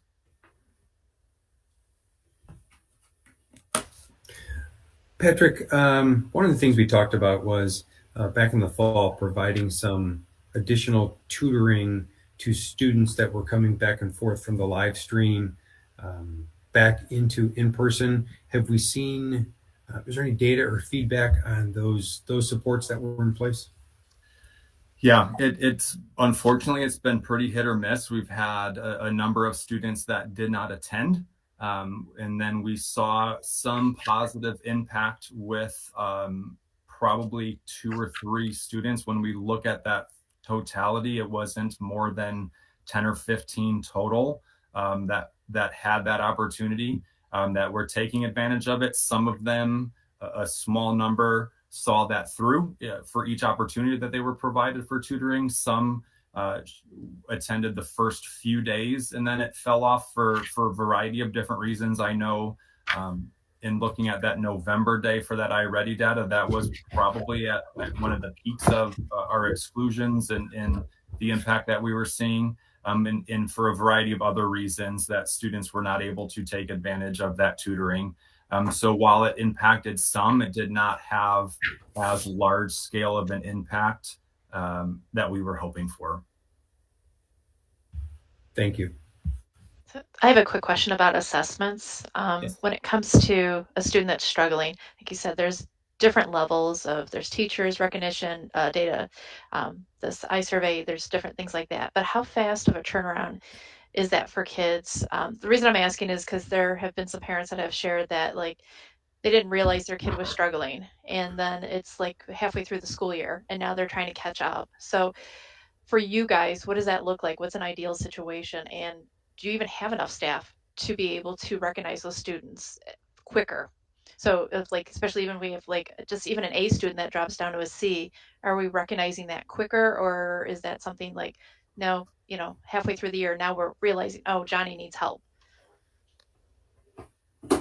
I think the turnaround for iReady is not very quick. The turnaround for like a PARC or an IAR test is not quick whatsoever, but those are usually assessments we look at more for programmatic changes. It's not what you would see on a day-to-day basis. The day-to-day basis boils down to either our formative assessments, practice homework that students are doing, and the feedback they're getting on that. Ideally, that feedback is happening as immediate as possible. The quicker that can happen, the more beneficial that is. For our summative assessments, we're hoping that is within, I'd say within the week of a formal, a summative, a large unit assessment or test that's done, that feedback is provided to our students.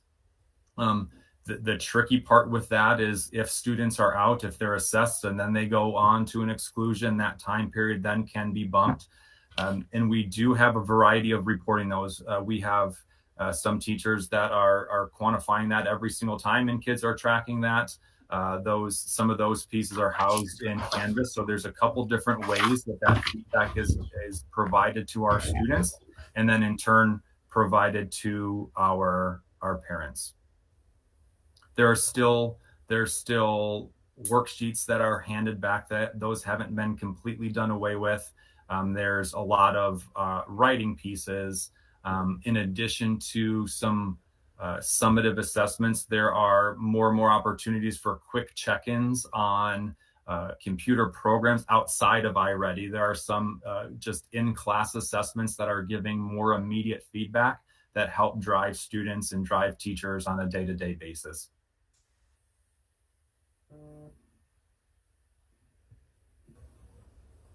Uh-oh. We lost you, Patrick. We can't hear you anymore, Patrick. Uh-oh. Can you hear me now? Now he's frozen.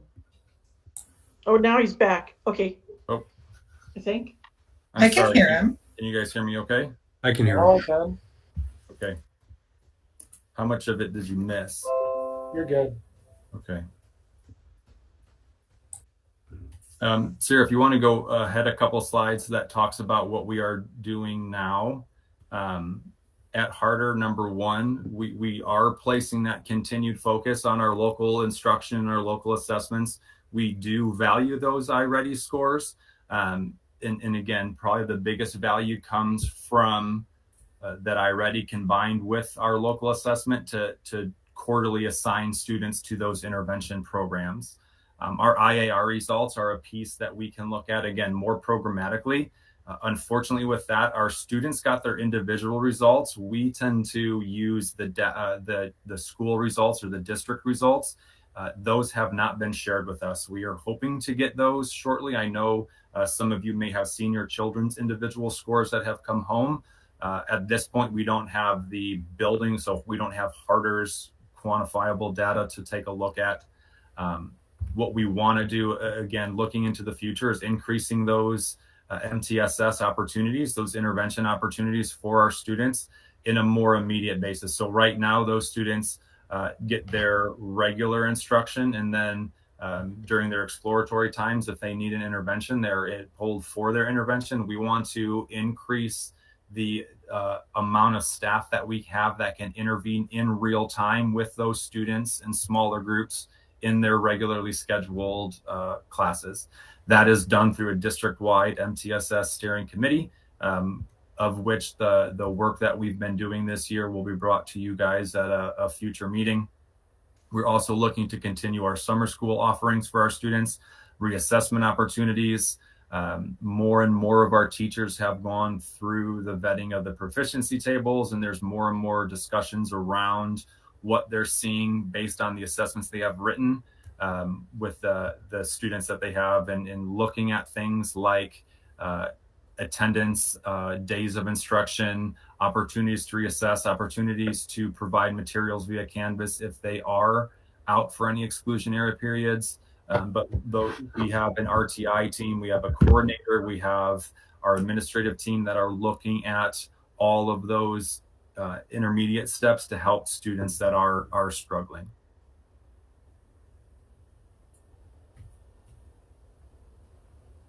Any questions, final questions with Harder? All right, last but not least, we will look at the high school. The high school, 2 data points that we pulled. Number one, the high school doesn't have an assessment like iReady or something like the elementary shared with their Rigby testing. So what we looked at were the grade point averages and trying to look at and compare cohorts of students. And then we looked at credits earned. So this first chart we are looking at here, I tried to break it down by class. So that class of 24 are current sophomores. So if you look at that top chart there, is looking at the students that were in our building last year. I excluded the seniors from last year that have graduated. But looking at those 3 classes throughout the year last year, the average GPA was right around a B. It was right around a 3.0. And then breaking that down of looking at the top 10% or the highest achieving 10%, the lowest achieving 10, and then where did the vast majority of our students fall? So looking at the middle 80%. If you look at those, roughly 80 to 90% of our students last year were at about a 3.0. Most of them were above a 3.0 grade point average. And then looking at that lowest 10% of students, we're right around a 1.2 to a 1.6. did that same thing then, looking at that cohort to this year. So if you look at that class of 24 from the top chart compared to that class of 24 this year, we do start to see steady increases in those grade point averages. And again, speaking to you guys last year, I know we had some difficulties in getting our high school students back towards the end of the year. We are grateful that they have been able to be back this year. And if we look at those different cohorts of students, again, those for the vast majority of our students, those GPAs have increased. What we are doing, similar to the conversation we just had with Harder, when we look at those students that have those lowest 10% of GPAs, those students are intervened. Our high school does have a small team that looks at it. It's made up of our student services team, our assistant principal, and they are meeting weekly with specific student names to look at what they're doing on a day-to-day basis or a weekly basis, and putting individual plans in place for them. Again, they have a bit more of a robust RTI staff and intervention staff to help to do some of those things, but we're looking at I believe it's Friday that they typically sit down with a roster of students to look at how to intervene with those kids. If you could go to the next one, this is just looking at those cohorts of students and how they have fared with their time at the high school. If you look going to the class of 22 this year, seniors, after last year in being in a hybrid or fully remote schedule or structure for the year, they've rebounded to their highest GPA of the semester. There were some questions posed at a previous board meeting of how are those students doing compared to students that have an individualized education plan or an IEP that are receiving special education instruction. Those GPAs were pulled out and those are in parentheses. I would caution with those, that's compared to the general education GPA. These students or the students that have an IEP are really tracked into where their gaps are. In those, they have their individual plan written per gaps.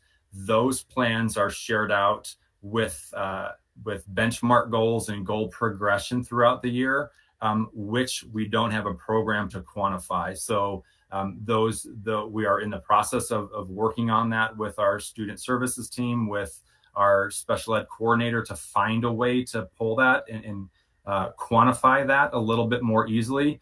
But that they are progressing through on their IEP goals.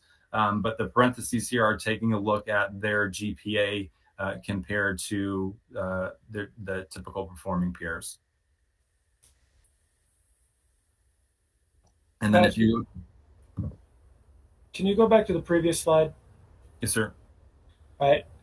I'm looking at the column average grade point GPA of the lowest 10% of students. Yes. I don't have anything to put that in context with. Is that like historically roughly where that cohort of students ends up? Is that exceptionally high? I don't have a reference point. It is typically around, it typically starts with a 1 in front of it. Yep, it is. It's about a 1.1 to a 1.5 or 6 GPA. Our graduation rate has always been right around 94, 95%.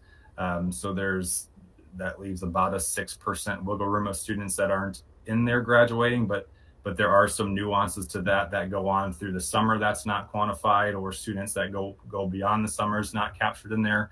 But that is typically about where our lowest 10% are. So, okay, that answers my question. Thank you. Can I I have a quick ask? question. Can I ask you on that previous slide also? Yep. Does it bother anybody else? Should 80% of the students have a B average? That seems like great inflation to me.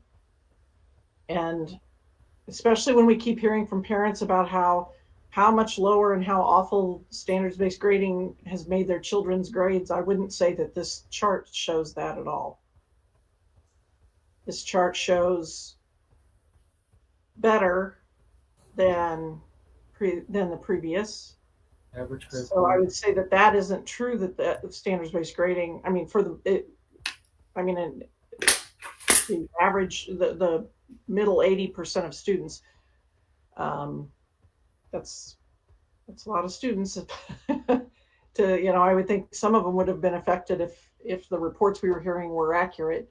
But I really don't think 80% of students should be making over a B average. That just seems ridiculous to me.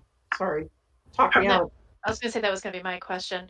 What are, compared to other school districts, are our numbers good? What does that look like compared to others?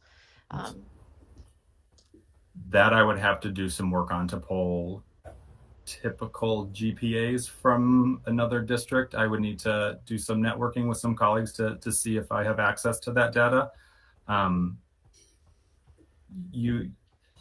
In looking at a typical bell curve, you do have the vast majority of your kids falling at that B or C range. I think when you compare that 80% to the top, the 10 highest percent, you do see that 10%'s 130-ish kids that are right around that 3.9 to 4.0 mark.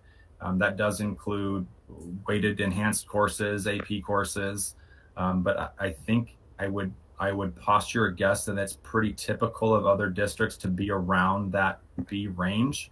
And working with some college and universities, that data shows that the majority of grades earned at the university level are right around that B range. So that falls in line with what we're seeing at other colleges and universities. But I don't have that data tonight to share with you of what that looks like compared to other districts. Thank you. And then, Sarah, if you go to the next slide, the other data point looked at as far as students on pace to graduate. Now, this is a little bit tricky because credits can be earned in a variety of different ways, and the math doesn't always work out perfectly. But to give the public an idea of where students typically should be at, if you break down the need to have 22 credits earned to graduate, that comes out to about 2.75 a semester. And I know it's not always that clean, but looking at that, wanted to look at the number of credits earned on average from last year's class to this year's class, and those tend to be above what that average is. And again, not a perfect science, not a perfect data point, but showing when we look at it, and there's a lot of research that shows that our freshmen on track is a great indicator of how they're going to do their 4 years throughout high school. And when we dig ourselves a whole freshman year and we're behind the 8 ball on those credits earned, it becomes more and more difficult for those students to have sustained success throughout their 4 years. So if you look at that class of 25 is our freshmen on average, they're above pace to make sure that they have those 22 credit hours in order to graduate. And similarly, last year, comparing last year's class, those classes last year to this year, those that were in the building, again, minus the current class of 22, but that could be a student or two. And again, when we're looking at students that are most severe, those students, those individual names are being discussed by our small team at the high school, and those individual plans are being carried out through those teams and with those students. Dr. Mum, if you go to the next slide, looking at our final thoughts and actions. Again, at the high school, continuing to engage in those weekly problem-solving teams for our students, making sure that we are drafting those action plans and meeting with teachers to carry out those action plans. The high school was also part of that MTSS steering committee and looking at increasing the opportunities for intervention through MTSS. We are also looking at starting our summer school planning for credit recovery. That's done on an individual basis per individual courses. And then some offerings that we have for credit opportunities for our students with those. And we do have a summer school presentation. Those allow kids to earn credit for 3 particular classes to free up more opportunities for them for the typical school year.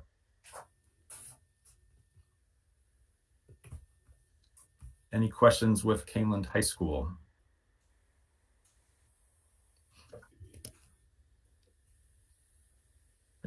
Thank you. Thank you very much. So there was no recommendation on that. That was just a presentation. So now we'll move on to the approval of summer school fees. I'm sorry, Teresa. I was on mute and I didn't realize it. Okay. I'm sorry. Were you asking more questions? Just a comment, and just me. I'm not the board. I'm not everybody, but I expected that there would be some recommendations of we need some staffing issues, something to help for the next 6 months to get kids more on track because of the result of all the problems that we've had with COVID. So I would say in the future, if there's something that you feel that we can do that will help this problem, please bring it to the board. Thank you. Mr. Carey and the board, we will note that the staffing plan, as Patrick and Dr. Atkins will talk about, is for the following year. If there's anything now that is needed that we assess and determine, we will bring those back to the board. Thank you. And again, I'm just one person. I'm not, Yeah. And again, I'm not sure that the rest of the board will approve it, but if any board member requests it, we'll bring back recommended supports anytime. And then, of course, it will be the majority of the board for sure. Thank you. So now we're moving on to summer school fees, and we're looking for the speedy version because we do still have a half an hour of public comment left, in addition to things, plus closed session. Patrick and Sarah, I'll turn that right over to you to provide some. I don't want to see it. I mean, we want to see it. It's just. You want to jump, Sarah? Yep. Table it to the next meeting, or does it need to be recommended fee approval? It really needs to be approved tonight because we do need to get the fee structures out for registration to open, and we don't feel comfortable not having the fee set when people register. Okay. Fair enough. So ultimately, I think there's probably 2 slides that we can share real quick. We are revamping the structure a bit. While we felt it was a good idea last year to have a no fee summer school, what we found is that it didn't produce students consistently coming and being dedicated to summer school. We had students come 2 out of the 4 weeks. We had students come on Tuesdays, Thursdays, but not commit to the 16 days when that fee was completely waived. Also, lessons that we learned last year is we really don't want to go and have by content for K-8. We want that to be a specific plan based on the individual child and what proficiency standards or reported standards through the proficiency tables they have not shown proficiency in.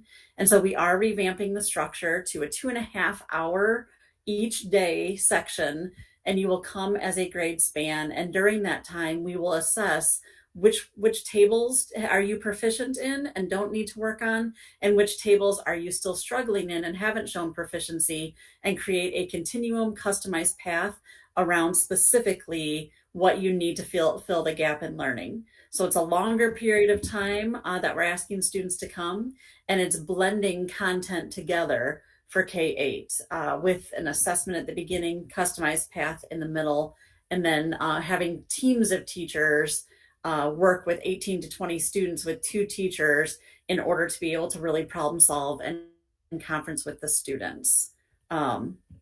Patrick, do you want to talk just briefly about the structures, and then we'll go into fees?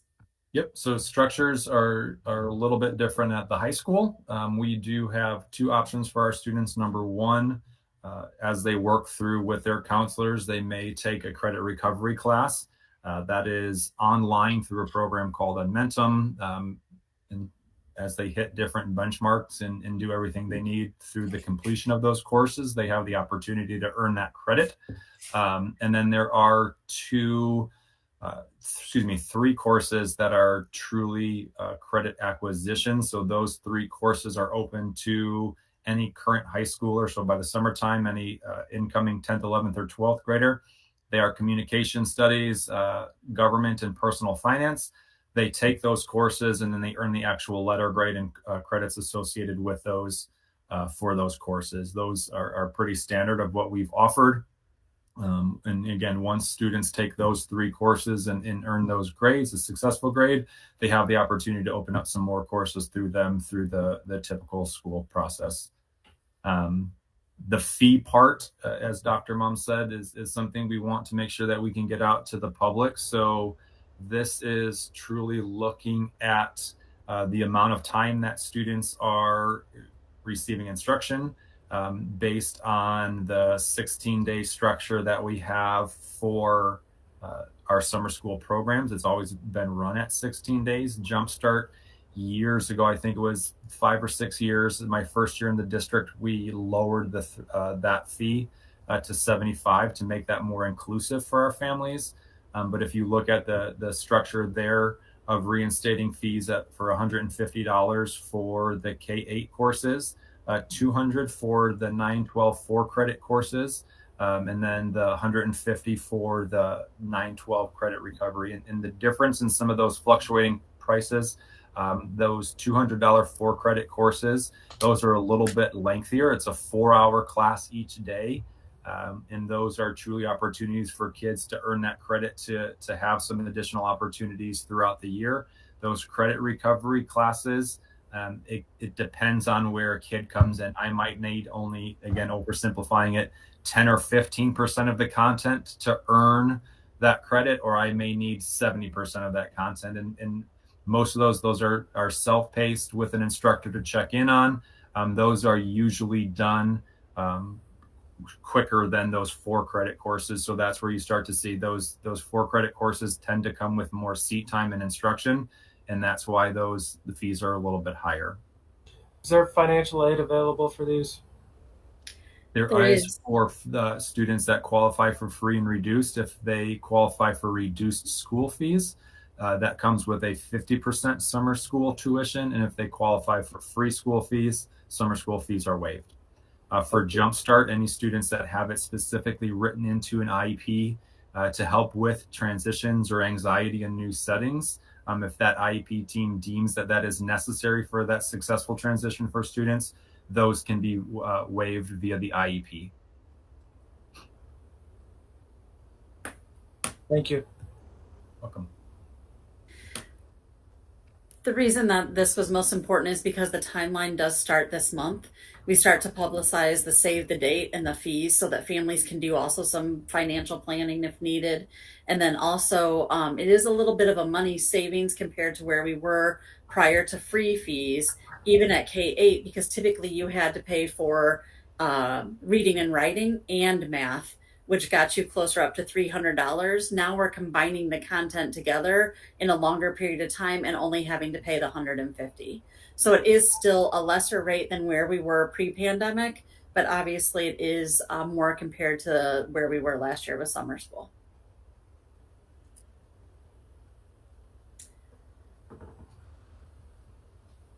Sorry about that. I couldn't get my unmute off. So on that one, we are looking for, I'll entertain a motion that the Kaneland Board of Education approve the 2022 summer school as presented. So moved, Jennifer. Second, Meg. And a roll call, please, when you're ready. Mr. Mankivsky. Aye. Mrs. Simmons. Aye. Mrs. Witt. Aye. Mr. Gonzalez. Aye. Mrs. Junk. Aye. Mr. Carey. Aye. Dr. Lawler. Aye. Motion carries 7-0. I believe that concludes new business. We'll move on to the superintendent and board report.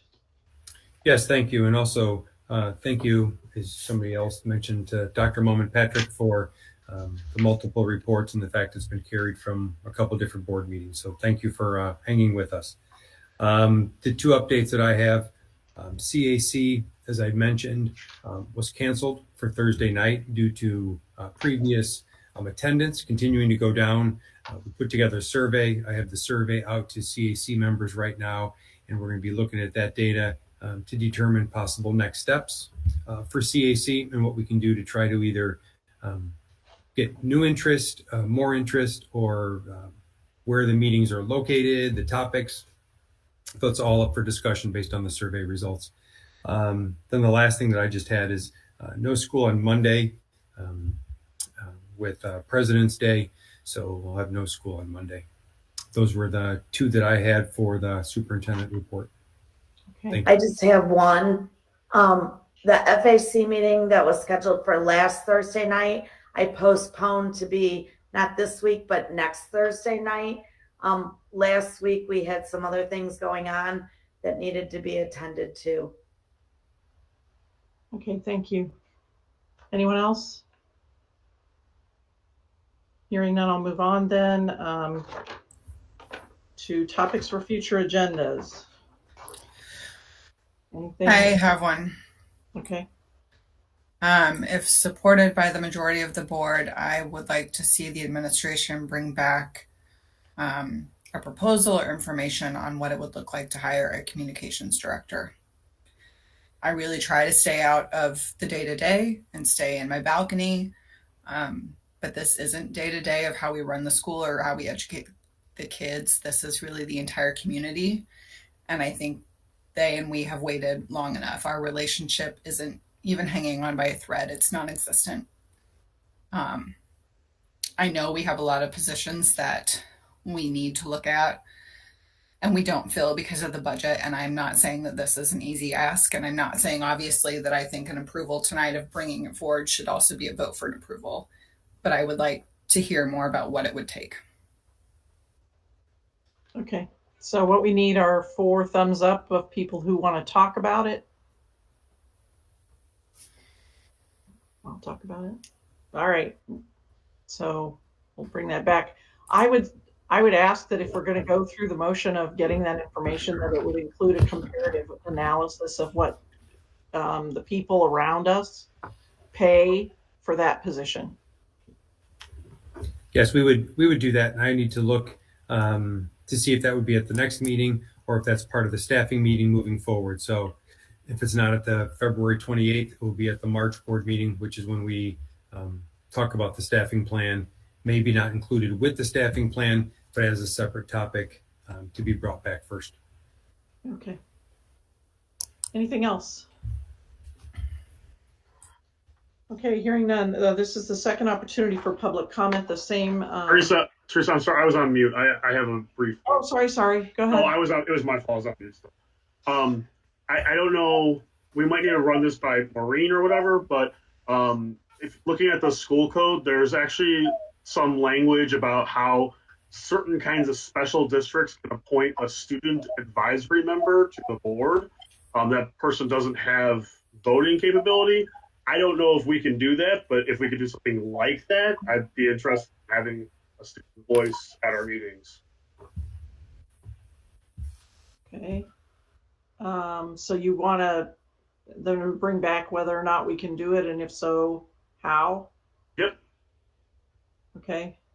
Thumbs? All right, we're good. Thank you. Thank you. Anyone else? Okay, so now this is the second opportunity for public comment. I know we have several, so the same rules apply. So if you will put up the clock, and I'm starting. Get started, that'd be great.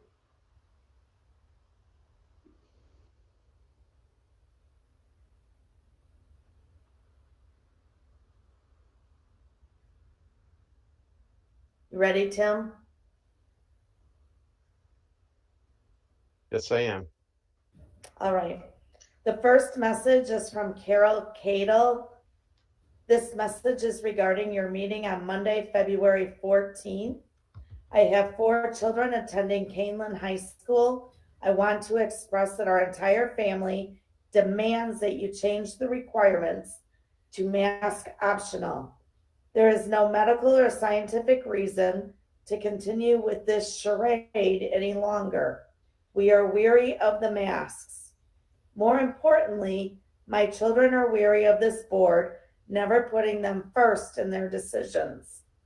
They are weary of their English teachers berating students when it falls below their nose. They are weary of being treated like they are diseased and dangerous when they are perfectly healthy. They are weary of not connecting as human beings to each other, and they are weary of pretending. As their mom, I am weary and hopeless. Never before have I seen the schools regard our children as lesser or unimportant. I find it unbelievable that a judge's ruling on the matter is irrelevant to you. Starting February 28th, we can all enjoy work, shopping, sporting events, and concerts without masks. But our kids are still muzzled. Why? Is this the high-risk population? No, this isn't about the virus, and everyone knows that. Now, please acknowledge what over 500 Illinois districts already have, and let us decide for ourselves. Enough is enough. Mask optional is the only acceptable decision. Thank you.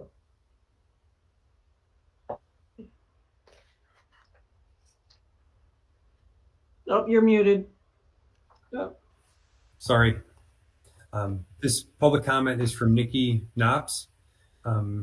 Public comment from 3 children who attend John Shields. These words will sound familiar to most. Music is a big part of our family. Please listen to the words with your heart. There comes a time when we heed a certain call, when the world must come together as one.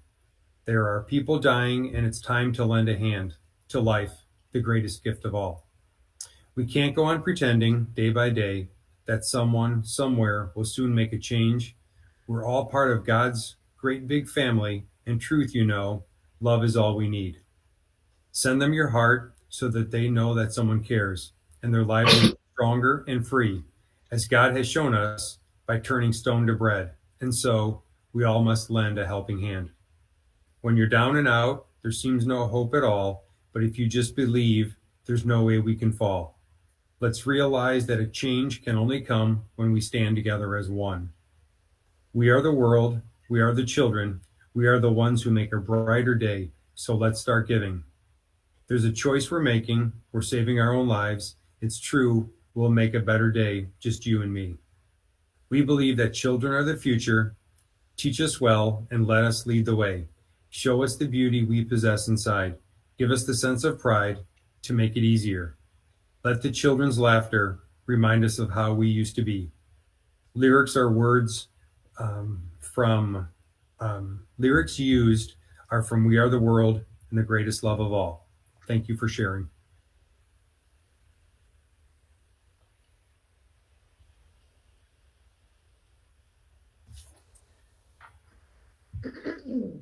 Sarah Kearney Boggs. My name is Sarah. I have 2 children in District 302. Neither of my children should be forced to wear masks. My son in high school was denied education last week due to him not wanting to wear a mask. He also has an IEP, which you guys have to abide by either way. Illinois law is very clear on this, that preventing education or attendance at school is punishable by law to a Class A misdemeanor. The governor's rules violated due process, which is a right to every student and teacher, because they were not afforded the opportunity to consent or object the mandates. Per CDC website, it even says they are better than nothing, but not very effective. This needs to be a choice, not forced. A lot of school districts surrounding you are optional. You need to change this to optional and stop enforcing masks, which is illegal. Also, you were put on notice with an explanation of the ruling with a video from Tom DeVore. Therefore, knowing what the law is, you are willing and engaging in unlawful behavior. It is time to remove all masks in schools and be the parents' and children's choice.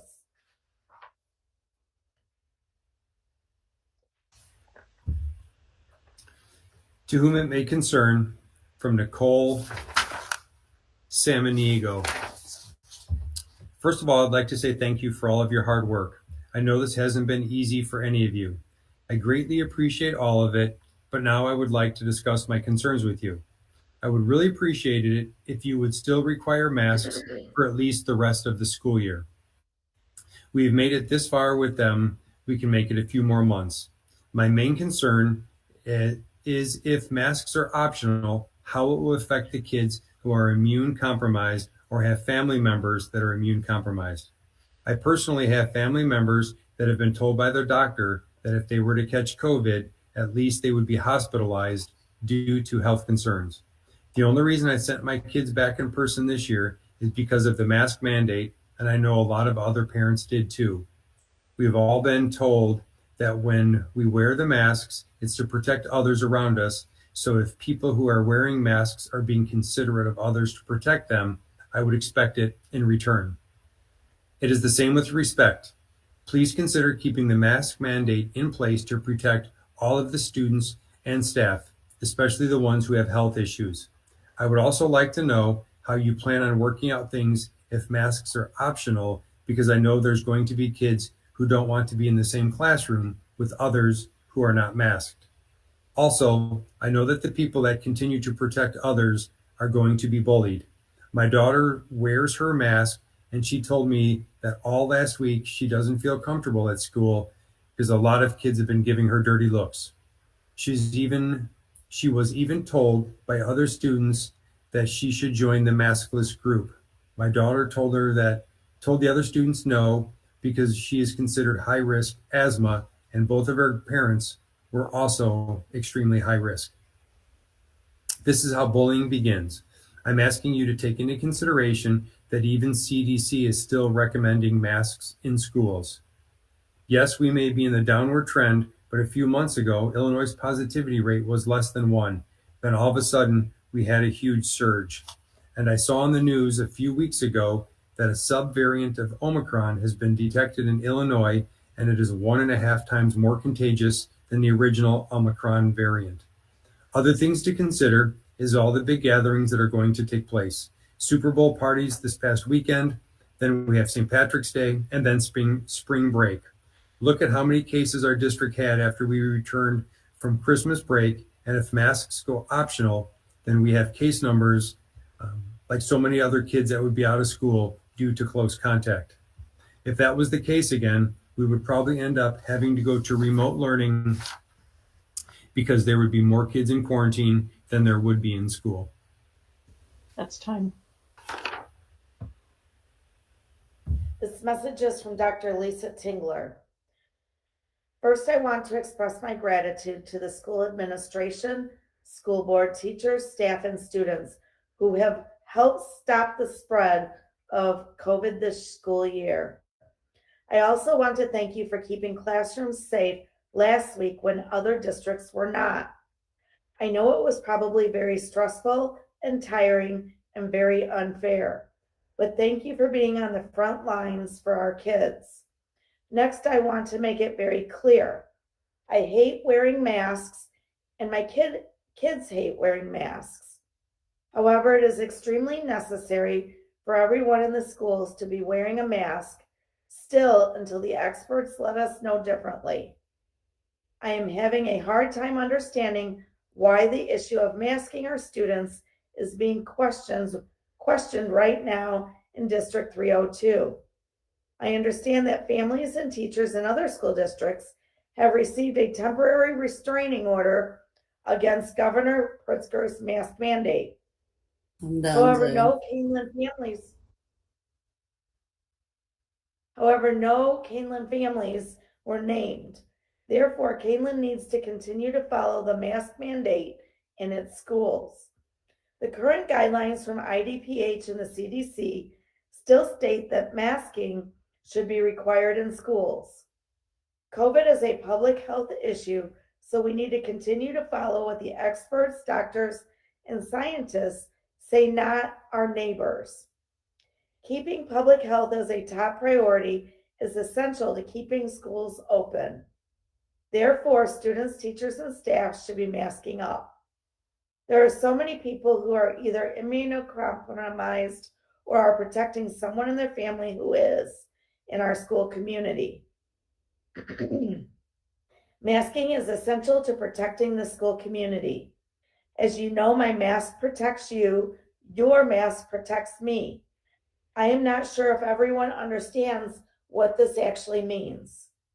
Because I am immunocompromised, this makes me high risk to get COVID and to have worse outcomes because my body doesn't fight off infection as well as others. You wearing your mask protects me. When you take your mask off, I lose a layer of mitigation to protect me from COVID. This increases my already increased risk of getting COVID and increased risk of having negative outcomes. You don't have to protect me, but don't you want to help your fellow community members? Now imagine I am an immunocompromised child or teacher. You may not know they are immunocompromised. Many cannot be identified by just looking at them. That's But tough. do you? Oops, thank you. Public comment, Mallory Stark from Elburn, Illinois. What plan does Kaneland have in place to remove masks from our children? Are there metrics that are being followed? If so, what are they? Why hasn't Kaneland taken time to come up with a plan to move forward without masks in Kaneland schools? Why does it seem as though Kaneland's plan forward is to continue muzzling our children and not even attempting to figure out how to move forward without masks? I would appreciate a response to all of my questions with precise information about what is being done to change this. Mallory Stark. The last comment is from Caleb Lewis. Respected members of the board, I understand that you face difficult decisions in meeting your obligations to our students. I also understand that you are under immense pressure to yield to the loud few who carry signs and scream outside of schools while our children are trying to learn.